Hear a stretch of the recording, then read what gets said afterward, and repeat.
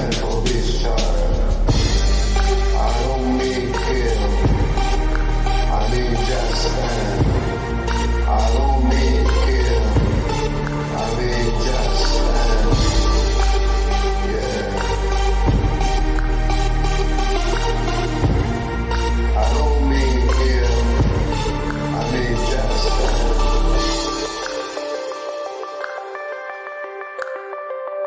I don't mean it. I don't mean kill. I mean just stand. Hey, what you gonna do when I come for your brother? Will you stand like a bull? Stand for his brother. Hey, what you gonna do when I come for your best friend? Will you stand like a bull? Stand for his best friend. I don't mean kill. I mean just stand. I don't mean kill. I mean just stand. I don't mean kill. I mean just stand. I don't mean kill. I mean just stand.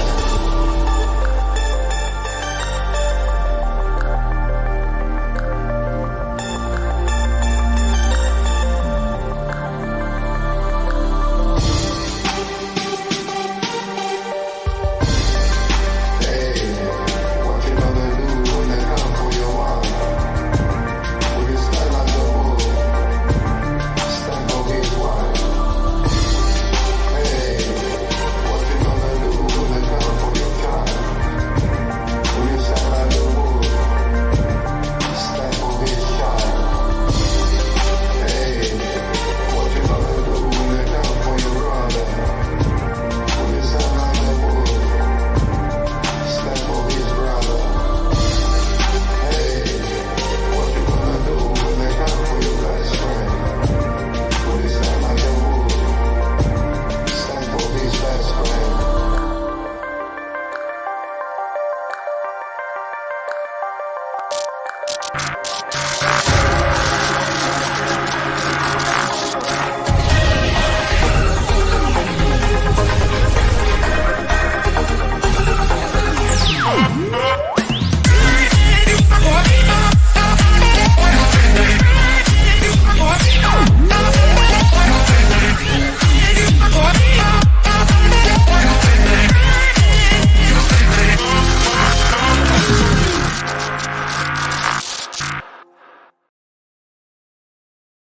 Hello, everyone. Welcome to the DPA Open Mic episode 43. And let me see. Okay, yeah. Episode 43. And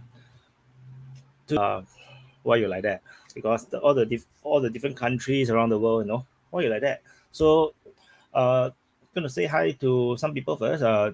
So there's only 28 people on the stream right now. Dr. Easy, hi, Dr. Easy. Hi, Bubs. And hi, Grey Immigrants. Hi, Wololololo 455. Wololo. Okay, so I'm gonna drop the link to join. We still have not a lot of people on stream right now. Hi, Xavier. Hi, Alan. And okay, let me copy and paste the. Oh shit. Okay, wait. I just accidentally turned off that. Okay, so the link to join is okay. Copy and give me a while. Yeah, hi Wololo, hi Babs. And okay, the link to join, copy. Okay, I have dropped the link to join in the live chat, and it's pinned now. And I also dropped it into the stream over at Rumble, although there's no one watching on Rumble, only me. Yeah. So I actually, so now it's 8 a.m. in Singapore. I went to take a nap around 9:10 a.m. 9:10 p.m. in Singapore, and then I was thinking about taking a nap. Then end up I fall asleep, so I only woke up in the morning. So hi Shelby. Hello. Yes, it must be middle of the night for you in France. Oh yes, it is. I'm so sorry. This is a window. It's a night behind me. I fell asleep. So I wanted to just take a nap.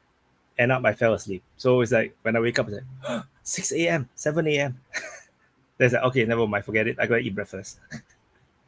And you have to know that I've already recorded 2 hours earlier this evening. Ah. So Shu is working on the editing and is going to send you the video later. Sorry, I missed what you said, but give me a while. I need to connect my earphone. Okay. Are you hearing me now? So, okay. I hear I is connecting. Hi, Alan. You could speak. He's not listening. Can He you, has a problem with his headphone. Okay, I got it. Who does? It's connected now.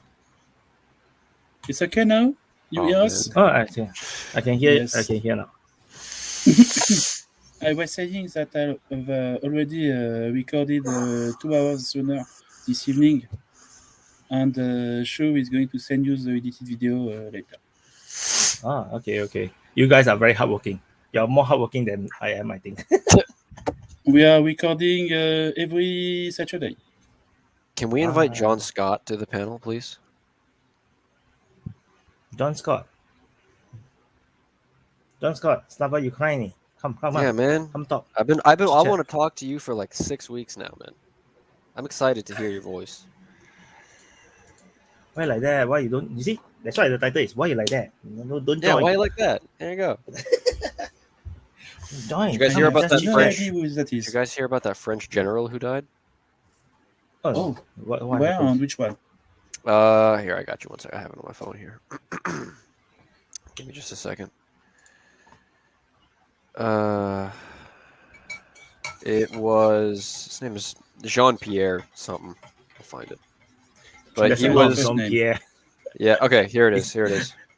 It's a very common French name, right? Jean-Pierre. Media reported Yes. the death of, excuse me, not Jean-Pierre, Jean-Louis, Georgeline, Bunch of Not much better. yeah, former head of the general staff of the French armed forces. He died today. How Okay. did they write how they die? I can find it. Yeah. Someone says in the chat that he died Road on a trip. road trip. Yeah, it's like no. That's what you get when you fuck up the things in Niger. No. French general. Gorgelin. Okay, wait. It says he died during a hike. Hold on. Yeah. Oh, he's very It's just like organized. falling off the window by accident kind of thing. It's like totally normal, nothing suspicious. Okay, it said he was found dead while hiking in the mountains in southern France. Super not suspicious. Yeah, no, Hey, he died in was Ukraine. He 74 died in years old, Ukraine from a please. missile strike. Sorry, guys. No, he was 74. Yeah, Please, have respect for the old guy. Yeah. He was volunteering Rest in by peace. trying to help for the restoration of Notre Dame. you said the repair of Notre Dame. I think he was more on the planification and the organization. Why No. would the chief of staff of the armed forces of France be working on Notre Dame? Because he was retired since No. 10 years ago. No, it said he was. He Was is he not current? 74. Was he not the current one? No, of course not. He's 74, the guy was speaking about. Bro, if you're gonna say people are old in politics, you have not seen American politicians. No, but the staff, I know him, it's another guy. You know the guy? You met him? Yes, he is. You Pierre don't know Shield. the French politics, and you could not know the guy from sovereignist with well-known in France, and he's his brother, basically. The Gotcha. current chief of staff of the French army is called Pierre Whoa, that is loud. Shield. Listen, Pierre Shin. What I think is loud. You were super loud for a second. Like super, super loud, but now you're not. So weird. Pierre Shield. I just find on Wikipedia. So yeah, but of course, the serious problem with Macron at a point in the army because Macron was asking a lot of things, and the army was saying You have to give us more money if you want us to do all that. And the previous one has basically decided to change his job and to leave the army because he was not able to work with Macron. And the new one is an interesting guy. He has basically whatever you need to make a coup in France. If you're looking, you think he would throw a coup? That's spicy. The new man. one, I'm going to tell you the story because it's a very good one. He has lead the deuxième REP. REP stands for Régiment Étranger Parachutiste. And you have to understand that the second REP has been created because the first one has been dissolved because they tried to make a coup against General de Gaulle just at the end of the Algeria civil war. And the paratroopers were in the plane flying to Paris to basically make a combat drop in the park of Paris to take power by force, by strength, by the army in the capital. And at the last moment, they have been recalled. And from this time, the first REP has been dissolved because the French government don't allow any army, any division, basically, brigade, to continue to exist if they try to make a coup, basically. So they dissolved the regiment and created a new one that they call the second REP. Okay, and this guy, the head of the military in France, has been the leader of the second REP at the time of his career. Okay, but how does this affect the delicate geopolitical situation in Uruguay? In Uruguay, I don't think it matters. No, I'm messing with you. I'm messing with you. What is the abbreviation again? The acronym again? LB. REP? The unit that you're talking. The unit that you're talking about. Parachutiste. How do you spell it? LB. NAZI.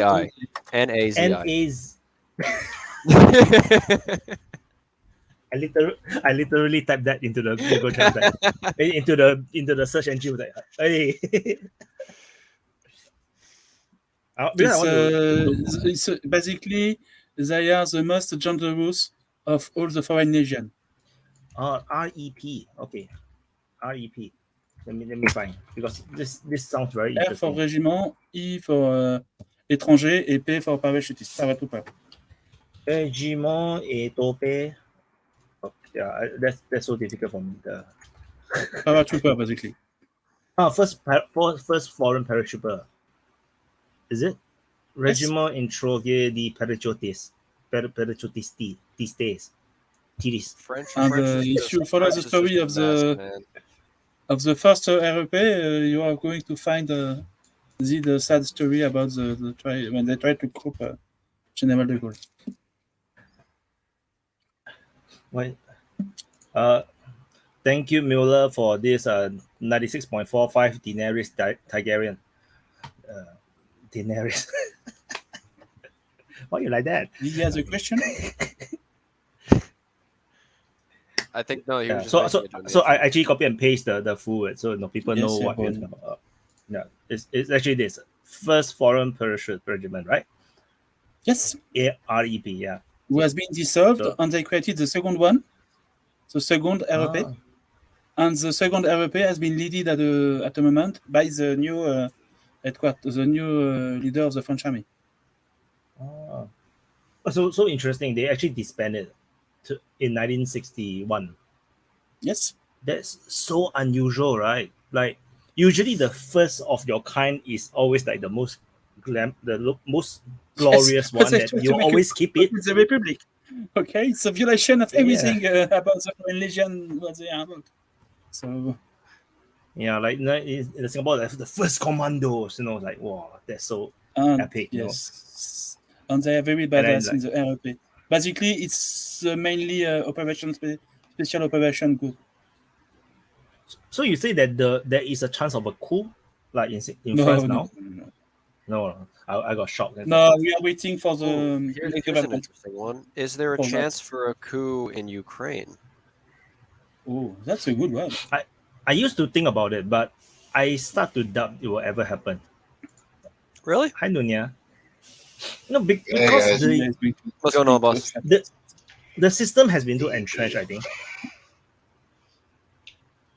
I think I was for saying that, you I don't know. need a Putin got was, Putin got overthrown by Ukraine military Prigozhin. force. I mean, Putin's been dead for like 6 months. Don't you guys know that? So if it's possible in Russia, it's possible in Ukraine. Yes, but don't forget that Zelensky has 17 clones. He has what? I got 17 clones. Ah. I'm joking. I thought you said one of the clones drones. one of the clones just visited the Belgorod region, right? They just visited the HQ for the special military operation, and he was met by the "Where is my ammo, Gerasimov?" I was like, it's so hilarious when I see Gerasimov standing there waiting for Putin to wear his coat. I was like, he's still there. No, what I'm missing is Prigozhin. I think Prigozhin. I think he's going to come back with a passion. So, guys, I just spent the last 2.5 weeks up in the Arctic with little to no internet. A bit jet lagged right now, but what's been happening? I've had little to no access to news. It's been kind of good, actually. You know, the front line of when you leave internet, it's the same. Yeah, there is just a lot more deaths and a lot more vehicle burning. Yeah. Niger there was it's actually interesting. In Niger is still a country. Did you hear about the Niger thing at all? Okay. Yeah, so that broke out right before I left, I think. Yeah. Gotcha. Also, you were out for like very long, right? In that sense? Since the beginning of August, yeah. And I just got back today. Hi, guys. Bit jet lagged. Yeah. I don't think you missed anything. No, I've been hitting up like where I can, but the internet was really spotty, right? And really bad, actually. But when I could get the internet, I'd kind of check in on, mainstream media to see what was going on, but that was about it. I've been following the Niger situation as best I could for the last few weeks. That looks like it's going to be a real mess. And Ukraine, best I can tell, status quo since I left. Yeah.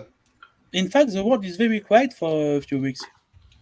Yeah. Never, never say that. Never ever say that. The Ukrainians' effort. Oh my God, they invaded into Robotini already. They captured Uruzani, and then you say that nothing happened. Who cares? And then they lost. I'm sorry about that. You see? But you have to understand, if you are following the situation, the non-happening situation in Niger, which is basically the poorest country in the world, is that we don't care anymore about Ukraine. I still do. In France? A lot of people is still that the situation do. What are you in talking France? about? If you follow the news article, very sadly, I think we are more afraid now of African leaders than Zelensky in the newspapers. That's the France, right? You're talking about France right now, right? Or you're talking about general news? Football. It's the beginning of the new season of football, of soccer, so we speak about soccer. Yeah, Chelsea. No, that's not in France. I'm sorry for you, but it's in on the other part of the channel, on the other side of the channel. Chelsea is in London.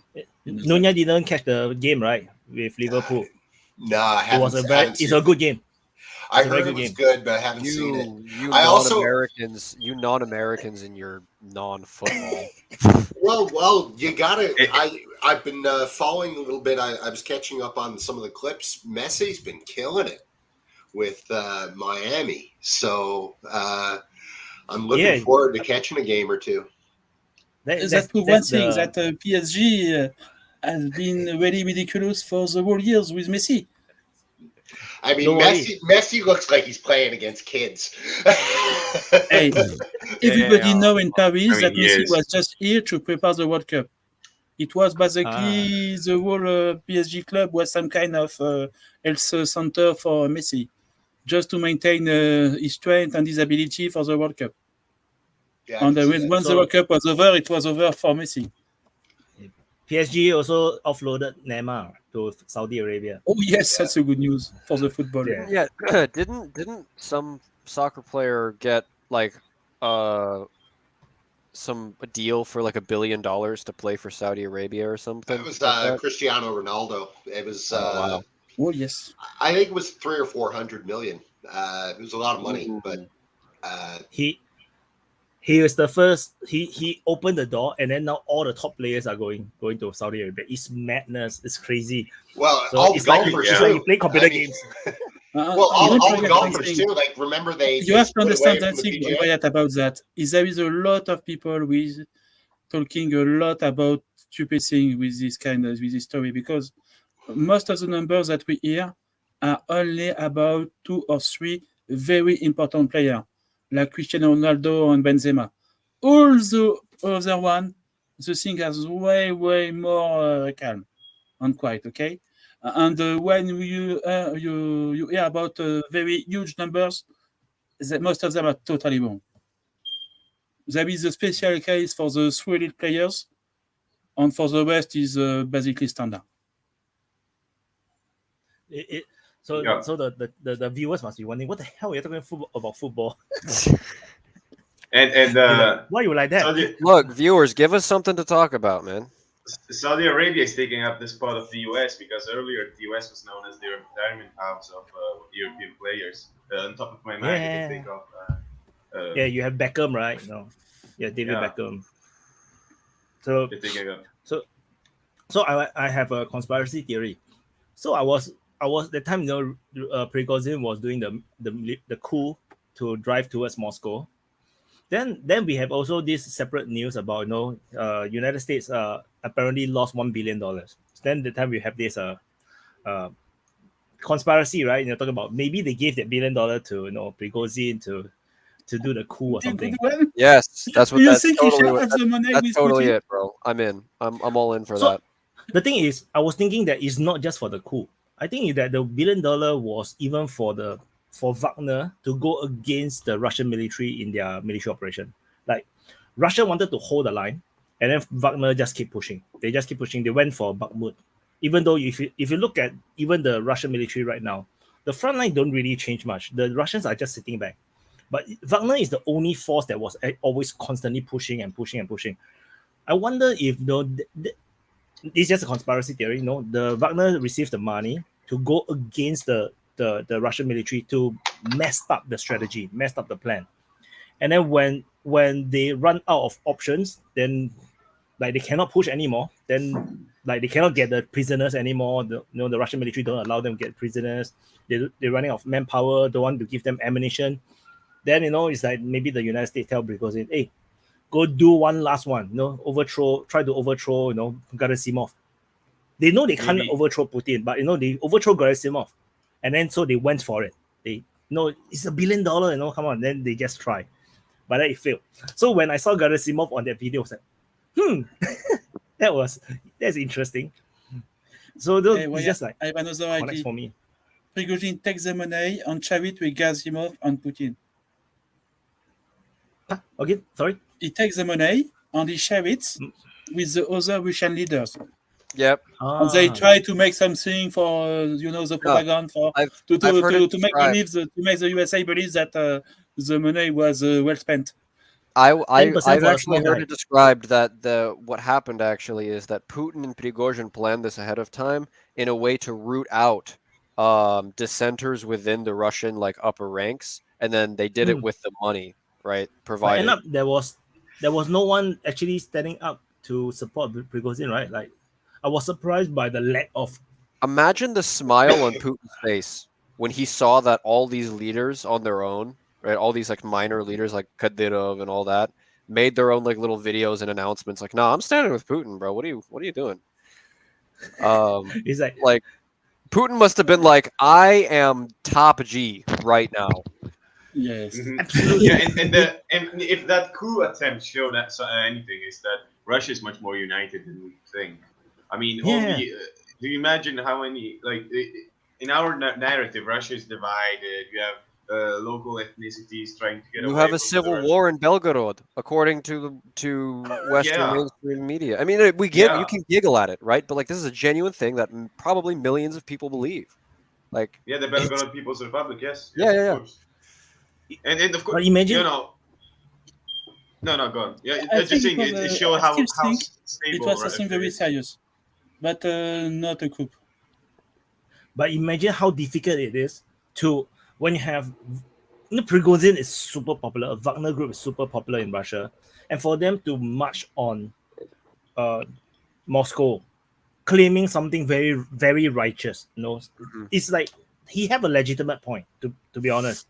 So, and then have zero people backing them, like enforce, like okay, I will send my troops to take over my local city town council or something. Yep.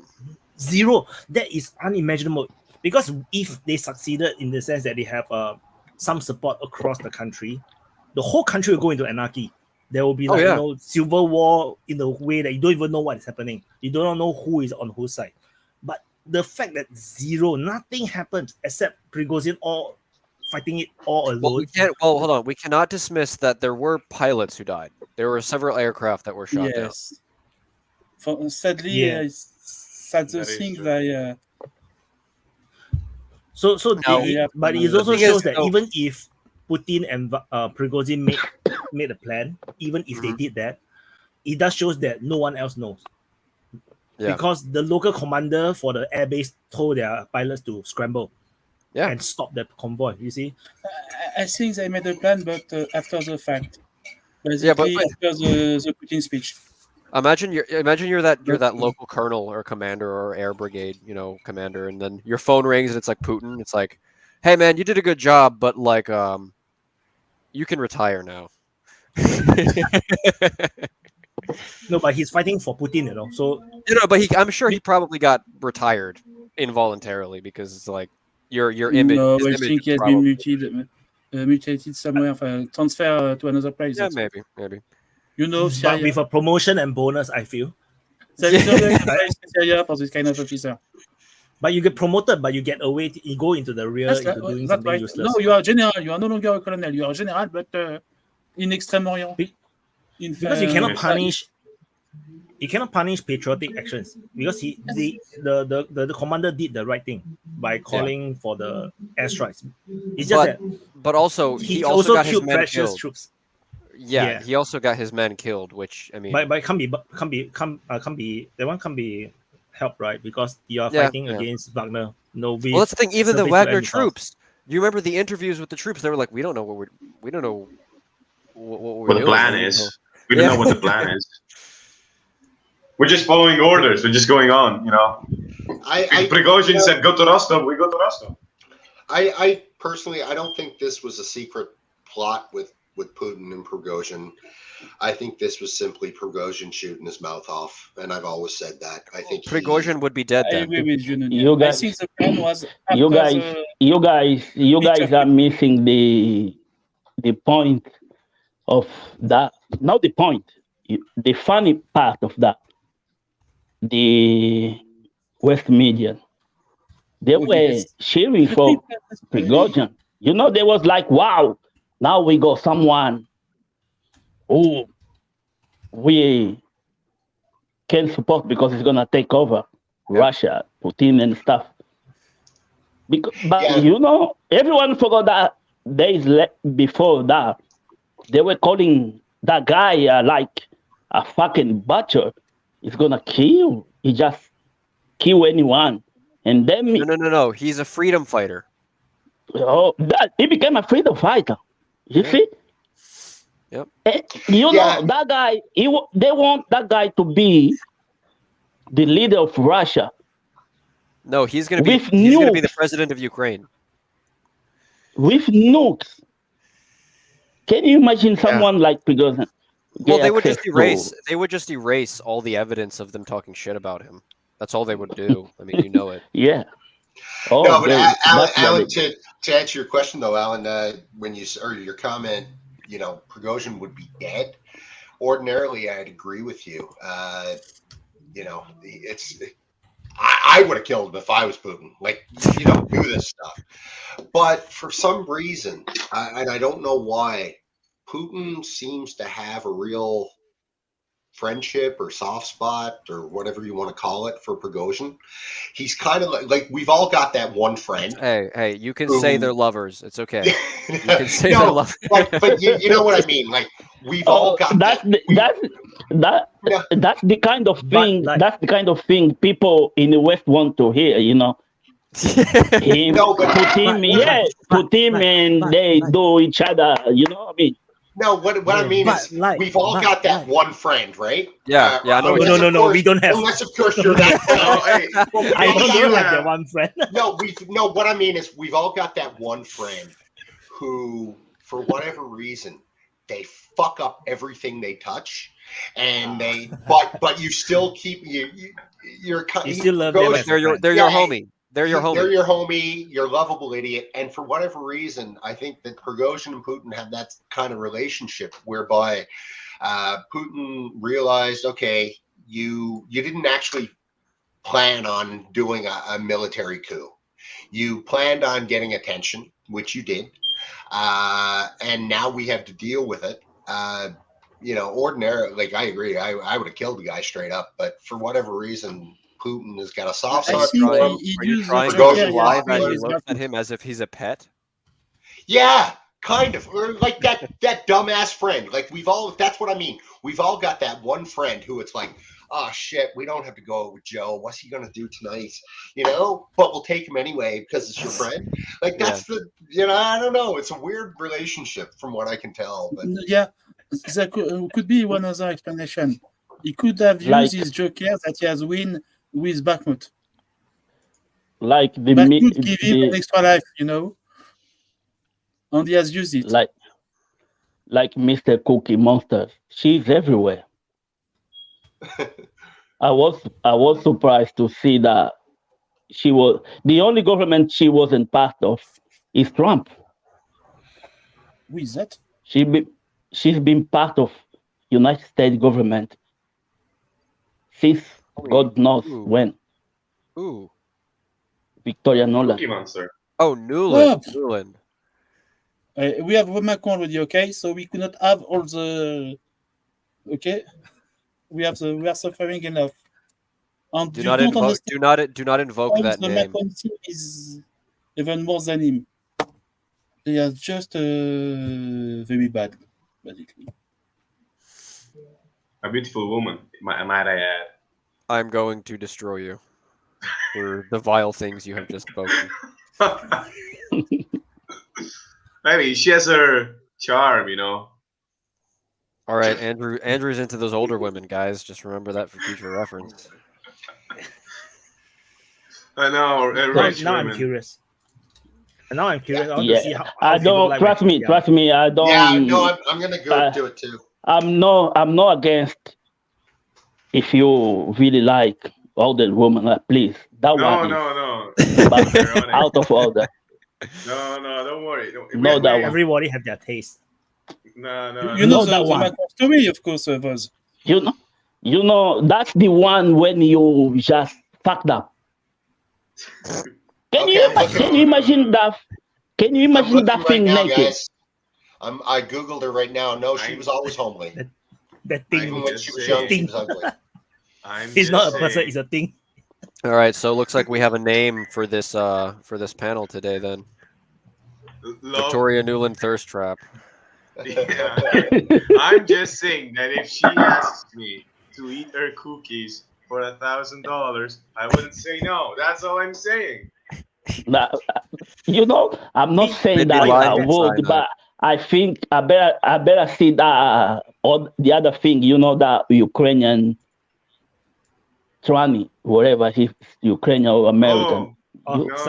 What is it? Can I say something? Whatever. Yeah.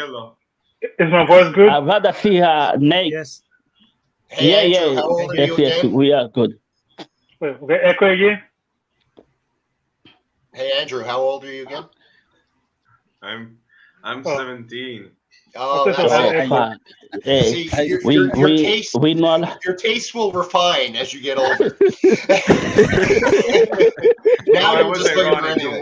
Don't worry. It was ironic. No, it's real. It's real. Don't worry. You know, Andrew, I know. Is it that you have a teacher that looks like Victoria Newland? Ooh. Then you have that fantasy, Thank God I don't have a teacher that looks like Victoria Newland.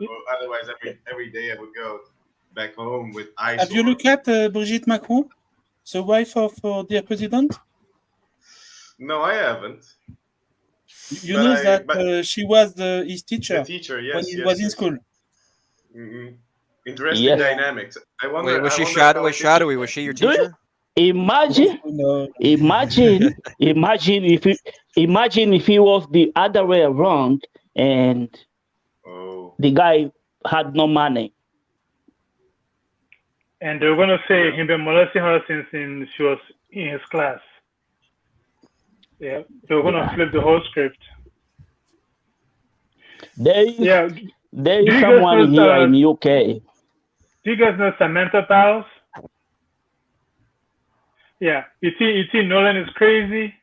Samantha Power is even crazier. The lady. I would put it this way: Newland is crazy at a strategic level. Power is actually functional at an operational level, which makes her even more dangerous. Okay, so what about the Prime Minister of what is it, Finland or Estonia? Finland. I think you're talking about. Oh, the dancing queen, dancing queen. No, wow. I mean, no. Alan, I think you will agree with me. She ain't that bad. She's kind of mid, bro. She's not bad, but you don't go. You are a leader of a country. Go in a fucking rave. That was a rave party. With your husband and start dancing with other dudes. What kind of if you're the leader of a country and you go if you're the leader of a country and you're going clubbing, you're doing something wrong. Why is that? Yeah. By the way, there was chance she was doing line. She was doing lines. Macron is a woman. Anyway, bro. You guys are all jealous. She didn't invite you. Anyway, the guy left her. She's getting divorced. Mm-hmm. Oh, really? Yeah. Didn't know. Again, she belongs to the streets. The cocaine effect. First cocaine, then divorce. But I don't think he's surprised. I don't think he just embarrassed. It went public. But I think he knew. What about Trudeau getting a divorce, guys? How do you feel about that? He will finally get his BBC. Well, the room. No. I'm glad for him. No. If there's one thing Justin Trudeau isn't, it's gay. He's a lot of things, but that man has got his dick in so many things. So I don't see him being gay at all. He's not gay? No, God, no. No, he's fucked everything. Maybe he hides it very well. No, he's fucked everything. If he has his dick in everything, then he's gay. No, in females' parts, not the males. But the rumor is that he's Sophie is soon to be ex-wife. The latest rumor I heard was Trudeau and Melanie Jolie, who is the foreign affairs minister. They're shagging, and that's one of the reasons why they. Hold on. Before we get anywhere, we need to talk about the real. If you had to show something, the real news. The real news is British government that was not the royal family. We need to discuss what Obama said in his journal when he was a young man. Oh. He's experimenting, how can I say? You find you find your true self through experimentation. It tells you a lot about Michelle Obama. Michael. You mean Michael? I know where Alan is going with this. I know where he's going with this one. Don't get this stream demonetized, man. Yeah. The fact that you didn't kick me the moment I joined. That's a good catch. I think you should stop. I'm not sure about YouTube's stand about this entire Obama thing. I don't know where they stand. I haven't heard of anyone getting demonetized or what. But Michelle Obama is would the be greatest very first lady homophobic. of all time because she helped my entire generation eat healthier at school by giving us cardboard and plastic for lunch every single day. That's, I mean, I cannot celebrate her enough. But she's got amazing traps, though. Him. Like she's like Mike Tyson. It's amazing traps on that woman. Yeah, she could swim across the Atlantic like it's nothing. Damn. Okay. So why this episode has gone completely off the rails? Oh yeah. No, it's okay. No, it's open mic. We can talk about anything. It's all right. Hey, we go back to Melanie Jolie. Melanie Jolie. I blame the Italian guy. I blame the Italian guy. He started it. The Italian kid. Hey, go back to Canada. Go back to Canada. The Melanie Jolie, right? No, that's not the rumor about. But is it true they're shagging? Trudeau. She's pretty, you know. She's actually pretty. Like she's legit. No better than Victoria Newland. Like Andrew, you should learn from Trudeau. I think she's like a Newland in training. Since last year, she was mentioned about NATO, about being one of the head of NATO. She's been very aggressive. Look, that was Freeland. Different. Oh, no, sorry. Yeah. Sorry, wasn't she that Canadian politician whose grandfather was a? That's Freeland. That's Freeland. That's Chrystia Freeland. Chrystia Freeland is the finance minister. Melanie Jolie is the foreign affairs minister. Oh, okay. Yeah, thank you, sir. That's Freeland. Yeah. Freeland is. Look, the chat's getting spicy, boys. They say we have a viewership problem, bro. If you have a better topic for us to talk about, drop it in the chat. We'll talk about it. Yeah, if you come on and talk, no, don't be salty about it. No, Soledad is a very old thing. It's months ago.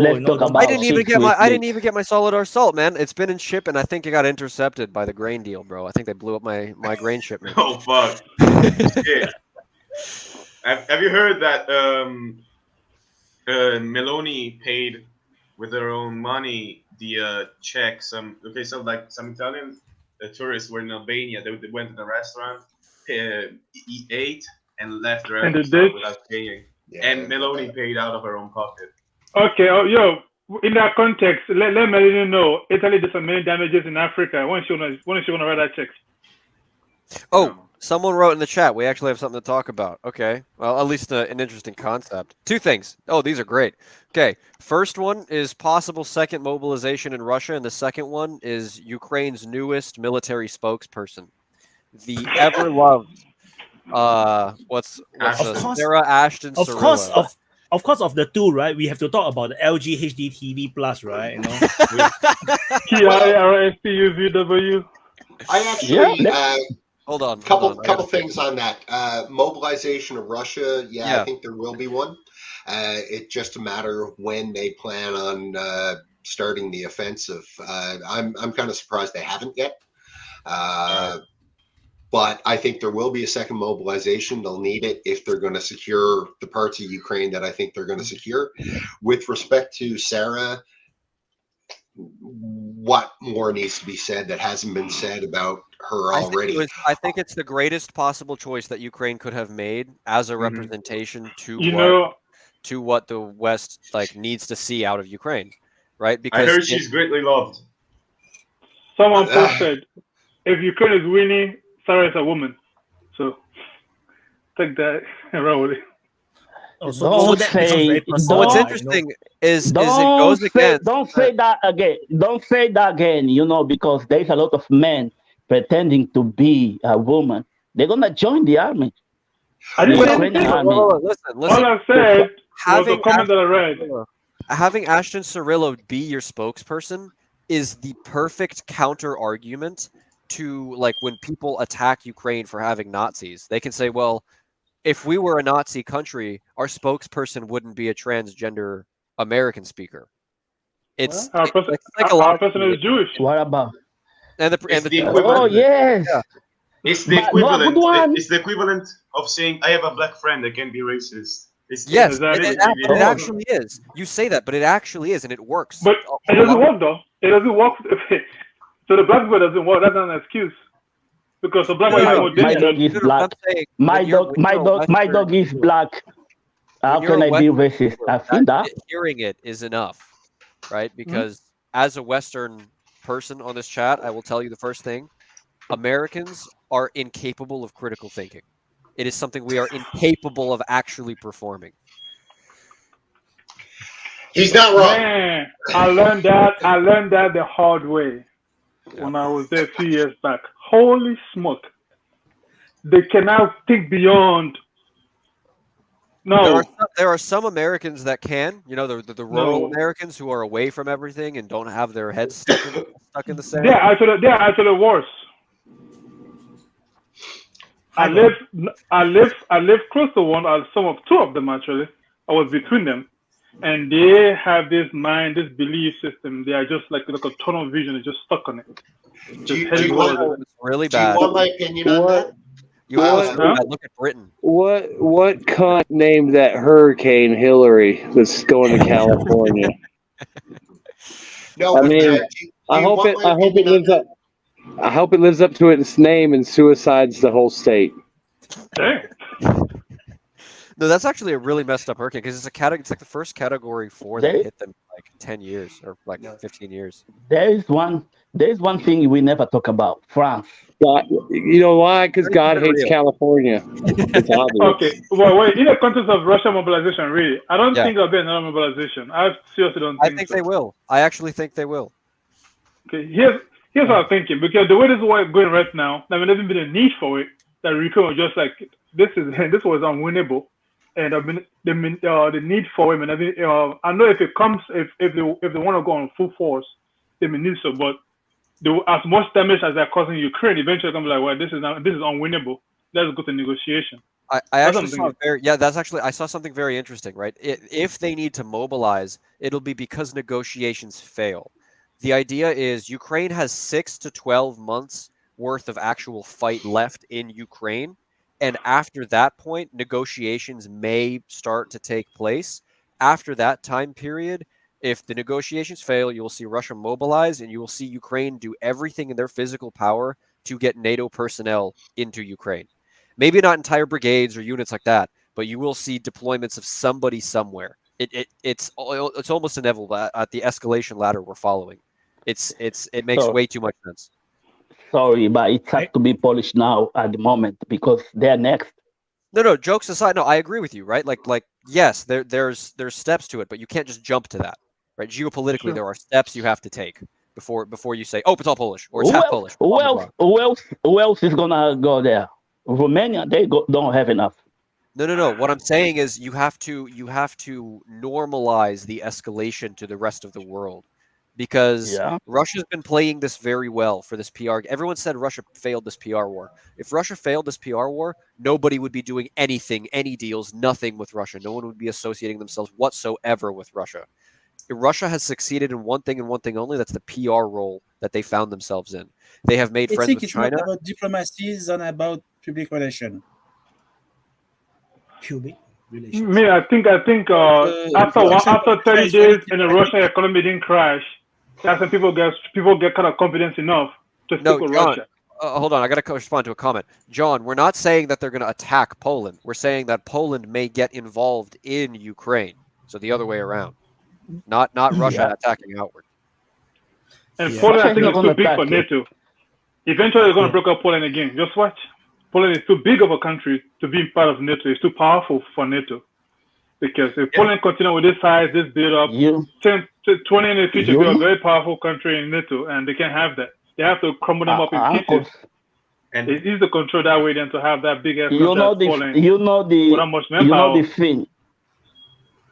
the thing Uncle Sam would love to if Turkey were like the Ukrainian, to fuck up, just to say we're gonna go to the war.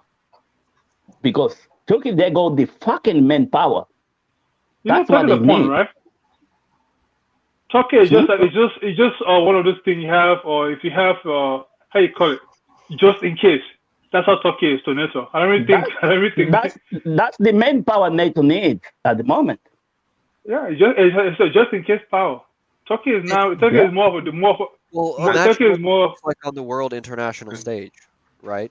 You have this supposed NATO alliance that's supposed to be, you know, the military structure of the world that has everything in their hands, and yet they still can't even rein in one of their allies, Turkey, to be fully convinced or fully Playing ball. Obedient? yeah, to play ball. Yeah. Mm-hmm. And So, another thing, I just wanted to say that I agree with Alan. And in fact, just recently, maybe a few days ago, I don't remember exactly, Nicaragua, I don't know if you guys heard, the Nicaraguan president has allowed Russian missiles and military bases in the country, which might we might be in front of another Cuban crisis.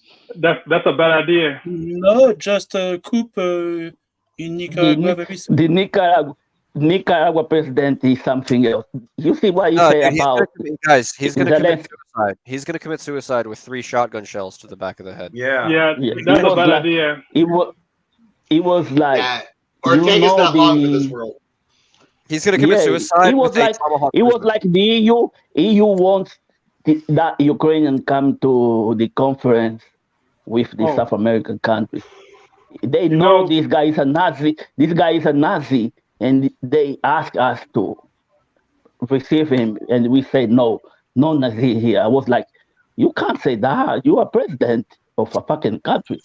Don't say that kind of thing. Daniel, he's not long for this world. I think within Central America, or actually within the whole this part of the hemisphere, I think he's public enemy #1 now. Even over Maduro in Venezuela. I think he's the guy that they want to get rid of. No, I'm gonna have to stand against that. I think Venezuela is going to be America's next star child kind of project that we're going to be working on. Big mistake. Big mistake. Well, hold on. Let me explain it. You know what? Right? Many people need to go to South America. Why do they, or they don't need to? Which one are you saying? Maybe you need to take some holiday. It's summer. Okay. South America is a nice place to visit. Really, really smart. We didn't go ahead, Alan. Yeah, Venezuela fits every checkbox for America to start a war, to kind of rebuild our industrialization, our business, our masculine society for men to go fight with, because it's a place we've never been involved with before. We have this slow trickle. If you look in the news about Venezuela, you'll in America at least, you will find a very slow trickle of just Venezuela's corrupt, Venezuela's collapsing, Venezuela's a communist dictatorship. All the people are oppressed. People are leaving the country, etc., etc. So you got all this buildup of stuff. And as that goes on, it's going to be easier and easier to convince the American populace, especially young men of my generation, to go fight for it, because one, the justification is it's no longer a war far away, right? It's not in Iraq, it's not in Afghanistan, it's not on the other side of the world. It's a war right across the Gulf. It is right there. If they do get power, then they are a genuine threat to our southern border. And that would really help. Maybe they'll do a fake terrorist attack, maybe whatever, maybe a real terrorist attack, maybe some cartels will do some stupid shit. There's so much that you can look into Venezuela as the perfect, I don't even know what else to describe it other than punching bag for the United States to get America back on the world stage. No, actually, that's one thing. One of the WikiLeaks documents. United States have no friends in that area. Maybe Chile, that's it. One of the WikiLeaks documents mentioned this for America doesn't need friends to set up 3 aircraft carriers off the coast and then just run airstrikes for the next 5, 6, 7 years and then set up military bases on the coastal cities. You don't need friends there. Okay. Listen, one of the reasons why they have not done it over the years, right, is because the fear of it's too close. It could bring some very ugly things to America. One of the WikiLeaks documents mentioned this. When they tried to, I think back in the 2000s or so, because when they tried to coup d'etat or Fidel, they say if the result get very destabilized, it's not good. It's too close of a country to make unstable. That's one of the reasons why they have not really messed with any countries this close to them. Even the Cuban crisis, even the Cuban crisis, that's also, they didn't push full force to move Fidel Castro after that missile crash, because Cuba didn't have anything to resist America. They sent some mercenaries to go do it, but they could easily invade Cuba tomorrow and seize the entire Cuba. but they're afraid of those are loyal to Cuba. So it's just across the border. They could just land in America and just cause some havoc in America. And it was because of that PR nightmare they have not attacked any countries that close to them. I'm a little bit more cynical than you. I think that would be perfect for the people in charge in the United States. I think they want that to happen so that the American people will want to go to war. You can say, hey, you can play it all over the news. You can say, look at what they did to us. Look at how much they hate us. Look how much they're trying to destroy us. And then boom, 300 million people are going to be ready to kill everything. And that is the reason why this country will not attack America. It will be a retaliation against America, and that's when the PR becomes very funny, because if you go invade them and they retaliate, it's hard to sell. But this is why any of this country, all that BS, they don't mess with America. Because if they spot the stupidity, it won't last for 24 hours. That'll be a destroyed country. Well, America's already involved in the South America all over the place, right? There's a lot of strings. There is some crazy people in the White House and Pentagon, so that's really possible. But the thing is, Venezuela is a friend of Iran and China. Not just a friend, good friend. Okay, watch this. Hi, I'm your CNN reporter. This country that has been compromised by Iran and China just south of us is now threatening us. We have to invade them. There you go. That's all you have to say. It's that easy. It's a bad pair, exactly. They have a mass destruction weapon too. CNN is the best attacking dog the United States have. The best attacking dog, CNN. I agree with your assessment, Alan, on Venezuela. The reason I would still tend to lean more towards Ortega in Nicaragua than I would Maduro is, to Vaz's point, Venezuela has got a lot more concrete relationships with some of the world powers. They're also a major oil exporter. I think people would be a lot more vocal. The thing about Nicaragua is, number one, Ortega is extremely vocal, as we all know. Like, he's not shy in saying what's wrong with the world, right? He's the kind of guy that U.S. wants to silence. So, and number one. Number two, if you were to go into Nicaragua, nobody'd really care. You know, you go into Venezuela, people would care. You go into Nicaragua, other than the Nicaraguans, nobody'd care, right? It's too localized for anybody to really give a shit about, is what I'm saying. So that's why I would say I would still put Ortega as the number one public enemy in the Western Hemisphere. If there is a country that needs democracy, is Nicaragua. They really need Venezuela democracy. Needs some democracy and needs to have the opportunity to sell us all of their oil all the time without ever stopping. Yeah. Only us, though. Nobody else. Who? I actually disagree with you all. But, the thing with Venezuela, I don't think countries like Brazil, Argentina, well, that's which other one? There's another one. Yeah. Well, we also realize even Mexico not gonna let that thing just happen. That's a good point, boss. Even Colombia is not gonna say, "Wow, what the fuck." Okay, watch this. I'm CNN reporter. I'm CNN reporter Alan. Guys, we have some terrible news. The cartels have taken over several countries in Central and Southern America. We have to invade all of them to destroy the cartels. We must go to war now. But guys, what I think we need to realize, what we need to realize is the world has dramatically changed since the beginning of this year, right?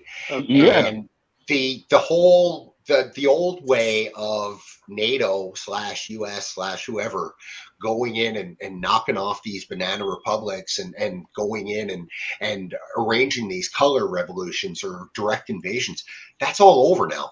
Like when Putin and Xi were shaking hands in St. Petersburg that day, and they were saying, we're going to change the world for the next 100 years and blah, blah, blah.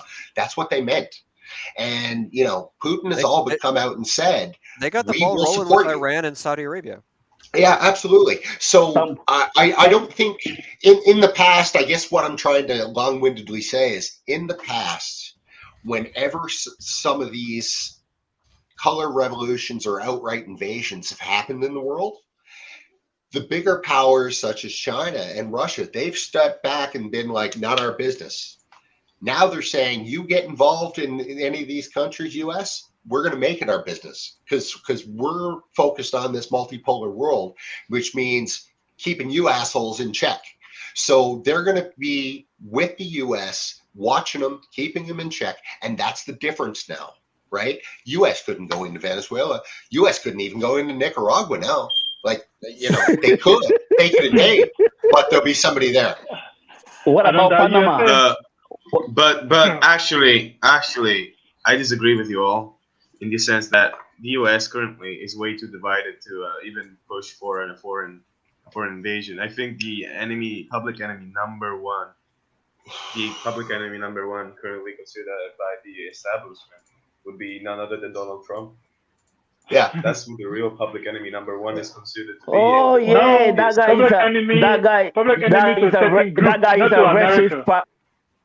is a racist part, right? It needs to go. Public enemy to a certain group in America, not to the entire America. No, I agree with Andrew. He's saying that Trump is their primary target right now. They're not going to focus on Venezuela, or they're not going to focus on Nicaragua. Trump's out of the way. Hey, the authority. Yeah. But since when United States needs permission to go to war? Like they will just invade anyone they want. Yeah, it doesn't matter how divided. But Wyatt, that's my point though, Wyatt. In the past, they've gone and done it because they've been the alpha dog in the schoolyard. They're not anymore. So, you know, to answer your question, since when have they ever needed permission? They haven't. But what I'm saying is now the other players in the world are going to be watching them. And there's going to be repercussions if they do that stuff. And that's why you're not seeing it anymore. Like the U.S., to I think Andrew's point, they are so spread thin right now, right? They can't fart without affecting something.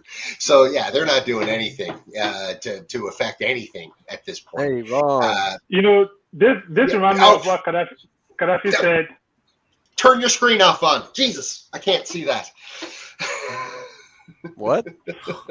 Yeah, better. What? Did I miss something? Did I blink? Vaughn, how did you turn 20 years younger? Vaughn, you're muted. We don't. Yeah, I think you know. I wasn't even trying to talk. I was just listening. I know. I stepped away from it. Were y'all talking about that awesome Robottini offensive and how it's on the verge of the breakthrough? Look, the Ukrainians have broken through the first line of defenses. It's only a matter of time until they get to Tokmak and Melitopol. All right, it's over. Yes, as soon as they have reached the second line. And the third. I mean, people always bitch about doing a Ukrainian show, so let's wrap it up real quick. Ukraine advanced 2 kilometers yesterday. Russia pushed them back 2 kilometers today. I'm not psychic, but I think Ukraine will move 2 kilometers tomorrow, and then, if I'm right, Tuesday the Russians will push them back 2 kilometers. No, for the next 3 months. I told you the challenge 2 was a game changer. I told you. Dude, you're a propagandist because you're not telling the truth, man. The Russians have lost 50,000 troops during this defensive operation. Okay, so they're just on You clearly didn't see my post in main chat in the lounge about the 500,000. Oh yes, I saw something about it, but I thought it was just Angolan propaganda, so I just ignored it. Yeah, I know you all sided with the Russians. There's no fucking Guardian in Angola, you know. You know, I and also you didn't take my suggestion for a shirt either. The guys, we've got live data. I suggested I love Macron. With 252,000 dead Russians, bro. I told you I need to get my French citizenship first. Then I will do whatever I want about France. Boz, I'm going to show you up next episode. I got the perfect idea for a shirt. Okay. Next time I'm going to come in without a shirt. Then I know. There's another revolution coming in Syria. I don't know how good it hold up. There was a huge protest the past few days, so that could be something else. That could be something else. Yeah. Probably gonna boil over pretty soon. Tell us about that. I haven't heard a thing about it, about the Syria thing. I have a question. Yes. Is there a fat old lady giving cookies to the protesters? Are you aware if there's any kind of that? I am pretty sure that Newland is never going to Syria. No, that could be very, very strange situation. The cookies. Put your dick away. Jesus. How you call it? McCain still left some of his cookies behind. It's still floating around, still going in a circle. So yeah, there was a protest in Damascus. No, not in Damascus. In other Syrian cities. The past 2 or 3 days now, and it's picking up steam, but it won't pick up that momentum yet. And all you need is Victor Newland to bring cookies, and Andrew will be happy again. They're back to another Syria 2.0. Yeah, it's boiling up. It's picking up steam, and they're singing the same old song in 2011. Down with the regime. Down with the regime. I was like, here we go again. A replay. They always have the same old. Oh shit! Here we go again. He's walking down the alley. Exactly. Yeah. So yeah, now I've been watching I've been trying like every now and then look over and see how far I've gone. And all you need again, the past few weeks this talk about the U.S. government leaving Syria, all these little skirmish on this basis. I knew something's gonna happen. I knew something's coming up. But like, there's no way they're gonna let this thing slide. Iran and Syria are working to kick them out of Syria. That's not gonna fly easily. There's gonna be a revolution. There's gonna be a democracy or a protest coming up pretty soon. And it is. Here it is. So far, Victor Newland have not stepped there yet to get some cookies, and McCain is dead. We have love to go to places. Hey, why? How many viewers do we have? I love Maria Zakharova. She said. John, Maya Masha. Love her. Yeah. Alan. Yo. Let's invite John Scott to join the voice chat. I already did before you joined, bro. He's not joining. I want to talk to. We need him here. We need a voice of reason on this panel.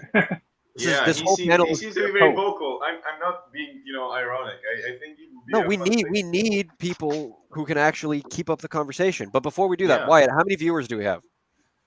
We have 96. How many likes do we have? 38. So I have a question for every viewer. Why is the view count not the same as the like count? You guys gotta get on because everyone is liking that now. Come on, people. Why you like that? You can Come do on, better. you bastards! Hit the like button. Hey, he's upgrading. Yeah. If you don't press We the have like button, 52 now. I'm armed and dangerous. 53, If you don't press wow. the like button, you will be hit with the branch of justice. I think some How people you just gonna run forget so close that to you? Yeah, this open mic is not good for European and Africans. The time. Yeah. I am very 9 o'clock over here. disappointed. Hey, boss, Very late. it's because we don't care. We don't give a fuck about you. You Is fucking what we're saying. American. You live in Canada. You know Yankee. Well, I got the right time zone, buddy. That's all I know. No, Dunya, you're not from a good part of Canada. You don't speak French.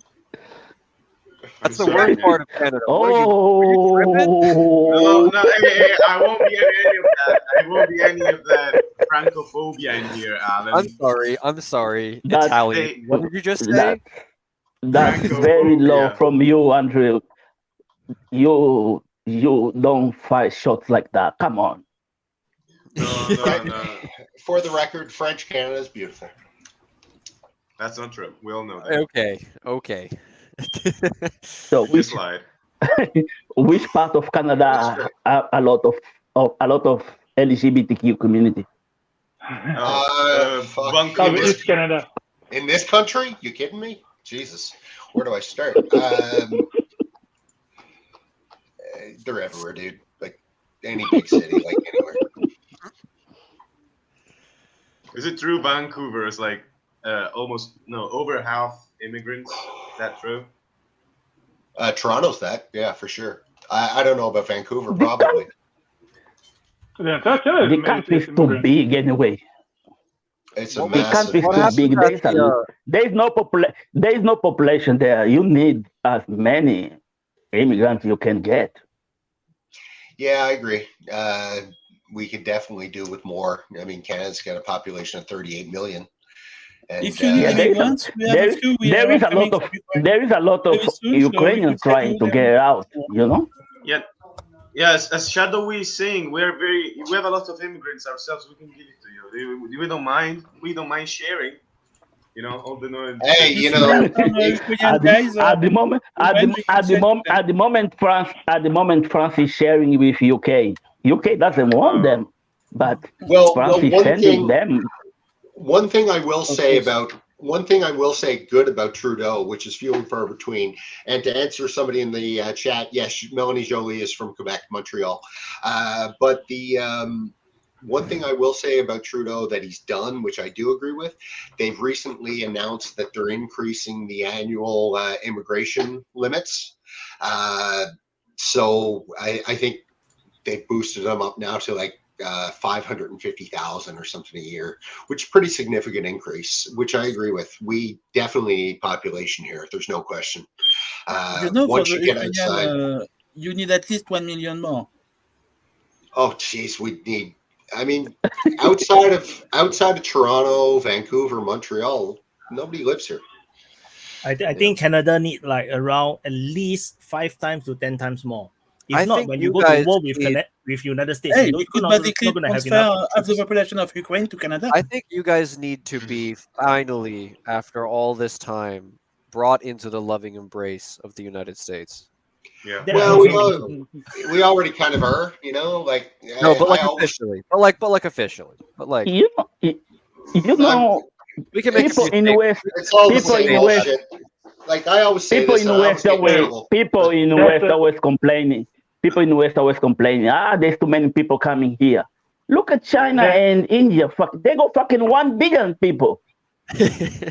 Alan, Nunez's answer to that is the closest one to this country is the United States with 300 million, and you're crying. No. The American no. You're tripping. The American population is 450 million. There's just 100 million undocumented illegal immigrants in this country. 100 million. 100 million. Probably. Nah, that's too much, man. Nah. Probably 50. Safe number is 50 million. Most estimates say it's about 50. Holy smoke! I won't be surprised. That's almost twice the population of Angola, man. Yeah, that's about. That's almost. Someone asked a question in the comment in the chat. And says, will drone make a difference in the Palestine-Israel war? And drones. Well, they're already making a difference, but for the Israeli side, guys, Israeli industries is really good with drone. Yeah, Nunya. Oh, sorry. Real quick on to Alan's point about the illegal immigrant numbers. I've been to something like 60 different countries at this point in my life. Love traveling around. Only place in the world I've ever gone to where I found somebody who didn't speak a bit of English was the United States. Honest to God. Where? United States where? Arizona. Oh, it was Arizona. Down south somewhere, yeah. It was like, you know. No. Okay, on a serious note, when I was in Texas, South Texas, some people at the border, American now immigrants, but they speak Spanish. Yeah, at the very south of the border, like in the, how do you call them? Those are shared border of Mexico. Yeah, most of them speak Spanish. Even the Americans there from here.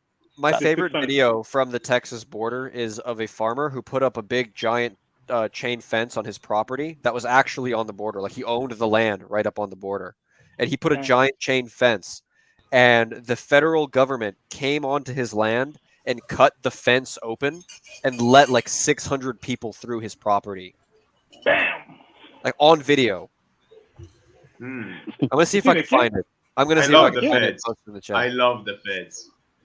I love gotta the love three-letter agencies, boys. Trust me, you have to love them. If you don't have have to them, love they them. can. You have to love them. You have no choice but to love them. Mhm. The Fed, No, the Fed do a good job. To answer Alan's question about joining the U.S., like I always say this. Oh no! and it's You misunderstood. Not join. Bring in. Annexed. You're not making a choice. You are Crimea. No, I You are get Crimea. it. I get it. And no, but It's an and annexation. I always say this, and I always get in trouble with my friends because they don't want to hear it. But I'm always saying, like, Canada's not a real country. We're a vassal state. Of course it is. We're not a real country. We're a vassal state of the United States. So is England. So is France. I could go on, right? So, Yeah, it you would know, make a I'm glad. difference to me. But I'm glad. somebody in, I'm glad you I just say so. Is England? You just say UK because you know never say that to any Scotch guy. They're gonna kill you. Not me, because I'm 3/4 Scottish and I'll kill them. But to answer somebody's question here, I like this comment. Canada, Washington, Oregon, California, and Mexico should become one country. I don't agree with that, but I've always said I think that North American continent, it always should have been formed north-south as opposed to east-west, the borders, because I don't know about you guys, but if like somebody in Montana has way more in common with somebody in Saskatchewan or Alberta than they would somebody in Toronto, right? And somebody in Maine would have a lot more in common with somebody in Nova Scotia. So, like, you know, it's more of a north-south split than an east-west split. I always found. Yeah.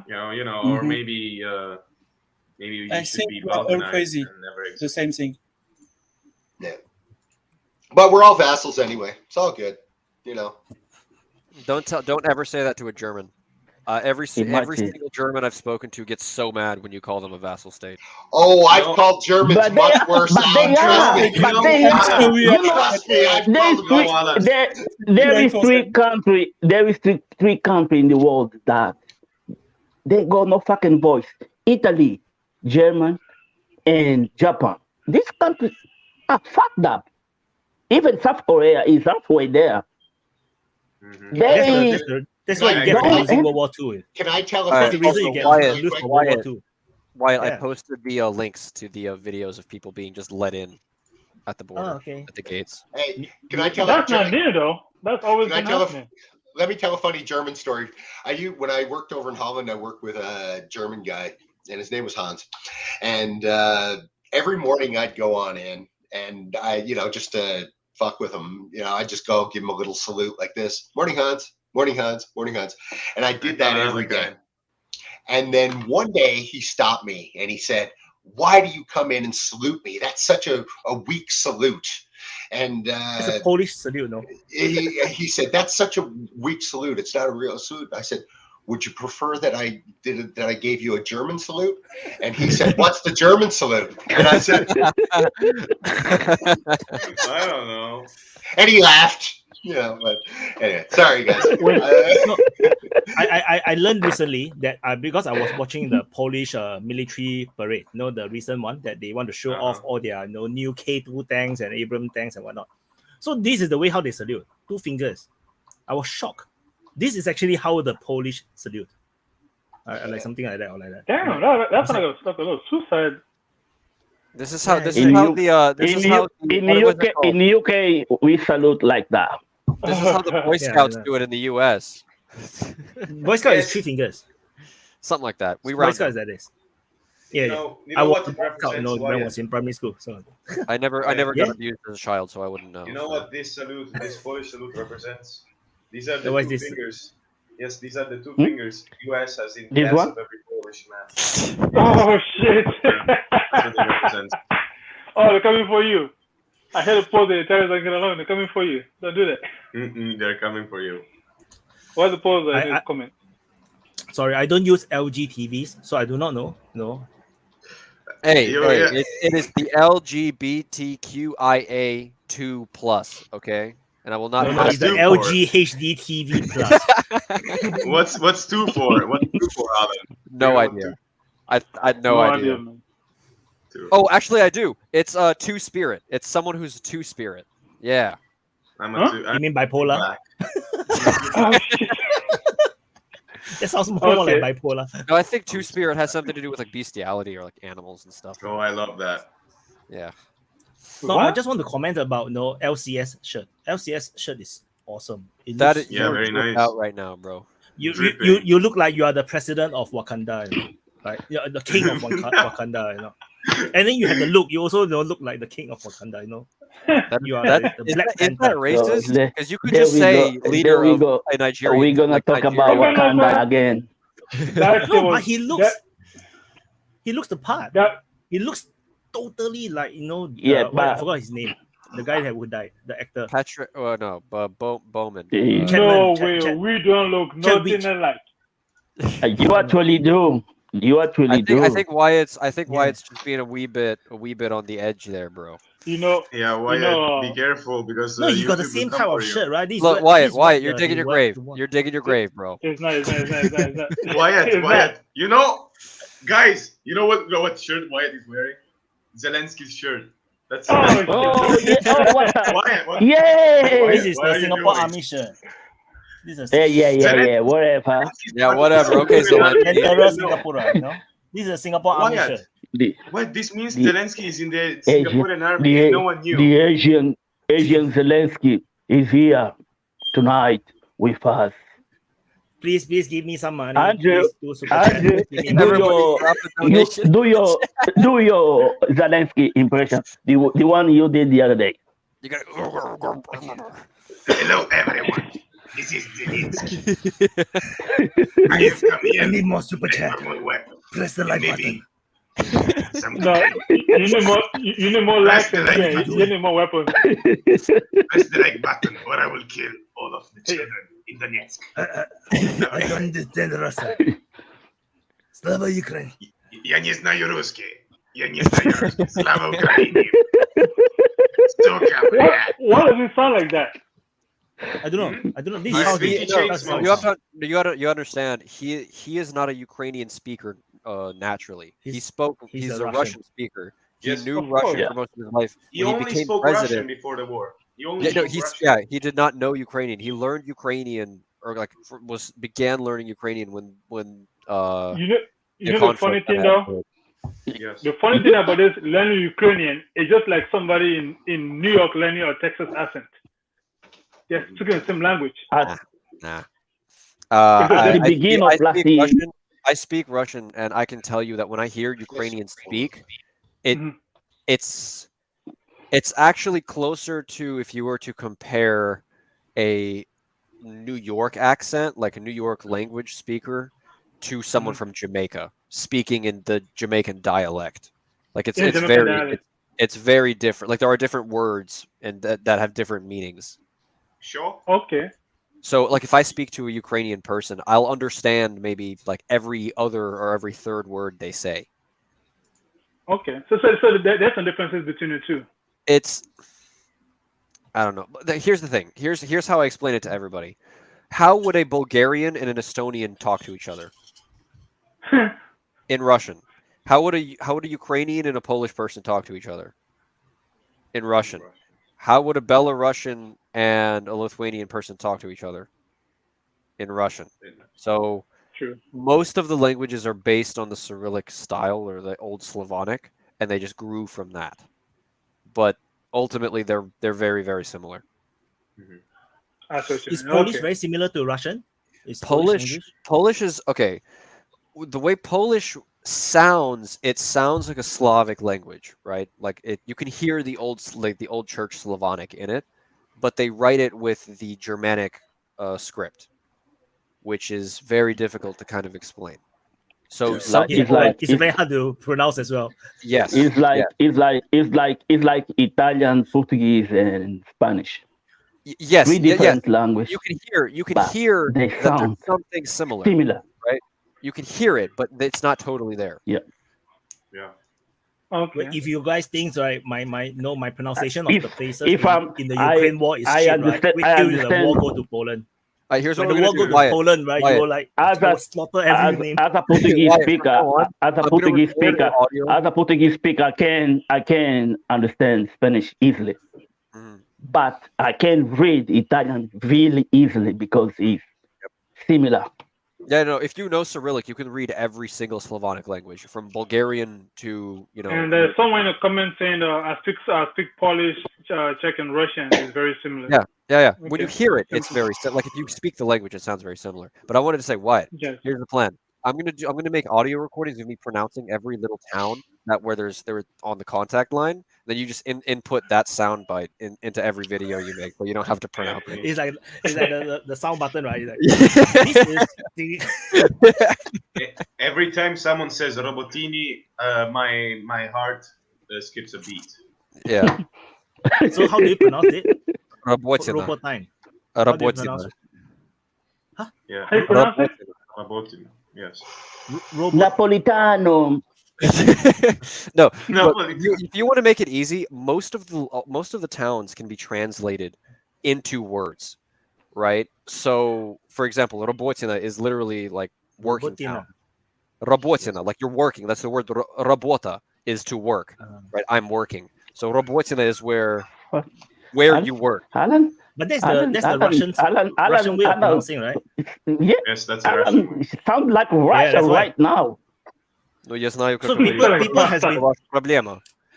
No, I want to clarify for those that are actually watching this. You know, I know like certain places is called Grigorovka, you know, but no, I purposely pronounce it the English. Oh, it's funny. Spelling. It's hilarious. Prihorivka, because they spell it in that way, and you have to use it to make let them know that it sounds stupid.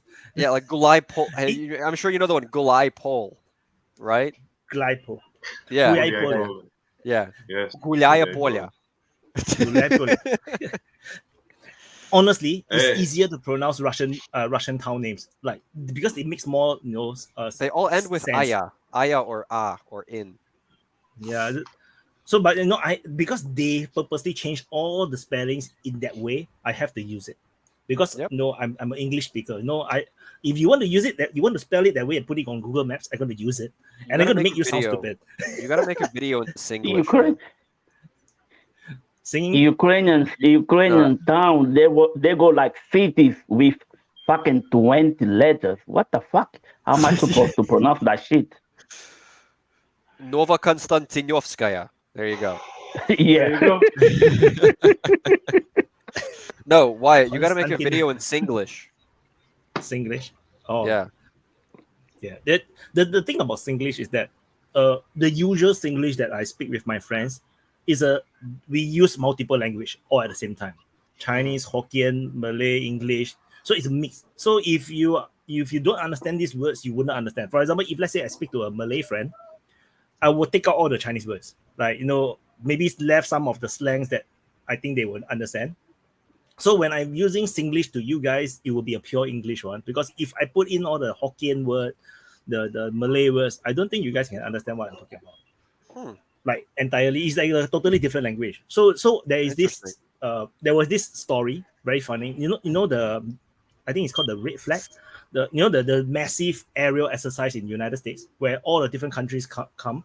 I think it's a air exercise. Yes. I think it's called red flag or something. Let me see. Yes, never heard of it. Air Force exercise international. Let me find the name for it. Red flag. I see that's the name. Flag? Red. I make it up. Exercise red flag. Correct. It's exercise red flag. So exercise red flag is they invited a lot of countries from all the US friendly countries, and they have this massive air war exercise. So what happened is that there was aggressor, and then you have the airline. So the Singaporean air pilots, they were talking on the radio, right? And then apparently the enemy is actually listening. And then after a while, they realized that enemy is listening because they know whatever they are doing. So they switch. They speak entirely in Singlish, in Hokkien, and the person is listening is like, what? it's impossible for non-Singaporean to understand. Like, it's impossible. Like, maybe the Malaysians can understand. Maybe the Taiwanese, if they are good in English, maybe they can understand. But that's about it. No, it's a totally unique language on its own. If we go all Singlish, yeah, it's a mix of all our cultures, all our languages together. So it's quite messed up, and a lot of vulgar language. A lot of vulgar language. If we really go into it. Well, I mean, that's most language. If you know all the swear words in most languages, you know half the language. That's the secret. Yeah. Singaporean Hokkien is extremely vulgar. Like if we really talk, like every sentence must have vagina, penis. Yeah, and you say we're gonna get you demonetized. Okay. No, vagina is a place in Ukraine. Oh, of course. Yes. And I pronounce it's a pischani, no, not penis. No, it's pischani.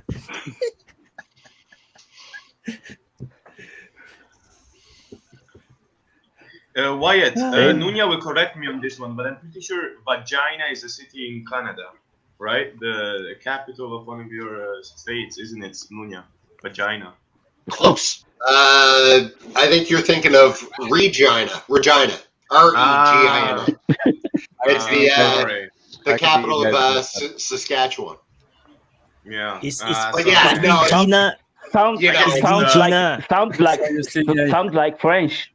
If I lived there, I'd call it vagina. Okay, but how do you guys? Feel about the city of Lynchburg?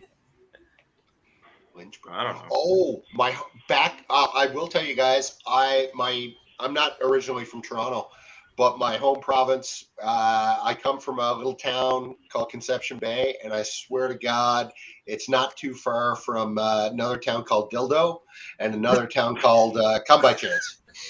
Look it up on a map if you don't believe me. There's nothing that will ever beat Goochland for me. Right? Goochland is just the most amazing place in the world. No, I don't agree. In Italy, we have two towns called the same way. One is spelled with the space between the words, and one is not. They're called Femmina Morta, which means dead woman. And then you have Sesso, which means sex.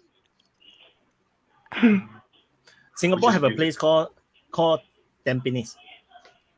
Tampines? Yeah. It's a major town in the eastern part. It's called Tampines. Major town. In English, you will like the foreigners will pronounce it as Tampines, which is then the taxi driver will be like, what the hell are we talking about? It's Tampines. Andrew, is there a city in Italy called Pisa? Pizza. It has to be Pizza. Pisa. Oh, no, Pisa. I like visiting. Pizza, yes. I like visiting the Leaning Tower of Pizza. Yeah, that means dick in Portuguese. Alan, one of these days I will join Al Qaeda just to destroy the US because of you. You will be the reason. You will be the reason. Oh, guys, according to the chat, just a heads up. According to the chat, New York is currently being bombarded by Russian forces right now. We have entered Modern Warfare 3 territory. What? Finally, speaking of New York. Finally. Speaking of New York, that's the coolest place to be from. If you're from Hell's Kitchen, New York, I always thought that if I could have a hometown, that would be it. Hell's Kitchen. Vaughn been waiting for that for a long time. That's for what? all he talks about. Yeah, New York and California. He wants this. No, I made a reference to Modern Warfare, right? That's my conspiracy theory. They actually have a time machine, and they made all the Call of Duty games based on real life. Because if you look at the Call of Duty games, what they said is going to happen, it's happening. I'm telling you what, it's happening.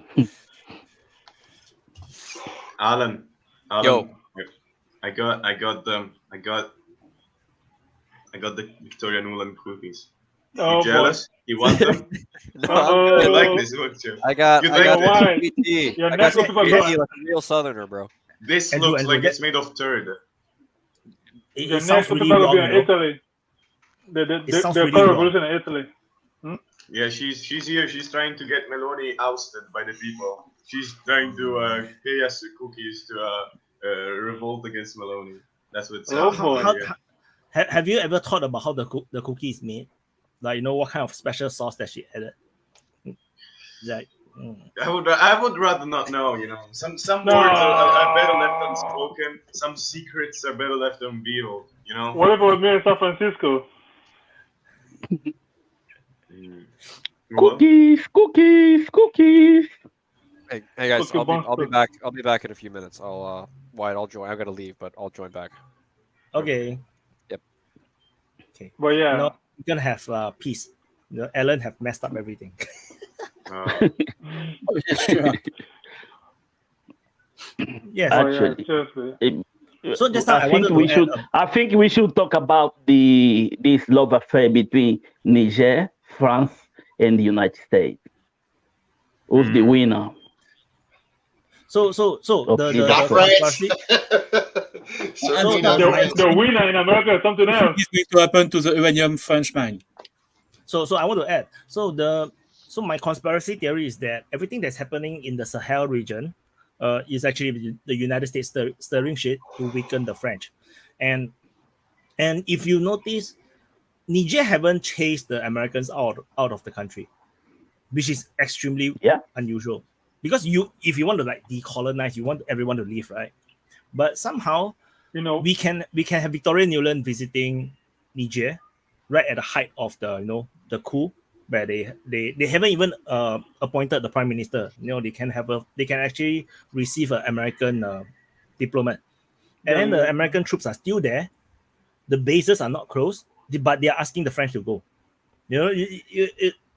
And then there is also claims they're saying that every coup that is happening in this Sahel region of Africa, all these coup leaders are all American trained. At least that's what I read. Yes. I haven't really fact checked that. Yeah, it's true. It's true. Because previously there are coups that are previous French Foreign Legion guys, but then now you have all this is all American trained under some program. I'll say the French schools since the 80s or early 90s, the French school have basically disappeared. Most of the coups after the 90s is Americans. The guy in Guinea is a French-speaking guy, but it's American. There was actually a testimony here in the U.S. Congress or Senate. So there was. They were being questioned, and yes, most of about almost all the coups right now in West Africa, they were all trained by U.S. forces. This was a testimony he gave at the Senate here in America. Yeah, so this is not. It is not. First it was conspiracy theories, but until he confirmed it on the oath. So yes, the guy in Guinea was them. The one in Mali was them. The guy in Burkina Faso was them. That's about 70% right there already. So this is the part where I linked up with the earlier conspiracy theory I was talking about Wagner receiving money from the Americans to mess up the Russian military operation, to do this weird military coup to drive up to Moscow. And also you can see that Wagner is in Mali, which is supposedly if they are backed by the Americans to overthrow the government, but yet the Wagners are there. You can see that there is some very weird webs happening. Here's one reason why I think even if the Americans are involved, they can kick the Americans out. The American base is a needed base. The French doesn't do nothing on that base except to go cause trouble in Africa. The Americans use that base for international missions. So the American living is even more difficult than the French packing and living tomorrow. So I know they can test French, but they can't test American right now. I think they're being smart. Even I'm not saying what you're saying is wrong, but let's say they really want to kick everybody out, it'll be a more of a difficult push on America than the French. The French, all they have is just a bunch of military bases where they could cause trouble in our region. That's it. It was not any base of any major importance. But the U.S. base in Niger is a very important base. I believe they fly from there and go to the Middle East and go to other places. I believe they do that from this base. That's a very strategic location. And I think America is going to be like, no, we're not going to leave. So if you even try this, it's going to be war. So I think they're probably taking their time with America. But I think the French are easier. If you have two bullies to push, I think the one you can punch the hardest is who you want to punch first. And I think it'll be quicker to beat France than it is to beat America out of Niger. So at least that's my own understanding of it. But I don't know. I may be wrong. I don't know. I think this is a beef United States is provoking just to get the French out of Niger.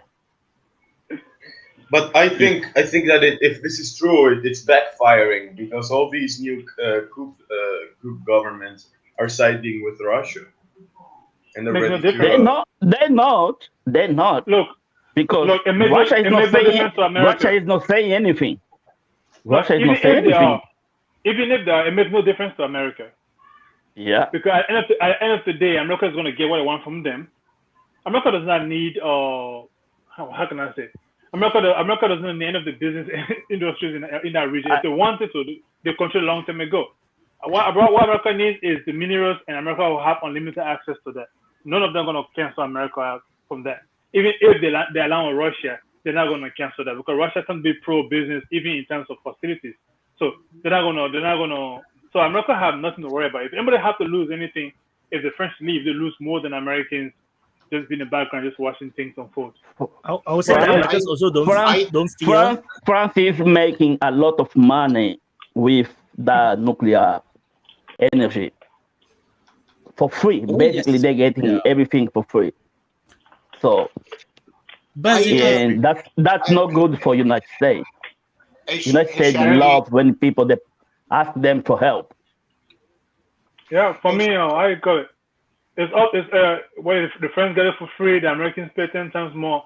It's up to the sellers to say no more. If they cannot man up and say no more, well, it's on them. It's their loss. Hey, Shadowy, I want to get your opinion on this because I'm guessing you're closer to it than the rest of it. The France is never going to leave the mind. Oh, they will. One way or another, they will. They will leave.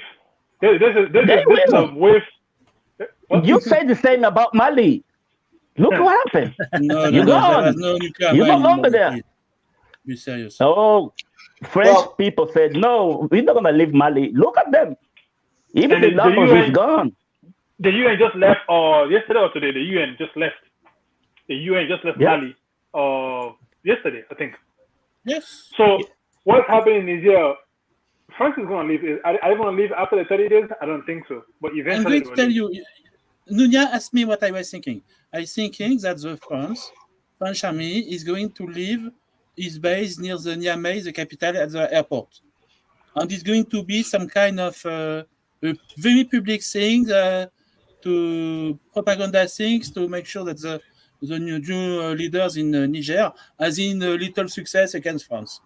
And they are going to transfer all the personnel in the base in the north, near the uranium mine, and that's all. So if you see the global these people, they said. Oh, yeah. Go ahead. These people, they said, if they're not getting any money, a decent money from France, they're not going to sell the uranium. So France is going to go. Understand.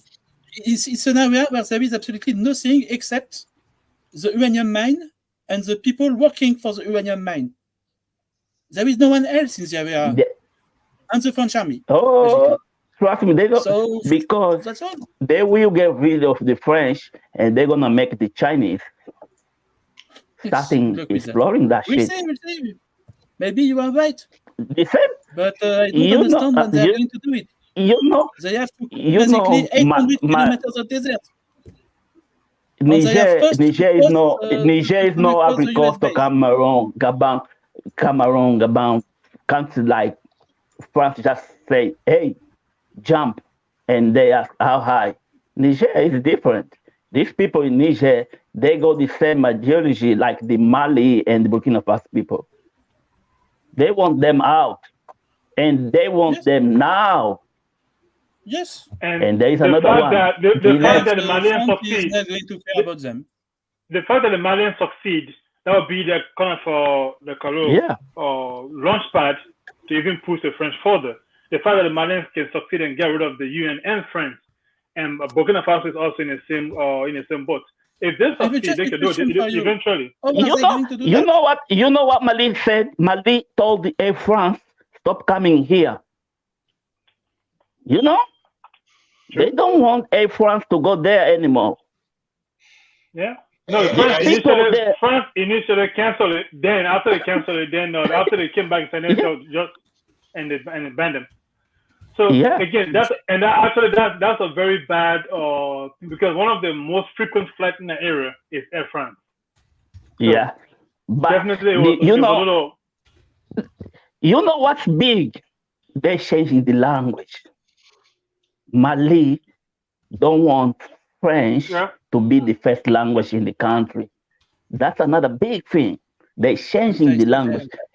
And countries like Burkina Faso, Guinea, Chad, they are watching. Yep. And they're going to say, fuck. You're making a mistake. They will. You are thinking that the people in the street are going to decide something. And we must know that's not the case. The people in the street hate the French. Okay, I understand that. Shadwi, the thing is, it's not the people, it's the government of this country. Please, and the people are behind them. This country has worked with France for 20 years. It's the same guy. The general has not become general yesterday. Jolie.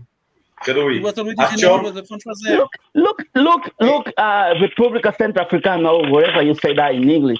You know, that country was like 100% France. Look at them. France is gone. Hey, Shadowy. They mean business. Wait, let Nunya speak. Let Nunya speak. Hey guys, okay, well, let me change topic a little bit. Maybe bring David into the conversation as well. But Shadowy, why don't you get your opinion on this? I think I mentioned this before several months ago, but I've noticed a pretty rapid deterioration in the relationship between France and the U.S. since the beginning of this year. No. No? No. Okay. You don't think so? You have to understand that Macron is a young leader, like Scholz in Germany. Okay? Mm-hmm. He's basically a vassal of the United States. Oh, no, I get that. About the French people. Okay, the French people hate USA, but for another reason.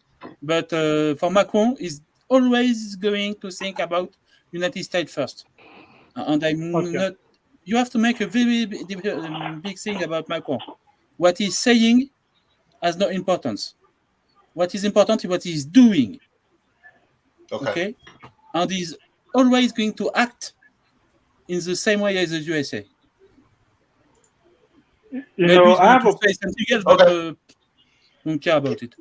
Yeah, it could just be directly related to the decline of French power and relevancy that as relatively on multiple skills, militarily, economically, production, education, France is going down, overtaken by other nations, and the U.S. Treats France accordingly with less respect. Yes. That's what I get. I get the same vibe. I get the exact same vibe. Like ever since the beginning of this year, they don't seem, Macron and Biden haven't really seemed to be in step. But maybe that's part of Macron's charm, I guess. He was the first one to send tanks to Ukraine. Yeah, but it's related to Ukraine it's not also. really tanks, but for the people who don't understand that. I mean, France is right there in it.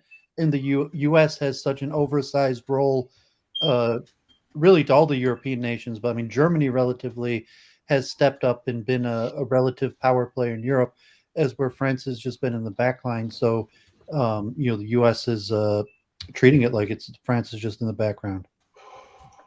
They are right. We are just in the background. Okay, I'm just watching this from sometime last year. Sometime last year when this Russian war started, was the same French talk about sovereignty, talk about integrity of the border, and blah blah blah blah blah.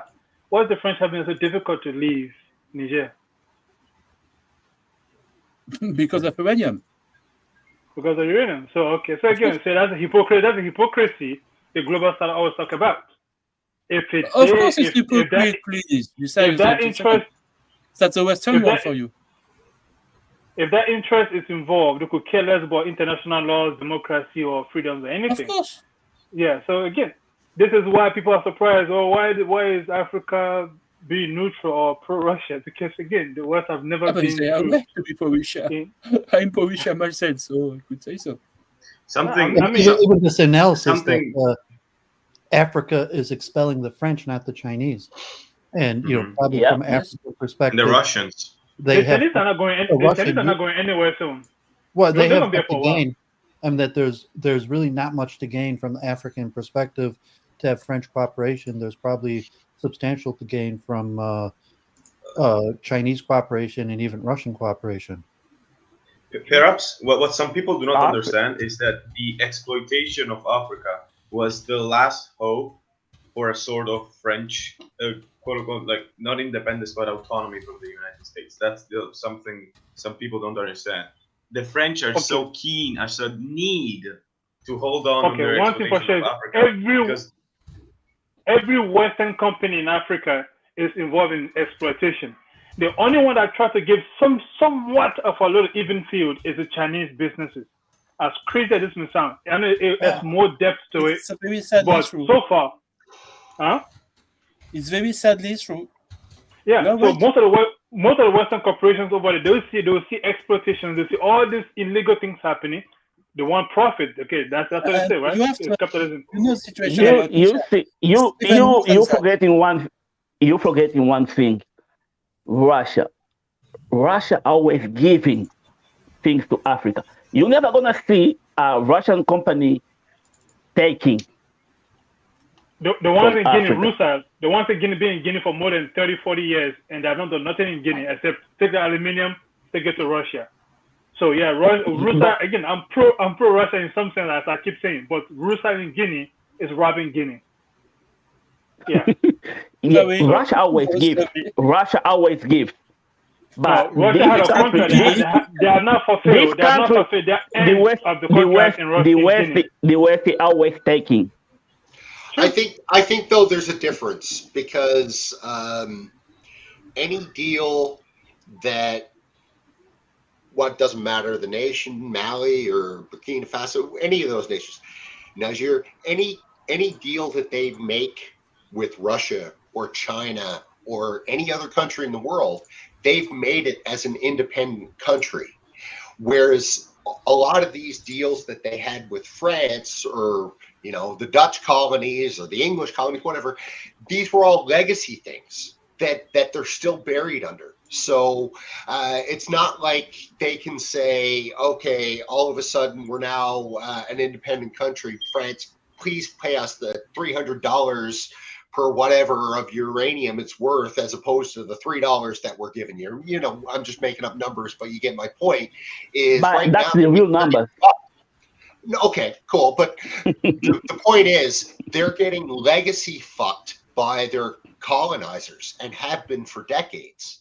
Whereas, if they signed a deal with China a few years ago, if I would hope that they thought it was a good deal, right? For a good politician who imagine stealing gold and uranium in a country for fucking 61 years. Well, because we have Africans on the panel. I mean, I would say it's relatively just logical. I haven't looked into studies that multipolarity gives African nations more leverage and bargaining power, right. And and all sorts of military, economic, supply chain, selling their own resources. So as the hegemony of the U.S. NATO is decreased, Africa has significantly more leverage in their bargaining power, and you're seeing that.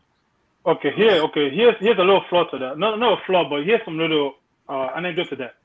Most of these contracts that were signed by the West and European countries, American and European countries, they're now decades, 50, 40, 60, 70-year contracts. And they were signed by leaders that were basically imposed by the same Western and European people. So even if Africa, even if it's this polarity of I want to war right now, they are tied to this contract for the next 20, 30, 40, 50 years. So again, and they can do two things. My belief for sure is if you can cancel this contract and get a true deal, you can pay all the penalties and all these contracts within the next 3, 4, 5 years, because they are stealing so much If you honor that contract for the next 50, 60 years, you'll never catch up. If you cancel that contract and agree to settle the penalties for canceling this contract, you can pay them off and the penalty within the next 5 to 10 years. Like Russia has been mining aluminium in one of the, I think, Greece, either third or fourth aluminium reserve in the world. Russia has been mining aluminium there for the past how many years? And there's not a single RAM company or motor vehicle body shop or RAM company in Guinea. Everything is just like the raw material, loaded in a train, go to the port to Russia. Rusa, if you ever had a Rusa aluminum company, I would say majority of the aluminum comes from Guinea. But yeah, and that contract, actually, I'm surprised with that because Russia's been in Angola since the late 60s, and Russia's been in Africa forever. Often it's not about the state; it's about the company. For the French, I could tell you that it's the company who take all the money, not the French state. Okay. But the same thing for the guy in the street. But the thing with the reason I mentioned that because of this, Russia has been there. Almost 3 or 4 different leaders have taken over that country, but the same contract is still in place. The one that just got cooled, Alpha Conde, he canceled most of the contract, the one he could cancel. Some of them he couldn't cancel, and because of that push and pull, that's when he went against the West, and that's when he got cooled. And so this is like a circle. So it's very hard to escape this contract, and so you have that tie into it. And I really believe they should cancel it, pay the penalties, and they'll pay off quicker than 50 years of getting robbed. And Shadowy, to your point, yes, the companies keep the money, but keep in mind, to FCS's point, back in the day, a lot of these companies were nationalized companies. It's only over the last 40, 50 years where all these corporate pricks have come in and gotten privatized everything. The things about a private company is a very old thing for France, at least. I'm going to give you an example that comes from History Legend. Okay. And I like the guy. And it's about an old colony of France, Port Royal in the Antilla. And this was the jewel, basically, of the French kingdom. You have to understand that the colony has some kind of PIB of GDP, was equal to half the France GDP. Okay, it was something absolutely crazy. They were doing rum, sugar, cigar, tobacco, and a lot of things like that with very high value. And the smart French businessman, private guy, what they did that they built directly manufacturers in the island to avoid the taxes in France. Okay? So they have very low taxes, basically very low wage to pay to the guy who were working on the manufacturers, and they were exported to Europe very high value item. The money they were doing was absolutely crazy. And you have to understand that all the security against the pirate and the Spanish kingdom, the English kingdom, and the other things were paid by the French kingdom. And it was very, very expensive to pay for the security of the island. And if you made what the state win with taxes and what it has to spend to protect the colony, it's a loss, a very serious loss. Okay. Yeah, no, I was thinking more so, okay, I get your point about the island and various commodities. I was thinking more so companies that require a lot of infrastructure spending, big energy companies and things like that, commodities. Those tended to be nationalized back in the day. And it's only in the last 50 years, let's say, that they've started to become privatized. And now that's why energy costs a hell of a lot more than it used to, you know. So if we do a deep dive here on the African, the economics, because there's multiple dimensions like the military, the legal, the trade, and they're overlapped. But with Africa in the terms of what Momariki was mentioning, what is the punishment for breach of contract? And if you put that in terms more like China as opposed to Europe, where China has been able to demonstrate that they could breach contract and the West can't really punish them, or all the attempts to have seemed to fail. And Africa now in this situation, so well, what if we breach these contracts? What if we don't accept the copyright law or these contract stipulations from decades ago that they have significant leverage? You hear in the U.S., like I'm in Metro Detroit, majority African American U.S. city, and I think you also have a role of the power of the African diaspora in the U.S. and also the integration where you had the historical legacy of slavery to the last 40 years, where you have a significant amount of Africans, immigrants into America that have somewhat like a Pan-African or sharing the helms of the leadership of the African American community. And so from the inside of NATO and Western hegemony, you have the power of, so to say, the African diaspora in American corporations and politics that also weakens, what the West could, so to say, do to punish Africa for breaching these contract or deals that at least historically favored the West. Well, okay. Good point. I keep going back to what I said earlier too. I don't think we realize how dramatically the world has changed since the beginning of this year. And I don't know if we will for many decades from now. And, maybe we live through history or whatever, and we just don't know it yet.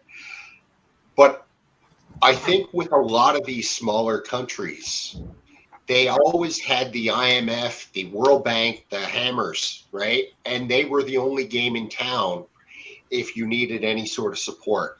And now China's come along, India's come along, Russia's come along, so on and so forth.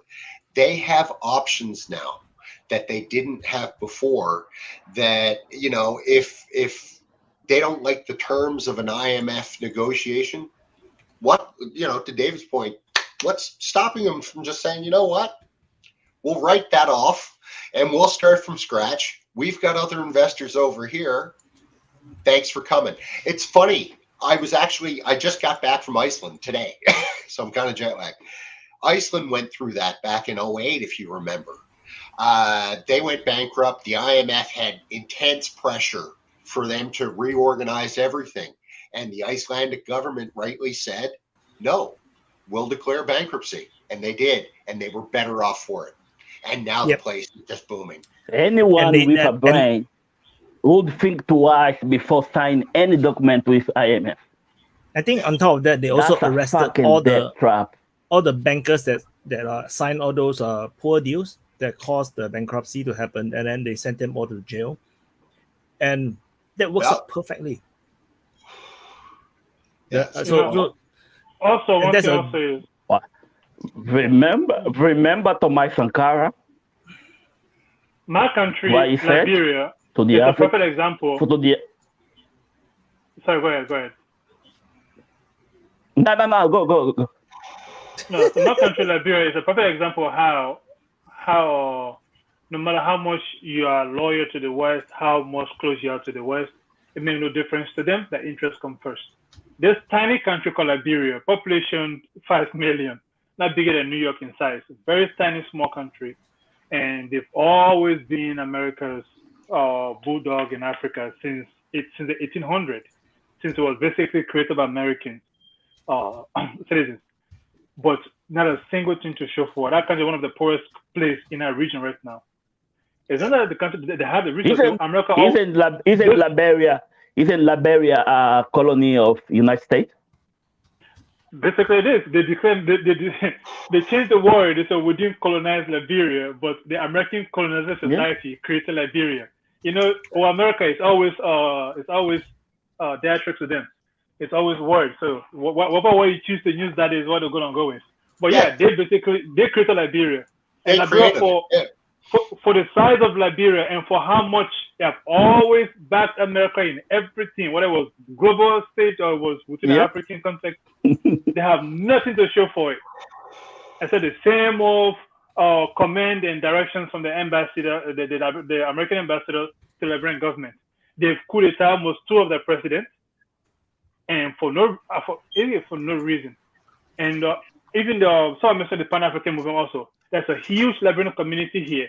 But one of the problems with African communities is this: the moment they come to the West, I don't know whether it's out of fear or whatever it is, they go pro-West and anti-African positions almost on everything. Yeah, someone mentioned was David mentioned this earlier. Yeah, there's a lot of diaspora Africans in here, but majority of them are pro-West and anti everything the West is anti. So they're actually more harm to Africa than even Africans themselves over there. And most of I've seen that changing. I've seen that change in the last few years because when we were talking a few weeks ago about the riots in Paris, I mentioned the demography change, and so in America, the majority of major cities, at least the urban downtowns, are plurality or majority African American. So like Detroit, for example, it's 70-80% African American, and so if you're from the African diaspora and you come to a major U.S. city, just through democracy, so to say, the collective blacks already control the local democracy, and that has been leveraged in politics, and is probably also a minor effect in what's happening in Africa.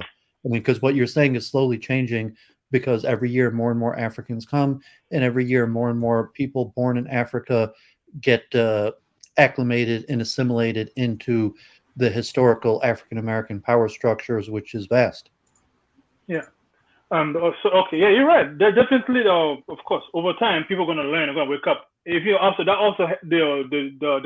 this Trump election, good or bad, I don't know. It doesn't affect me anywhere or nada. But I guess it pushed the Black Americans to kind of look more towards Africa, because back in the 80s, there was 60, 70, 80s, there was this huge movement between the African community and the African and Black Americans in America. There's something happened in the 90s. There was a complete disconnect. Then recently again, there's been this back and flow of information, back and flow of people again going back and forth. You're right. Eventually, it will get there. But for as long as Africans are coming here and to stay in this position of just complete paralysis, that's where I'm coming from, because the failure of integration in America also, because after civil rights in 1965, possibly till Trump in 2016, the trajectory was always civil rights and integration is working. And after 2016, there's been a pushback. Integration has failed. The vast majority of blacks in America live in black areas and work better as a unit within the U.S. power. That's what you see in U.S. cities leveraging to be mayors or city councils. And but saying your push that most blacks would come to the West and be pro-West, to saying that might be shifting in the modern era with the rise of racism, and even saying the power structure within the Democratic Party, also because the blacks in America have more and more power in the Democratic Party, that they could take that in a different direction, which could include Pan-Africanism. I can guarantee you the blacks in America have no control over the Democratic Party. They are just voters on the next elections. But they control urban cities. They don't in the greater power structure, like the corporations or Washington. There is just one problem. This kind of population. If I was American, being black, I would do anything to stop black people voting Democrat. Anything. Yeah, but just to give you an example, these people are being there's more blacks in Detroit than there probably is. I don't care. Don't vote. Vote independent or whatever. Stop voting these people. Well, that's politics. What they have done for them. Reason behind voting, but I'm saying the power. If you look at like a black army in a major city like Atlanta, Georgia, Detroit, Memphis, there are hundreds of thousands of well-armed African Americans that largely control their own areas in the center of basically every major U.S. city on the East Coast. Okay, this is not new. Since the 60s, black people have been arming themselves. Well, they won the riots, so to say, after the riots, and they basically pushed all the non-blacks out and have controlled at least those territories since 1965. And I mean, that's why I'm asking how is that affecting? Anyway, I've got some news. when the open mic started, we were talking about football, about Messi. By the way, he just scored again. Inter Miami is winning 1-0. Messi. Too easy. But David, continue. Yes, Yeah. and You cut David off for that. It's important. I mean, it's fine. You got to be aggressive on these panels. It's important. By saying if blacks could push the whites out of Detroit, why can't they do it in Africa? Okay, it's a whole different ballgame. David, could I just jump in? I honestly don't think the people in the U.S., black, white, they don't care about Africa, dude. Like, the last thing on their mind is Africa, you know. We lose Momini. Well, no, I mean, some of them do. Like, I mean, saying, but now because you have an increase of African immigrants, because you had what used to be the historical legacy of slavery, African Americans. But if you're coming from really Africa, an increase of African immigrants in USA? Seriously? I was thinking that all the green card system was basically blocked on the nothing was happening. Okay, no, you get the maximum like 10,000. The visa system, you could have like 10,000 immigrants from each country a year, and most countries in Africa max out that 10,000. So basically, every single year, you get 10,000 new immigrants from almost every African country. Most of them move into historical African American areas. And then you also eventually get chain migration. So after like a decade, like with the Chinese, so now you have chain migration from almost all African countries into America, and they move into the urban areas that African Americans have already gained control of. David, but I just wanted to say that the Africans from Africa do not identify as African Americans. They do not tend to mingle with them. No, you're wrong. You're wrong. You're wrong. I say no. That they might not. They don't necessarily, but they move into the same. Yeah, you're wrong. Areas. They don't like integrate into white people. They move into the same urban areas where African Americans live, and they come out their own little niche, like of Nigerians or Algerians or whatever. But that's not going to be in the white area. That's usually going to be in the black area. But we don't get that shit with when they see beef with the police. That's where you see where is African, where is African American.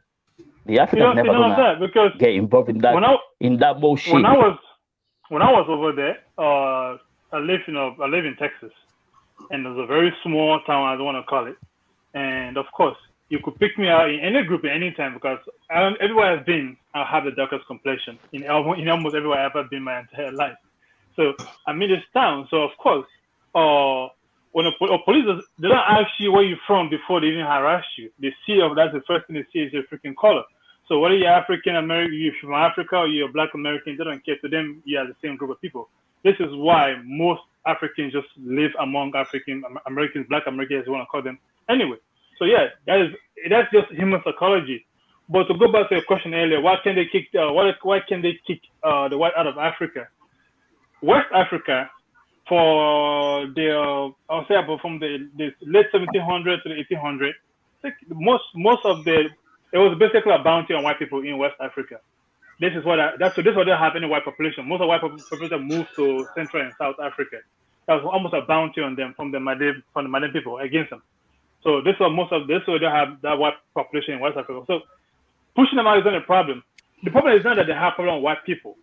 They have problem with the policies of white countries. It's not the people that have problem with. Again, Africans, I don't think, if you see all these things that happen over the years, because of, again, they tend to just be open to everybody, welcome to everybody, whether you're white, you're blue, you're green. But the problem is not with the people themselves, not white people is the problem. The problem is the policies of white countries, which is the Europeans and Americans, and those are the policies that they are against. This might be true for like West Africa or other sub-Saharan countries. But in South Africa, that is not the case. You see that there's a strong vocal minority among the black population of South Africa, which calls for violence against the white population of South Africa. I mean, actually, that's not true. You know, that's West media propaganda. Vaughn, do you know about the white militia in South Africa that have basically a whole section of South Africa cordoned off? Only they can live there. Do you know about that? Yeah. Andrew. No, I'm asking Andrew. Do you know that the whole section of South Africa, there are a bunch of white militias basically have to themselves. They say they can't let no Africans in. Where, in South Africa? In South Africa? In South Africa, yeah. Do you know about that? You're saying there are white militias in South Africa. They're like doing what? They basically cordon off an entire section of a land. Maybe not like a city. They say only they can live there. Only white people can live there. I didn't know that. I didn't know that. I knew about only white communities in South Africa that expel, like, do not accept black people inside the communities, like towns, villages. Now if EFF thing killed the boy, oh no, it's breaking news. But here we are. You say we all should live here peacefully, but you can't cut off a section. Say, I know you that came and met us here. Say you can't live here. So again, I'm against all of that. Yes. If either we all live here in peace, or we destroy it. So you have to choose. There's one of two options. Either we all enjoy this place in peace and quiet, we all live here peacefully, or we all just destroy it. Whoever survives. It's a crazy way to think about things, but that's the only way out of it. You can't tell me, oh, you have more right to this place than I do. Again, I'm not going to tell you, oh, kick the wipe out of Africa. I'm not going to do that because, again, the world today it's gone past that. We've gone past that level. But in the same context, I'm not going to tell you I will accept all the wrongs that's going on. I won't accept I will not accept all the corruption, all the assassination, all the undermining of the African society and cultures. I'm not going to accept that. So if that comes from a white person, I'm against that idea of that white group that wants it. If that comes from a black group, I'm against it. If it comes from a Chinese or Russian, whichever group is coming to do those things, I'm against it. That is my position, and that's a position that doesn't say in Africa, because in Africa you have to pick a side. And for me, the side I have to pick is the side that says either we live in peace or we destroy it. And Africans don't want to fight. Also, to answer David, Africans don't want to fight because some of them do. Something you may not want to fight. You guys speak for yourself. I mean, all people, all nations, there's going to be a certain percentage of people that are warriors, and that's whose nation. And that's the problem. Whose nation? You want to fight for your nation, but whose nation? A nation that was created for you, or the one that you created yourself? Well, yeah, I mean, people are like the Mandan. Can I wipe themselves out fighting for Guinea? It's like Ukraine. Only the warriors will fight for somebody else because they're fighters. If they can't fight for themselves, they'll fight for somebody else. But when it comes to fighting for yourself, almost anybody, including the non-warriors, will consider fighting. You see, we have Ukraine, we have the Ukrainian. We have Ukrainian language, we have the Ukrainian people of the Ukraine. The Guinea is a Fulani, Madingo, is Susu, is Pele, is Kisi, I can go on. There's 16 different people. Which are not going to sacrifice themselves? Sometime last week, we had a discussion on Jallo. When the French came in, the Manden people were basically whooping the French. The French are not winning. They couldn't get a foothold. Then the Fulani joined the French and went against the Manden people, and they defeated the Manden because the French don't know the country. The Fulani know the country. So the Fulani joined with the French, and they went and they defeated the Manden because it was in their favor to join with the French against the Manden people. So that's how they destroyed the Wasulu Empire. And the Samuel Ture went to Angola. He actually died in Angola. Samuel Ture went to Angola and died in Angola. So again, this is the problem. If the Fulani had a country, they say this is our country, that they created themselves, they will not join the French to destroy. But it's something that, again, they say, okay, whoever wins this one belongs to us. So this is the problem in Africa. Example, the Central African Republic is almost majority a single tribe. I think that's the only way in Africa where I have that actually case. It's like a majority, like a single, more like 80-90% of a single tribe in that area in the Central African Republic. So if you watch that ball, if you watch their skirmishes, it's been very little. It's always religious. It's not tribalistic. It's always been religious conflict between them. Then even that's when Russia went in. But anyway, so me personally, I don't mind. Whoever invade Africa, you can kill me because I'm gonna defend it. But if you go on a broader perspective, that's why you actually don't see these fightings in Africa.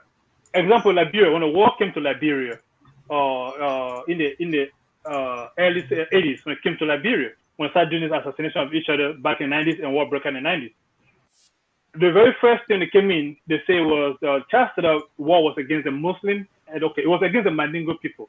The Mandingo people being majority Muslims, so their fellow Muslim brothers from other tribes joined them. They created a Ulimo. The Ulimo was basically majority Mandingo and Kran group, ethnic group that joined and went against the government of Liberia, which was Chastity at the time. And down the road, the Ulimo divided into two different groups, the Ulimo K and the Ulimo J, because again they split down tribal lines again, and that weakened them so much that the government defeated that movement. It was back in the late 90s again. They created a different group they called the LURD, L-U-R-D.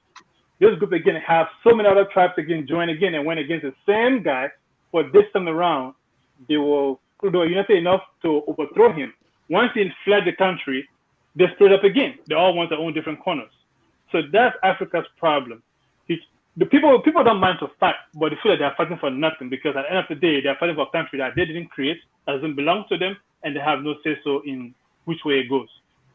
So people, yeah. Oh, I just want to, in particular, ask the two African guys here. Going back to our previous discussion earlier on about North America and how it's kind of north-south, and knowing that Africa, largely, the borders were drawn by Europeans and their various colonizations. Would Africa be better off if it was kind of organized by like tribal ethnicity? And could that be done? In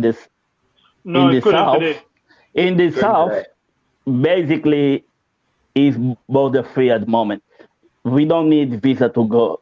As Angolan, we don't need visa to go to South Africa, Namibia, every country down, even Zambia is southeast, Yeah. Okay, so here's how the visa system work in Africa. If you have countries a little bit better off financially, they tend to just cancel visa for you. That's how it works in Africa. But to answer your question, no, it's not going to work, because today, how are you going to divide Guinea among 16 tribes?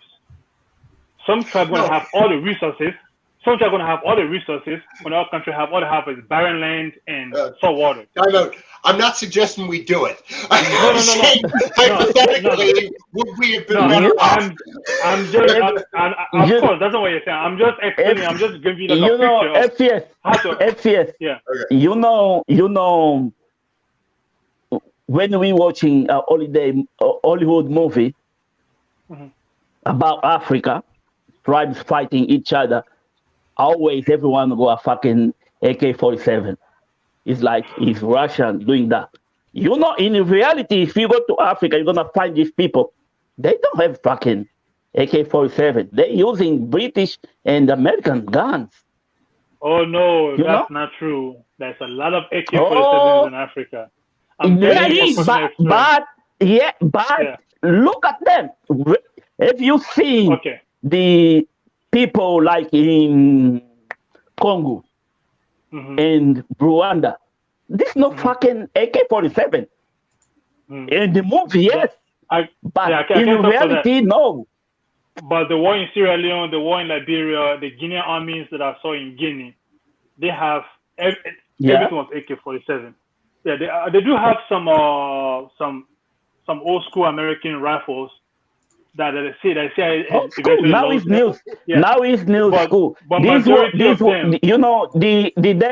days of AK-47 was like 20 years ago. Now they got new guns. But here's the funny problem: AK-47 from 30 years ago still shoots.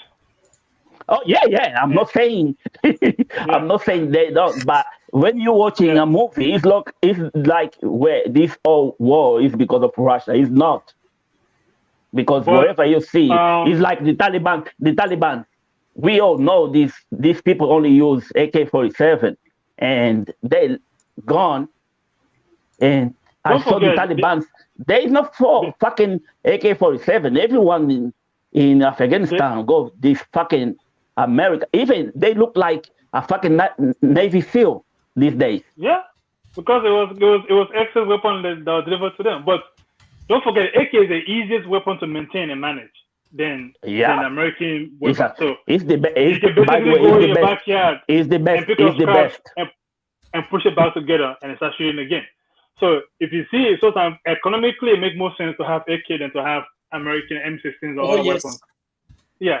So if the ports are easily replaceable, you can find them locally quicker than you can find American weapons ports. So again, that's it. So this is why AK Did is you very know famous. that some African country has built as an own factory for AK-47? I What? think there is a factory in Ethiopia for AK-47 at the point of time. There you go.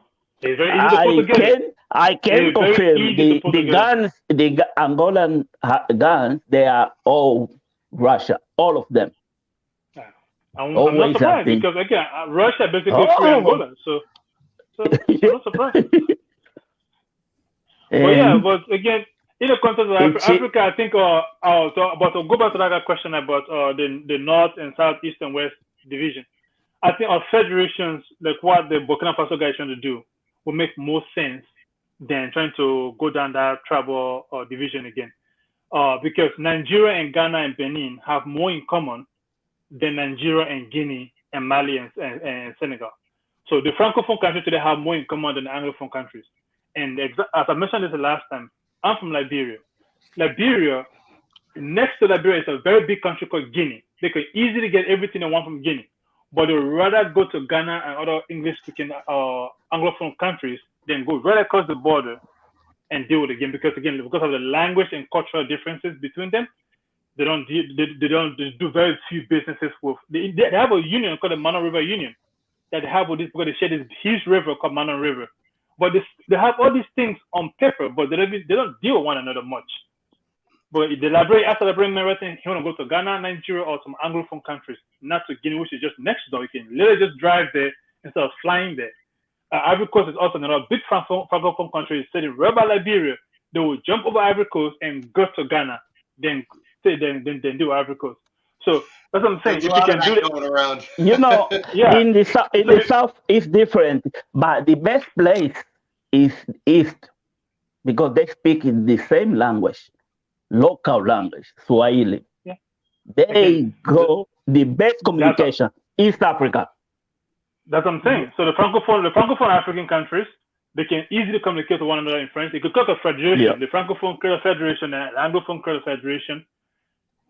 It won't be equal. The Francophone will be more powerful if they do create a federation because they have most of the resources anyway, and most of the men, most of the population. But again, if this is about just to have some form of unity, that will work better than this current system. The current system, it doesn't serve their interest. It is so handicapped. The way it's designed, it doesn't help them. Plus, most of the East Africa countries, they are English speakers anyway. What about education in the university system? And I mean, are you still finding people? I mean, even the head of the Niger coup was educated in the West, trained in America. Everyone. Are you ever going to have a situation where you have a university system and home trained leaders? For things like economics. This is like everywhere. You know, when your parents got money, they send you away to start. Even here in England, if you get a chance, they go to the university to study. You know. Yeah, but David's question is, when does that infrastructure actually get built? Right? Because we got like 7 universities in Angola. We got like 7 universities in Angola. 7, but no. The best one is the. Go ahead. I'm sorry. No, go on. No, the infrastructure. It seems that you might lag behind in the university system over, even if you have the military, economic, some supply chain, different political power. What about the education system? No, the education system, that one definitely. Okay. I would say, let me just to get some things clarified. Foreign trained leadership. Before the 80s, the African university system was functioning. It was like a Pan-African movement, so the schools are well functioning.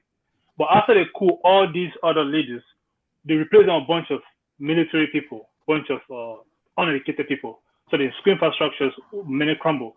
Some of the oldest universities in the world is in Africa.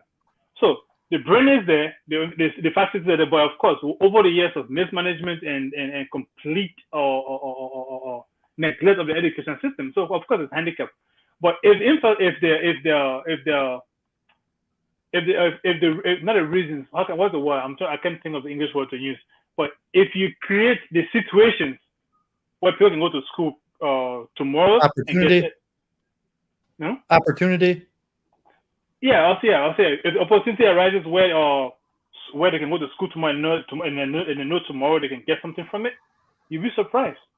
Like that was fully functioning universities in Africa. Some of the oldest universities in the world, they're in Africa. You know this. I think you know this. Well, if you look at the African countries that have military dictatorships, if you're saying that you're going to have African countries that have leaders that were trained in the West, educated in the West, and come back, and African nations are going to accept that they're better off with Western trained leaders, and militarily that may not be the case. That's maybe why you have so many military dictatorships, because of the skepticism over having foreign trained civilian leadership. Yeah, even militarily, right? I can tell you right now, the entire African continent, the entire of them, I think they can barely compete with North Korea in the military power. The entire continent, they can combine all these 54 countries in military power. I don't even think they can even compare to North Korea in terms of weapons and abilities. The thing, but so, the thing is, there is good soldiers in Africa. Don't forget that. No matter how good a soldier, if you have no weapons, you have no soldier. You can go to war swinging your arm. You need weapons to go. You have to go. We have to get weapons to that soldier. But answer this question about the education side. Most of these guys say educated in the West. Look up at educations. There is military education. Is nothing really. Most of them have. It was military academies. Again, Burkina Faso. What is in training? Nothing. It's just a military school, just to show him how to basically coup d'etat the next president, the president in charge. So all this education, this Western educated thing, the population have more Western education than even the government of Africa. Yeah, these military leaders, they're not trained to go. Well, they're not these Western educated leaders of Africa. They're not educated to go solve Africa's problem. They're educated to go maintain the status quo. The population of Africa have a better neutral or pro-African education than these leaders. These leaders, they are there because they know how to get in power. They know they have to call somebody, call 2-3%, and their position is secure. The WikiLeaks document for almost 3 or 4 years was turned to a novel. Okay? I didn't read the book until I got sick of it. I was born at school, and that's when I know how all these governments, from the lowest guy in the house to the highest as the president, they all do a daily or weekly check-in to the U.S. embassies in other countries. So okay, I was going to comment that you missed one point, but you hit it at the end. Keep in mind as well, David, when you talk about the foreign trained leaders, a lot of these guys are actually installed by the West. Like we breed them and we install them because they're right? So I think that's going to change over time, and it's going to change rapidly. It's changing now. Yeah, it's changing. I don't think this will only change if our belief. If two things happen, the first thing being is if there's a multipolar world, Russia and China trying to create, if they succeed, then it will trigger the change. But if that failed, we are back to status quo. And exactly. the second thing I would change this is that federation that boy is trying to do in Burkina Faso with Mali and Guinea. If these 4 countries can create a federation, it will trigger a change.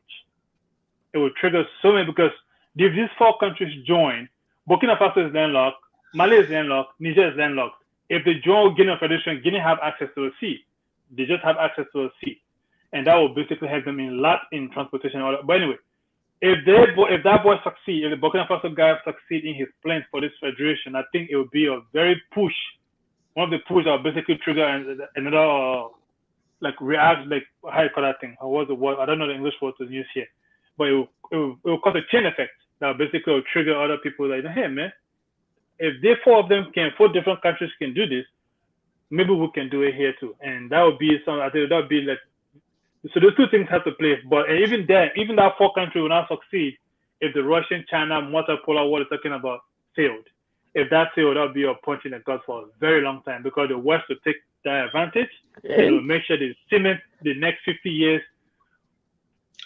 Well, deep blue and sea. you know Africa has 54 countries. Huh? I said there's a reason Africa has 54 countries, right? It's Yeah, to 53 small enough because to manage. 53 because Libya is no longer a country. True. If you're going to have Pan-Africanism, that it would likely be global. I mean, not just within Africa, because you have tens of millions of Africans in America, and to some extent, the Africans in America are more educated and wealthy than a lot of the ones in Africa. You'd be surprised. You guys in the West, if you ever went to school with an African person, no African American, I mean a proper African, someone who came from Africa. Have you ever met one in school? I went to school with mostly African Americans, and they were no African American. I'm talking about African. Well, I said there were how intelligent. Have you seen how intelligent the African people are in school? Yeah, I'm saying no. I mean, there were a handful of Africans. I know many Africans. Most of the people I know are Black African American, but I know quite a few African immigrants. But no, I mean, relatively, they're. Yeah, I mean, like the Nigerians, like certainly there's many African migrants that outperform African Americans all over education, business, but just sheer number, there's like 40 million African Americans, Blacks in America. Like a lot of them have built up extreme amounts of wealth and power over living here for hundreds of years, and 40 million like African Americans, that's not a small number. So if you think of like Africans getting together as a continent, versus, and even in Africa, like Pan-Africanism is not only a concept. Pan-Africanism. I don't know how popular it is across Africa. Global Pan-Africanism. The biggest voice during the civil rights, was Africa was pushing the civil rights movement, supporting our brothers in America. So that was a Marcus complete. Garvey. That was a complete. My mic is terrible. Marcus Garvey. Yeah, the Marcus Garvey, Malcolm X movement, all this from the 20s up to the 70s, I would say. That was this huge movement to basically link both people as one. And America know if you have the African Americans fully involved in the African interest in Africa, that would be a very big problem in the hand-in-hand America. So they have to start killing them. So that's trust me. I wouldn't trust these people. Most of them are gonna be fucking CIA doing their shit there, same way they did to Nelson Mandela. Let me say, you're talking about Pan-Africanism within Africa, and I mean, I just say like 40 million African Americans, North American, and you're relatively at the helm of. It's certainly an issue, and just because we're talking, and I mean, you're not even. You're right, Voz. You're in London. And presumably, Pan-Africanism. There's Blacks basically everywhere. South America. Let me try to make a point real quick. If it is indeed so that Pan-Africanism, you cannot really achieve it. That's the thing. In hundreds of years, Europeans were not able to unite each other, despite the fact that. Okay, let's just think. Do you think FCS or VOS, you are Africans, right? Do you think that, for example, a person from Tunis is more similar to a person from Angola, Rwanda, rather than a person from is as similar as a person from Greece? The thing is, Europeans are much more similar to each other rather when compared to Africans. Let's even what are the divisions in Europe? We have linguistic divisions, but all Europeans speak in the European language, so they're all similar in their constructs. Then you have the religion. Religion-wise, Europeans are very united. They're all Christians. the overwhelming majority of Europeans are Christians. Now there is, of course, the problem of denomination. But in Africa, you have the Northern Africans. They're Semites. They're not technically the same, let's say, linguistic group as the sub-Saharans. And in the sub-Saharan region, you have different linguistic groups altogether. Then you have also the problem between these Muslims and Christians, and then you also have the problem of the people who believe in the local, the tribal religions. The African continent is so divided within itself; it will never unite. And Europe has I agree with you. You got the same problem in Europe. You got the same problem in Europe. Yeah, what David is saying is on the context of Pan-Africanism. Okay, the incentive that's an easy idea. You know, that's an easy idea because they have one goal. The goal is to basically the goal will be to basically free Africa. So whether you're Tunis or you're Mauritanian or you're from Guinea, if the agenda is to free Africa, that's a common goal. They may not have similarity, but they have a common enemy and they have a common goal to free them all. So the Pan-African idea, yes, it survived the 70s. It worked in the 70s up to the 80s. It doesn't exist that much today because it got crushed heavily by the West. They got crushed because, again, they got assassinated. Sankara, for example, or the Sankara, Nkrumah, or Sékou Touré, Lumumba, they all got crushed with the heavyweight of the West. So whoever came after them, they make sure any leftover of that Pan-African idea all got destroyed. The ones in Guinea got destroyed. The ones in Burkina Faso got destroyed. The ones in Congo got destroyed. So every remnant of it, even the one in Ethiopia, got destroyed. So in the multipolar world, the incentive structures change. So when you had somewhat of a collective West or power structure that was collectively hampering down in Africa, but if you don't have a collective power structure to really bypass to control Africa, you could have new coalitions that won't be a revival of old ones, and there could be incentive structures for blacks around the world to align with Africa, or like what happened in France with the revolts in Paris and the violence there. And like France is in a weak situation; they don't have the power to wage a foreign war in Africa when they can't even control Paris.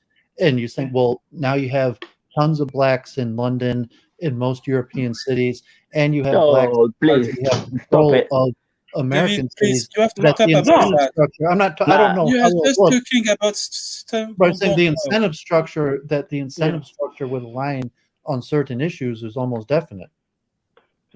Yeah, this race, no, he's not this wrong. race thing here in Europe, but this race thing in Europe is fucked up. Europe.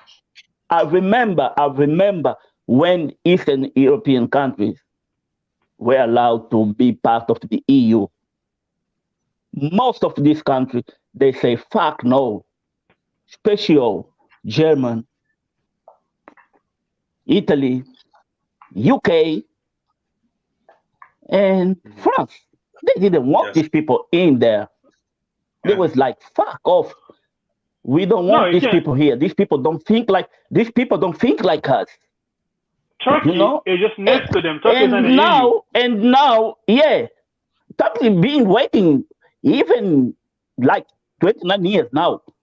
But now when things go wrong in Germany and France, guess where they point their fingers?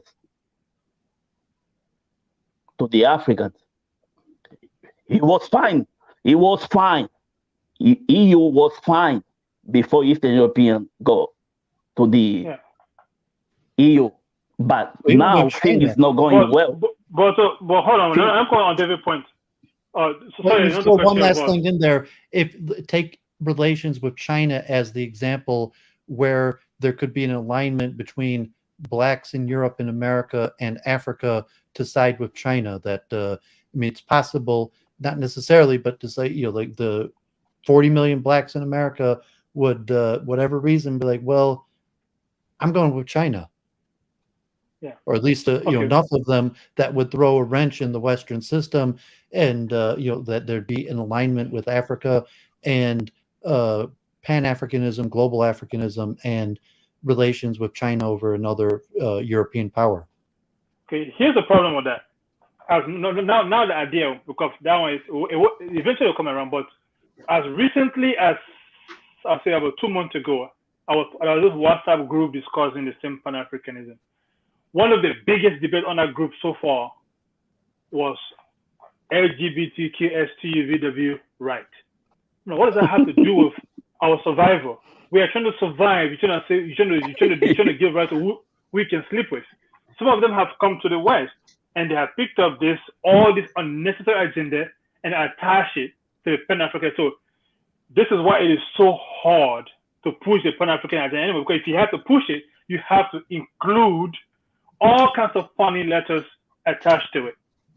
And that this group I'm part of, on that WhatsApp group, it's been more than 4 years. They have never had a single agenda that could come to. There was a plan to go to the Bahamas, do that yearly Pan-Africanity they do in the Bahamas. The Bahamas, Barbados. Anyway, that's all the event they do over there. Also, there was a lot of Pan-Africanist movement in the Bahamas. Was to go attend that in 2022 or so. Was to attend it. It never happened. Because again, somebody in a group posted something on Facebook that somebody else thought it was homophobic. So his students are homo sapiens. So he found it offensive. So because of that, he basically crashed the whole discussion. So that's the problem. The idea of a Pan-Africanist right now, they have no idea what even that word means or what's the main reason why we need it. In my brother's argument, I'm a Pan-Africanist. But I'm not going to tell you, I'm not going to allow somebody because you think that you have to sleep with a man or a woman.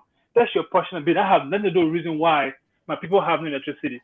They have no reason. I will not support that idea in any way because it does not answer the question why my people have no functioning infrastructure for the 21st century. So since I have that position, I'm never going to have the majority or group support because today, if you don't have that idea, you are basically in the minority. This group was having like 200 people. There's a lot of people who had to do separate groups because I couldn't do 50 calls in WhatsApp at the time. So I had to do like separate groups. So now we exchange notes, we exchange members here and there. But today it's less than 40 people because everyone got offended because their idea of what should happen isn't happening. But the main idea was liberation. They have never started the argument yet. They are still arguing on personal issues. Because of the personal issues are not satisfied, they remove themselves from the group. So that's the problem today with the Pan-Africanist movement. So if it have to be anywhere, it have to be in Africa. At least for now, the LGBTQ plus, all the letters have not fully infiltrated the movement in Africa yet. But the ones in the diaspora is fully infiltrated with all kinds of ridiculous arguments that have nothing to do with the liberation of the continent or the people. Well, it's convergence of interest. Like we said, like, the LGBT issues or something where the blacks in America are generally on the left side, or relations with Chinese that in the Democratic Party support hardline on Chinese, where in Africa you might have convergence of interest that are anti-LGBT and pro-Chinese, that at some point the black communities in the diaspora could shift and on issues like LGBT and China. I mean, there's just the most pressing issues, I think, off the top of my head, that there could be a convergence of interest. Yeah, again, but the biggest argument there is the liberation of the continent and the people, and to kind of somewhat get some form of modernization. But whether I'm a chess player. I don't know if anyone, like the Chess Federation just banned, and it's largely still held up in Russia. They tried to be a little neutral, just banned trans athletes, trans women from competing in women's chess tournaments. In the news, chess tournaments that trans women currently compete in all women chess tournaments. So the FIDE chess organization banned trans women. And, in America, it's a big issue, especially FIDE that controls chess is still largely based in Russia. And it has the backing of, I'm just giving an example of chess because you have a convergence there between African nations and different Eastern nations and Russia and over the U.S. And so the U.S. they're all up in arms over the trans ban. You know and I'm that for assuming the that next Olympic Africans. For the next Olympic game, is going to be a serious issue. Jim is actually in France is the biggest. You know, people in Africa, they want to fucking be stable. Not fucking talk about men who wants to be woman or boys who doesn't know if they're girl or boys. This kind of thing we don't need there. In that context, the fact that that's why you might side with Russia, because if you side with the greater NATO in the West, one of the biggest issues, like President Obama, back to him, was LGBT rights in Africa. Like, so if you're in the West and you have a leader going to Africa, it's like you got to press those guys against the LGBT rights. It's not right what you but this if you ever ask Joe Biden if he believes that a man can be a woman or a woman can be a man.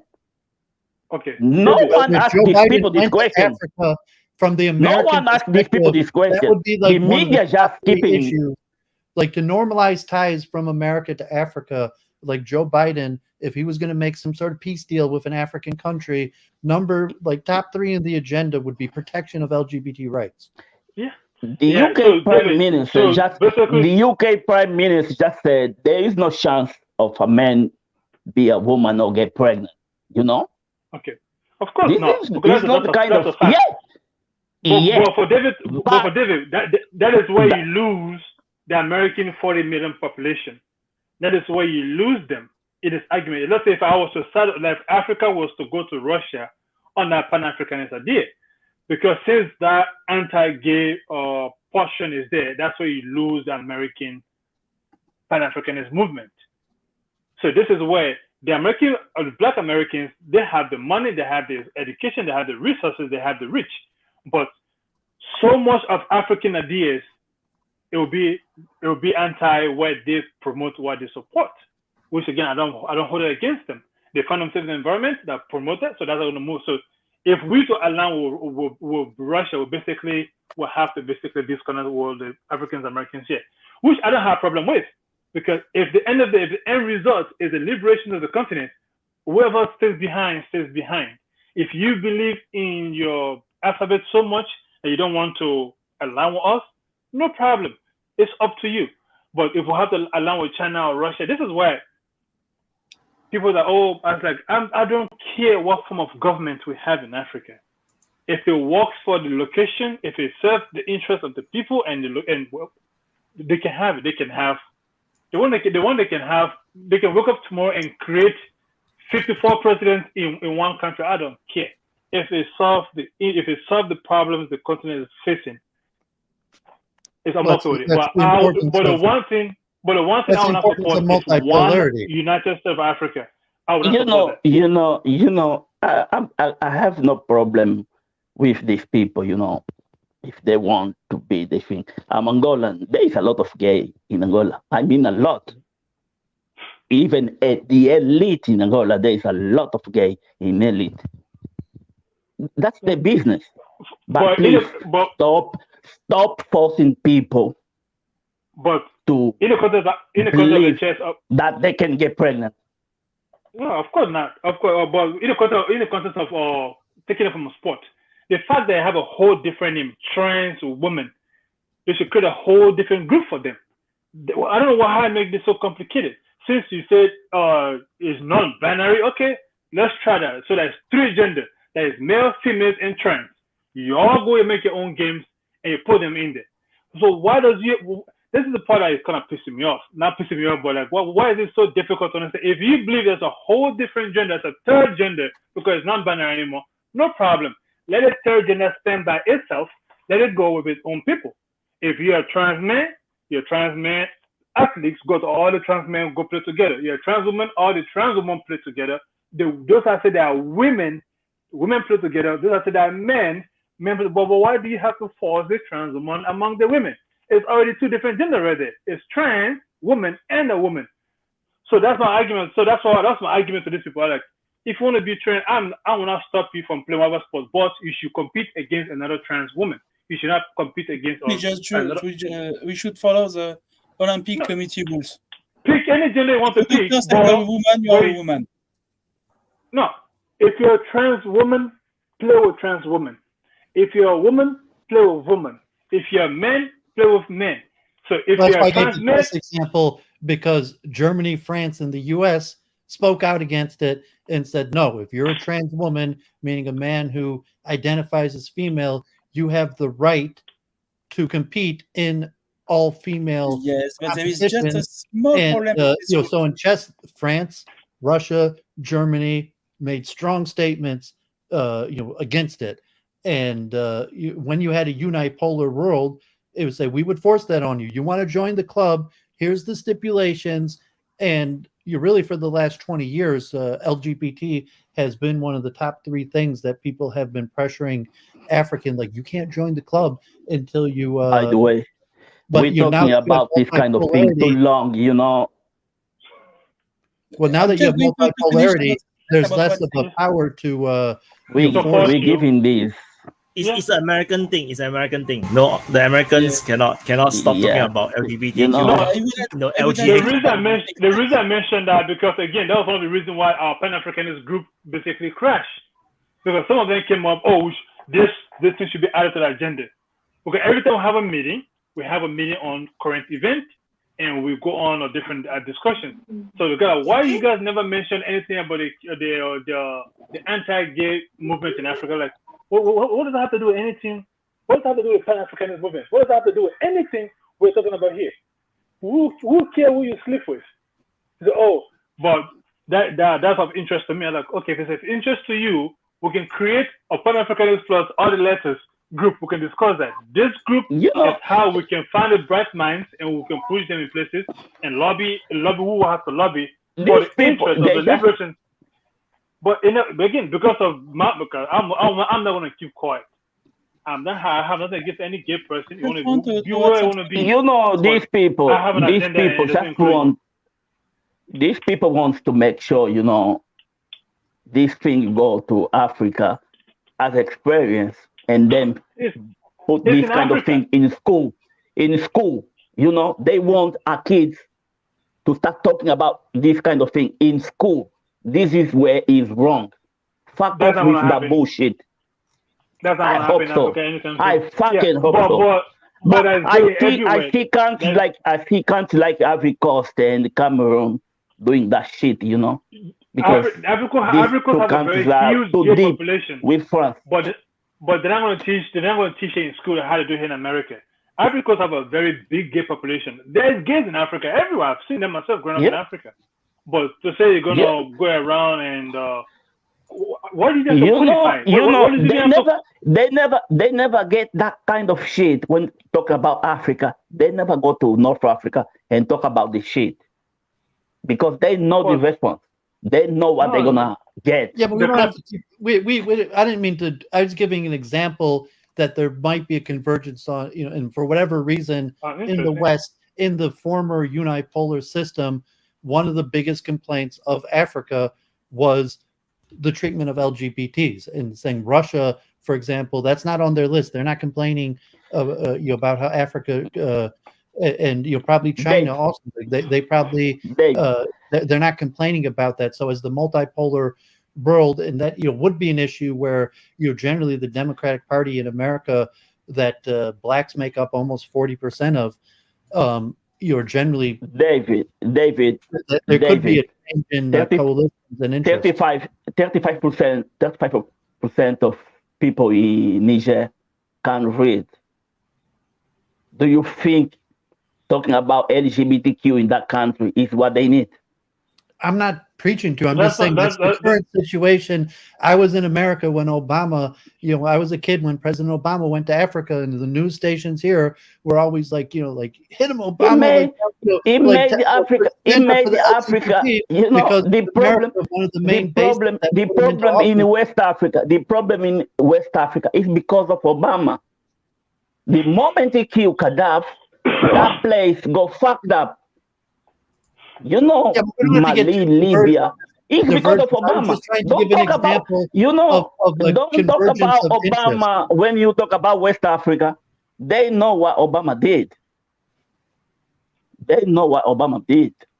No, David is saying, what David is trying to say is basically we could find a common ground with the Russian. The fact that Russians are not pushing that gay policies and our truth. Right. Also the Russia is not pushing anything in Africa. You know, when you see people waving the Russian flag, it's not because Russia told them, hey, come on, there's a flag. Go there on the street and start waving. No. The African people, they're just trying to show, bye-bye America, we're done with you. You know, because we prefer Russia. It's not because Russia telling them to do that. But Voz, maybe America's not done with you. Exactly. You know, I mean, you haven't heard America's plan to save Africa. Like Newland said, you can even put order in Nicaragua, and you want to start shit in Africa. You know, we try to help. We try helping them people in Nicaragua. They apparently didn't appreciate our help. Seems like a lot of people don't really appreciate you guys America going around the world helping America. I have a question. You guys try to help all of Latin America. I have a question for those in the West. Come on. I have a question for those in the West. Yeah. My question is this. Can the West name any single country that they've exported democracy or capitalism to that survived it? That today said this is our example of why we're bringing democracy and capitalism to you. Can you name a single country? Well, it's Israel's probably the India, but Israel's the common example in America. Grenada. You argue it's failing. We say Grenada. I said they see your country and they come and invade you to bring capitalism and democracy to you. Israel was created from scratch. I mean, see your country. Israel is not a country. Yeah, but the U.S. took the side of Israel and armed Israel in defense of democracy against non-democratic Arab nations. Okay. Israel is that's what I'm saying. Well, my question is, example, go to Iraq, invade Iraq, and bring democracy to Iraq and capitalism to Iraq, and it survived today as a beacon, as an example of what it looked like if you listen to us. For the past 100 years, the West have been doing this invasion, assassination, and coup d'etat, bringing democracy and capitalism to the world. What country? Israel was created from scratch. Israel was basically a creation from Europe in the Middle East. That's what I'm talking about. A perfect example would be Afghanistan, Iraq, any other countries. Maybe my country. How many Israel prime minister? How many Israel prime minister were born in Palestine? All of them are fucking European. Okay. Hey, FCS, what about the Philippines? The Philippines is all functioning countries. I mean. I mean, I don't know. They're probably more American than America because, I mean, in like the Philippines, they like give people guns to go shoot drug dealers. So, they might have actually gotten more American than America. The reason I asked that question is this. If you have been doing the same thing for the past 50, 60, 70 years, that this is a picture of hope, you have nothing to show for it, please, it's time to change your game. Let people try something else. Don't go bombing people's country, bringing democracy to them. You don't have a single example of democracy. As you say right now, Philippines is more democratic than America because they didn't give guns to the citizens. So again, anyone watching Riot is probably going to accept that there's a narrative that the country spins that tries to portray us as benevolent when the reality is more cold and militaristic. So certainly in the West, that's the narrative that that's taught to kids and that the media and the politicians say, but most rational Americans are realize that that's just the narrative we're told and it's not reality. Okay. I think the only enforced democracy, I think Iraq is still surviving, but of course it's very weak. But they are benefiting from the Ukraine war because the oil price is high. and they're able to pay their debts and everything. So that kind of worked out in a way, but they are heavily influenced by Iranian. The Iranian have tremendous influence within Iraq. So yeah, that's a trade-off because you are democracy. That's how it goes. And I just want to say, you all talk so much about LGBTQ, then you see Jesus appeared. Jesus is coming into. Oh yes. Sexy Jesus is here, Sexy Jesus. It's like you guys need some Holy Spirit, Shut up. You're gonna make me blush. Jesus. Well, it's like in the U.S., abortion's the biggest dividing issue. So of all the various issues in America that could divide, or America, abortion's the issue. And so if you're talking about like Pan-Africanism, there's certainly economic or military, but a lot of times there's cultural issues that will completely divide people. And so it's tough to know. And you could, that politics, the expression America, politics makes for strange bedfellows. But you're talking convergence of interest. You're going to work together with people who have the same interest. And on different issues, there's going to be different people who have the same interest. I think it's a basic principle thing, you see. It's the principle of you have your freedom to do whatever you want, to believe whatever belief you want. But the thing is, when you try to enforce your belief on someone else, that's where you have problems. Same thing, you pro or con abortion. That's it really depends on whether you are religious or you're not religious. There are reasons abortion can be very useful. But there are also no reasons you can believe that life starts from conception, which is why you cannot have abortion. That's religious. The reality, the truth is you're enforcing your own belief on someone else.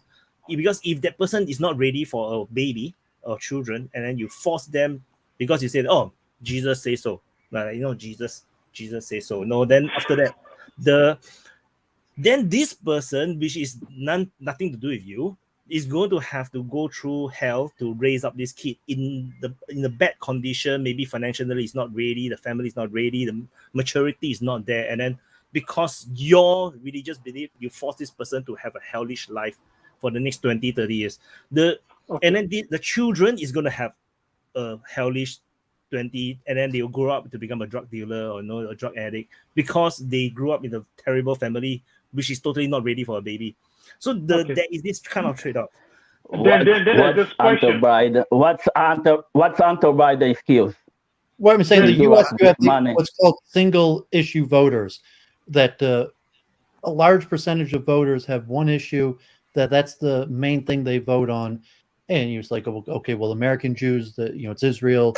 For American conservatives, it's abortion. For American liberals, it would be pro-choice. For blacks in America, it could be police and criminal reform. It could be economic things. But the majority of issues, when it comes down to it, the majority of voters are single-issue voters. And presumably that's the same in Africa, that when it comes down to it, the majority of Africans have one issue they really care about. And when it comes to choosing their leader, it's more about the alignment with that one issue they really care about. And in the context of Africa, in America, these leaders, again, I'm talking about, if you go to the common people, they would rather deal with Russia and China all day.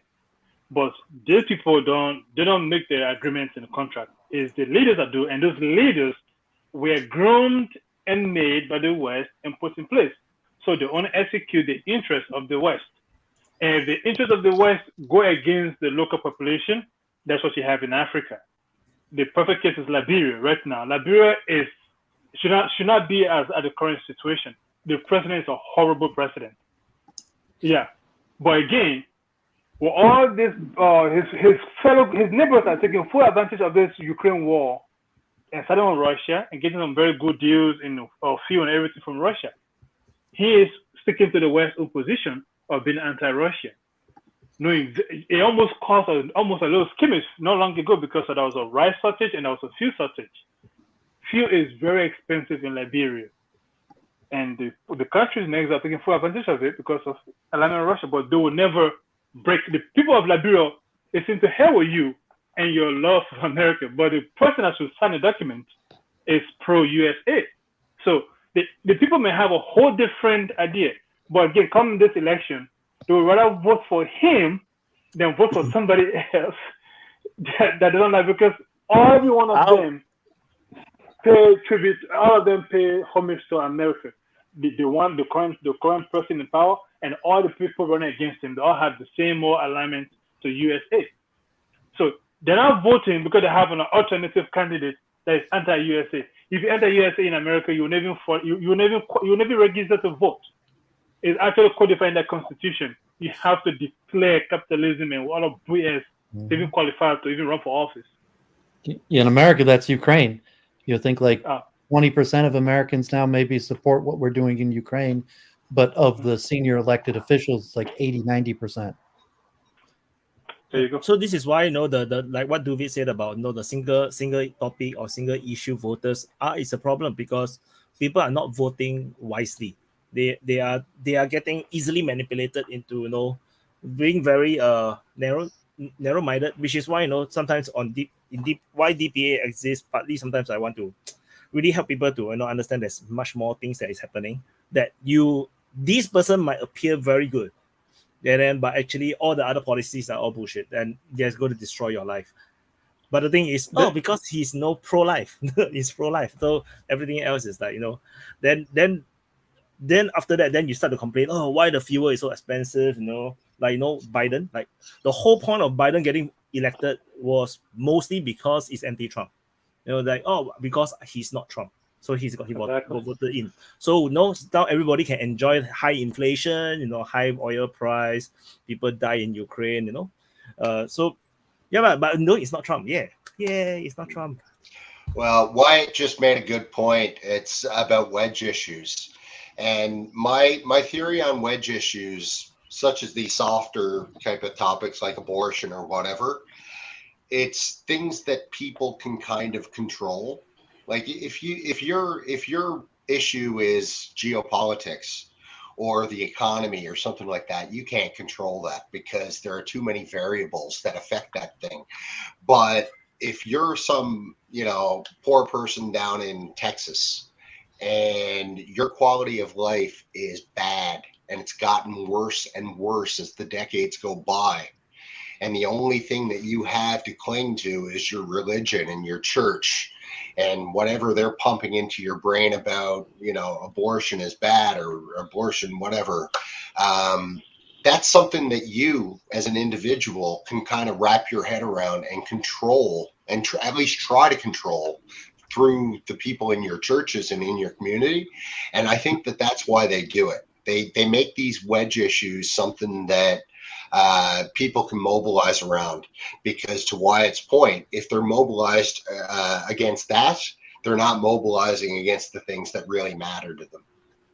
Well, I mean, politicians have researchers, and sorry, Toby, your politicians have researchers and will look at the polling and try to chart their path to victory, and that will include a series of popular issues, and they'll know, what the single voter issues and what's their path to 51% as being on the right side of enough issues.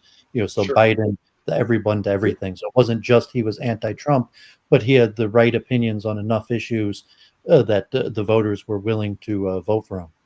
Right. Like what? That's really interesting. What Biden have actually opinions? I don't even know what Biden's opinions are. Like, because you don't follow American cultural wars. But I mean, Biden he was going to appoint a black Supreme Court justice. So I mean, like a huge part of the Democratic Party is African American. So he had to make multiple concessions to African Americans. He had to make Kamala Harris the vice president. He had to promise that he was going to appoint a black woman to the Supreme Court.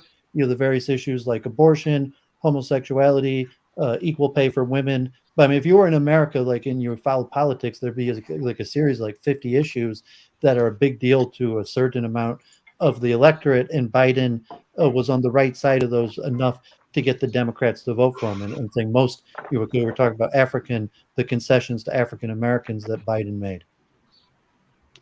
But was that? These are basically unneeded and unwanted. I think Toby wants to speak. I think Toby wanted to speak. Say something. Yeah, okay, I have a question about this abortion issue, because you all made it a religious issue. That seems really weird to me because of my legal background. So I've got a question for you. If a man punches a pregnant woman in the stomach and kills the fetus, do you That's feel homicide. that he should be charged with murder or assault? Assault. Murder. Murder, yes. Yes. And in Murder. fact, killing a pregnant woman is a double murder here. No, he doesn't kill the woman. He just kills No, the but fetus. if he would kill the woman as well, it would be double murder.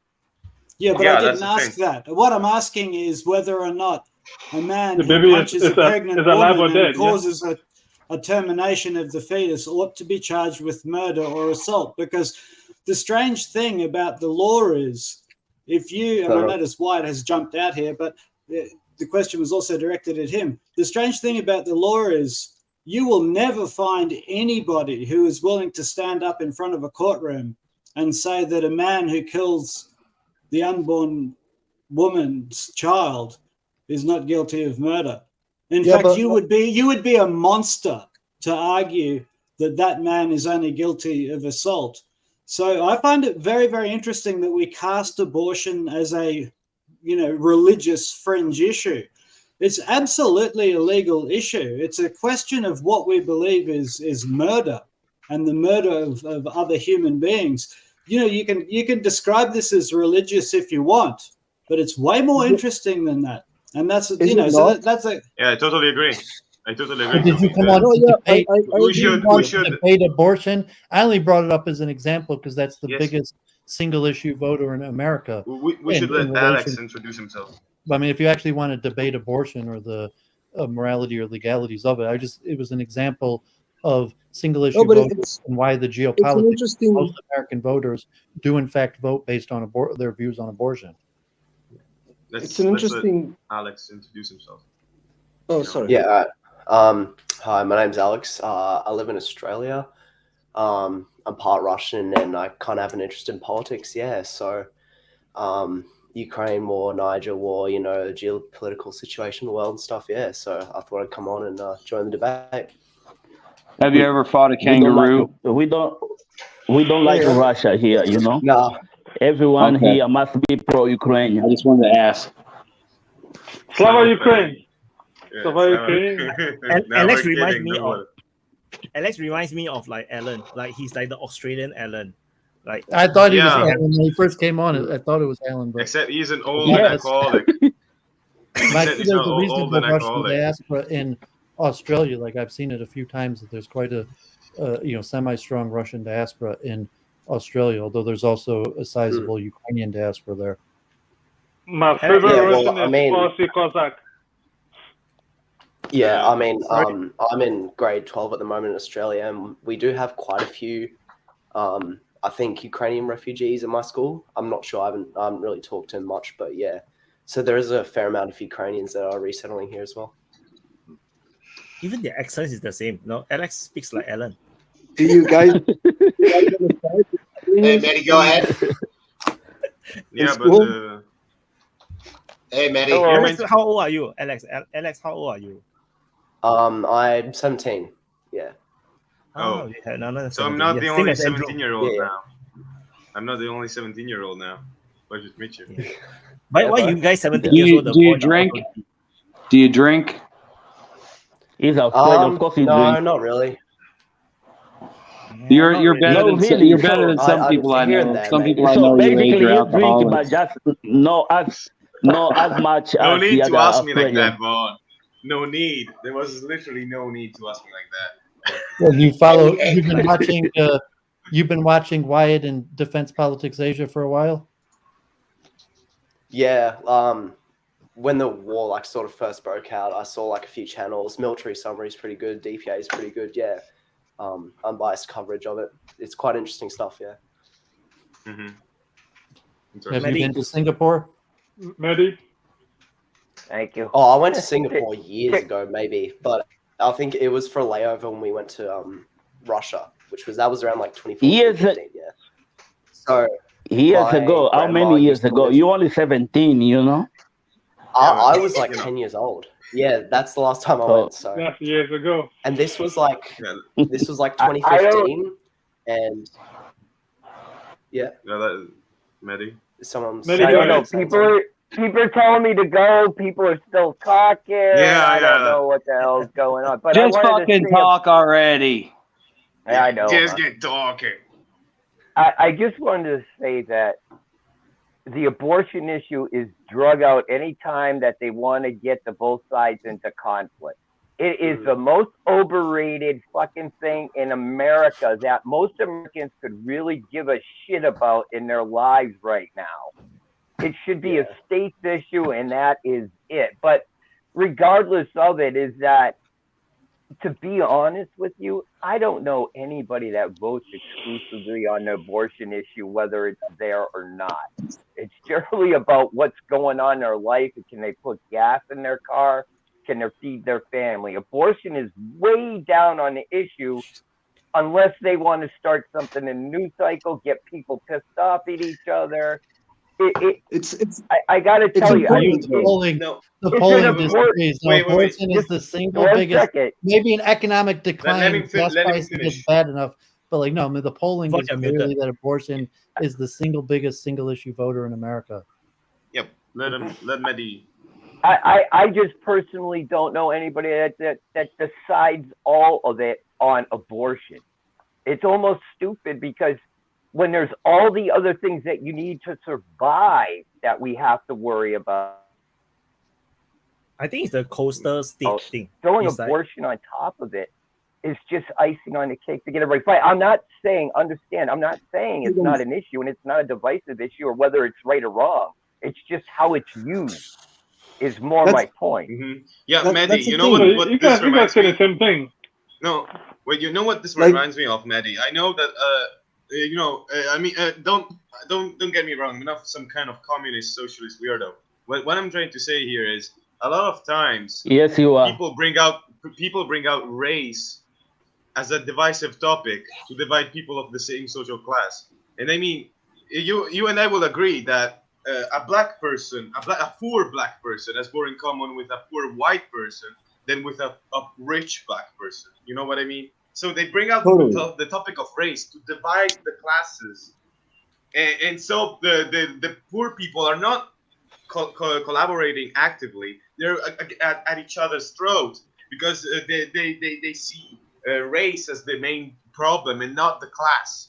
So I mean, I'm sorry if I brought up this now, but I just thought about it when he said about the usage of abortion as a divisive topic. Sorry.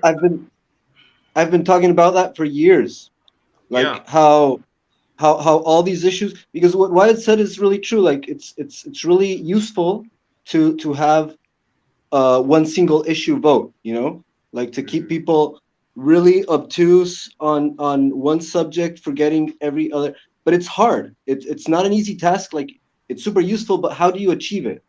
Because people have multiple concerns. Life is complex, and you have like several like fundamental issues that you're concerned about. And so how do you distract people from all of those concerns and put them on one issue? And so there's like this this saying in war, like you don't give your enemy problems because problems have solutions. You give them dilemmas that don't have solutions. I think we're all saying the same thing. Democracy, though. And it's saying and so because you have representational democracy, you vote for one person and then they decide all of the issues, as opposed to like direct democracy, where if people just voted directly on the issue, or even that's irrelevant. That people might prefer different systems than democracy.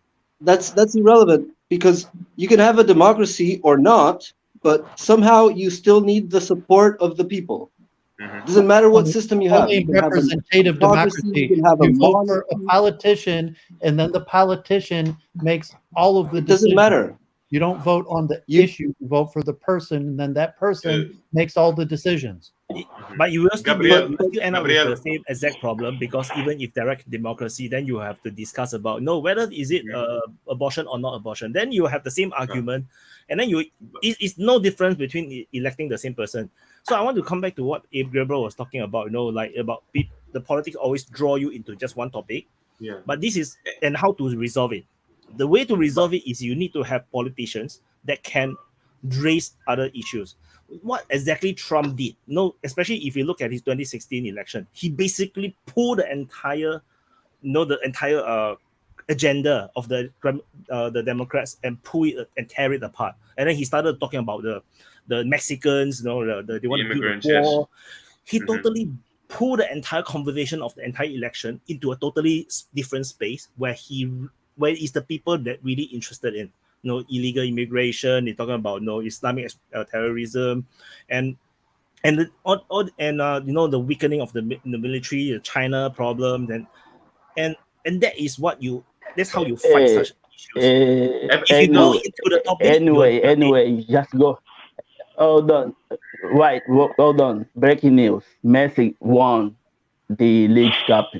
Thank you. Another trophy Thank for you Messi. for the coverage. I am very excited you covered this topic. Nobody. Gabriel, just saying. You asked how to do that. The answer is extremely simple. Monopolization of the media. Do you remember when there was COVID? What did media talk about? Only COVID. And then Ukraine. And then now the Niger. They only...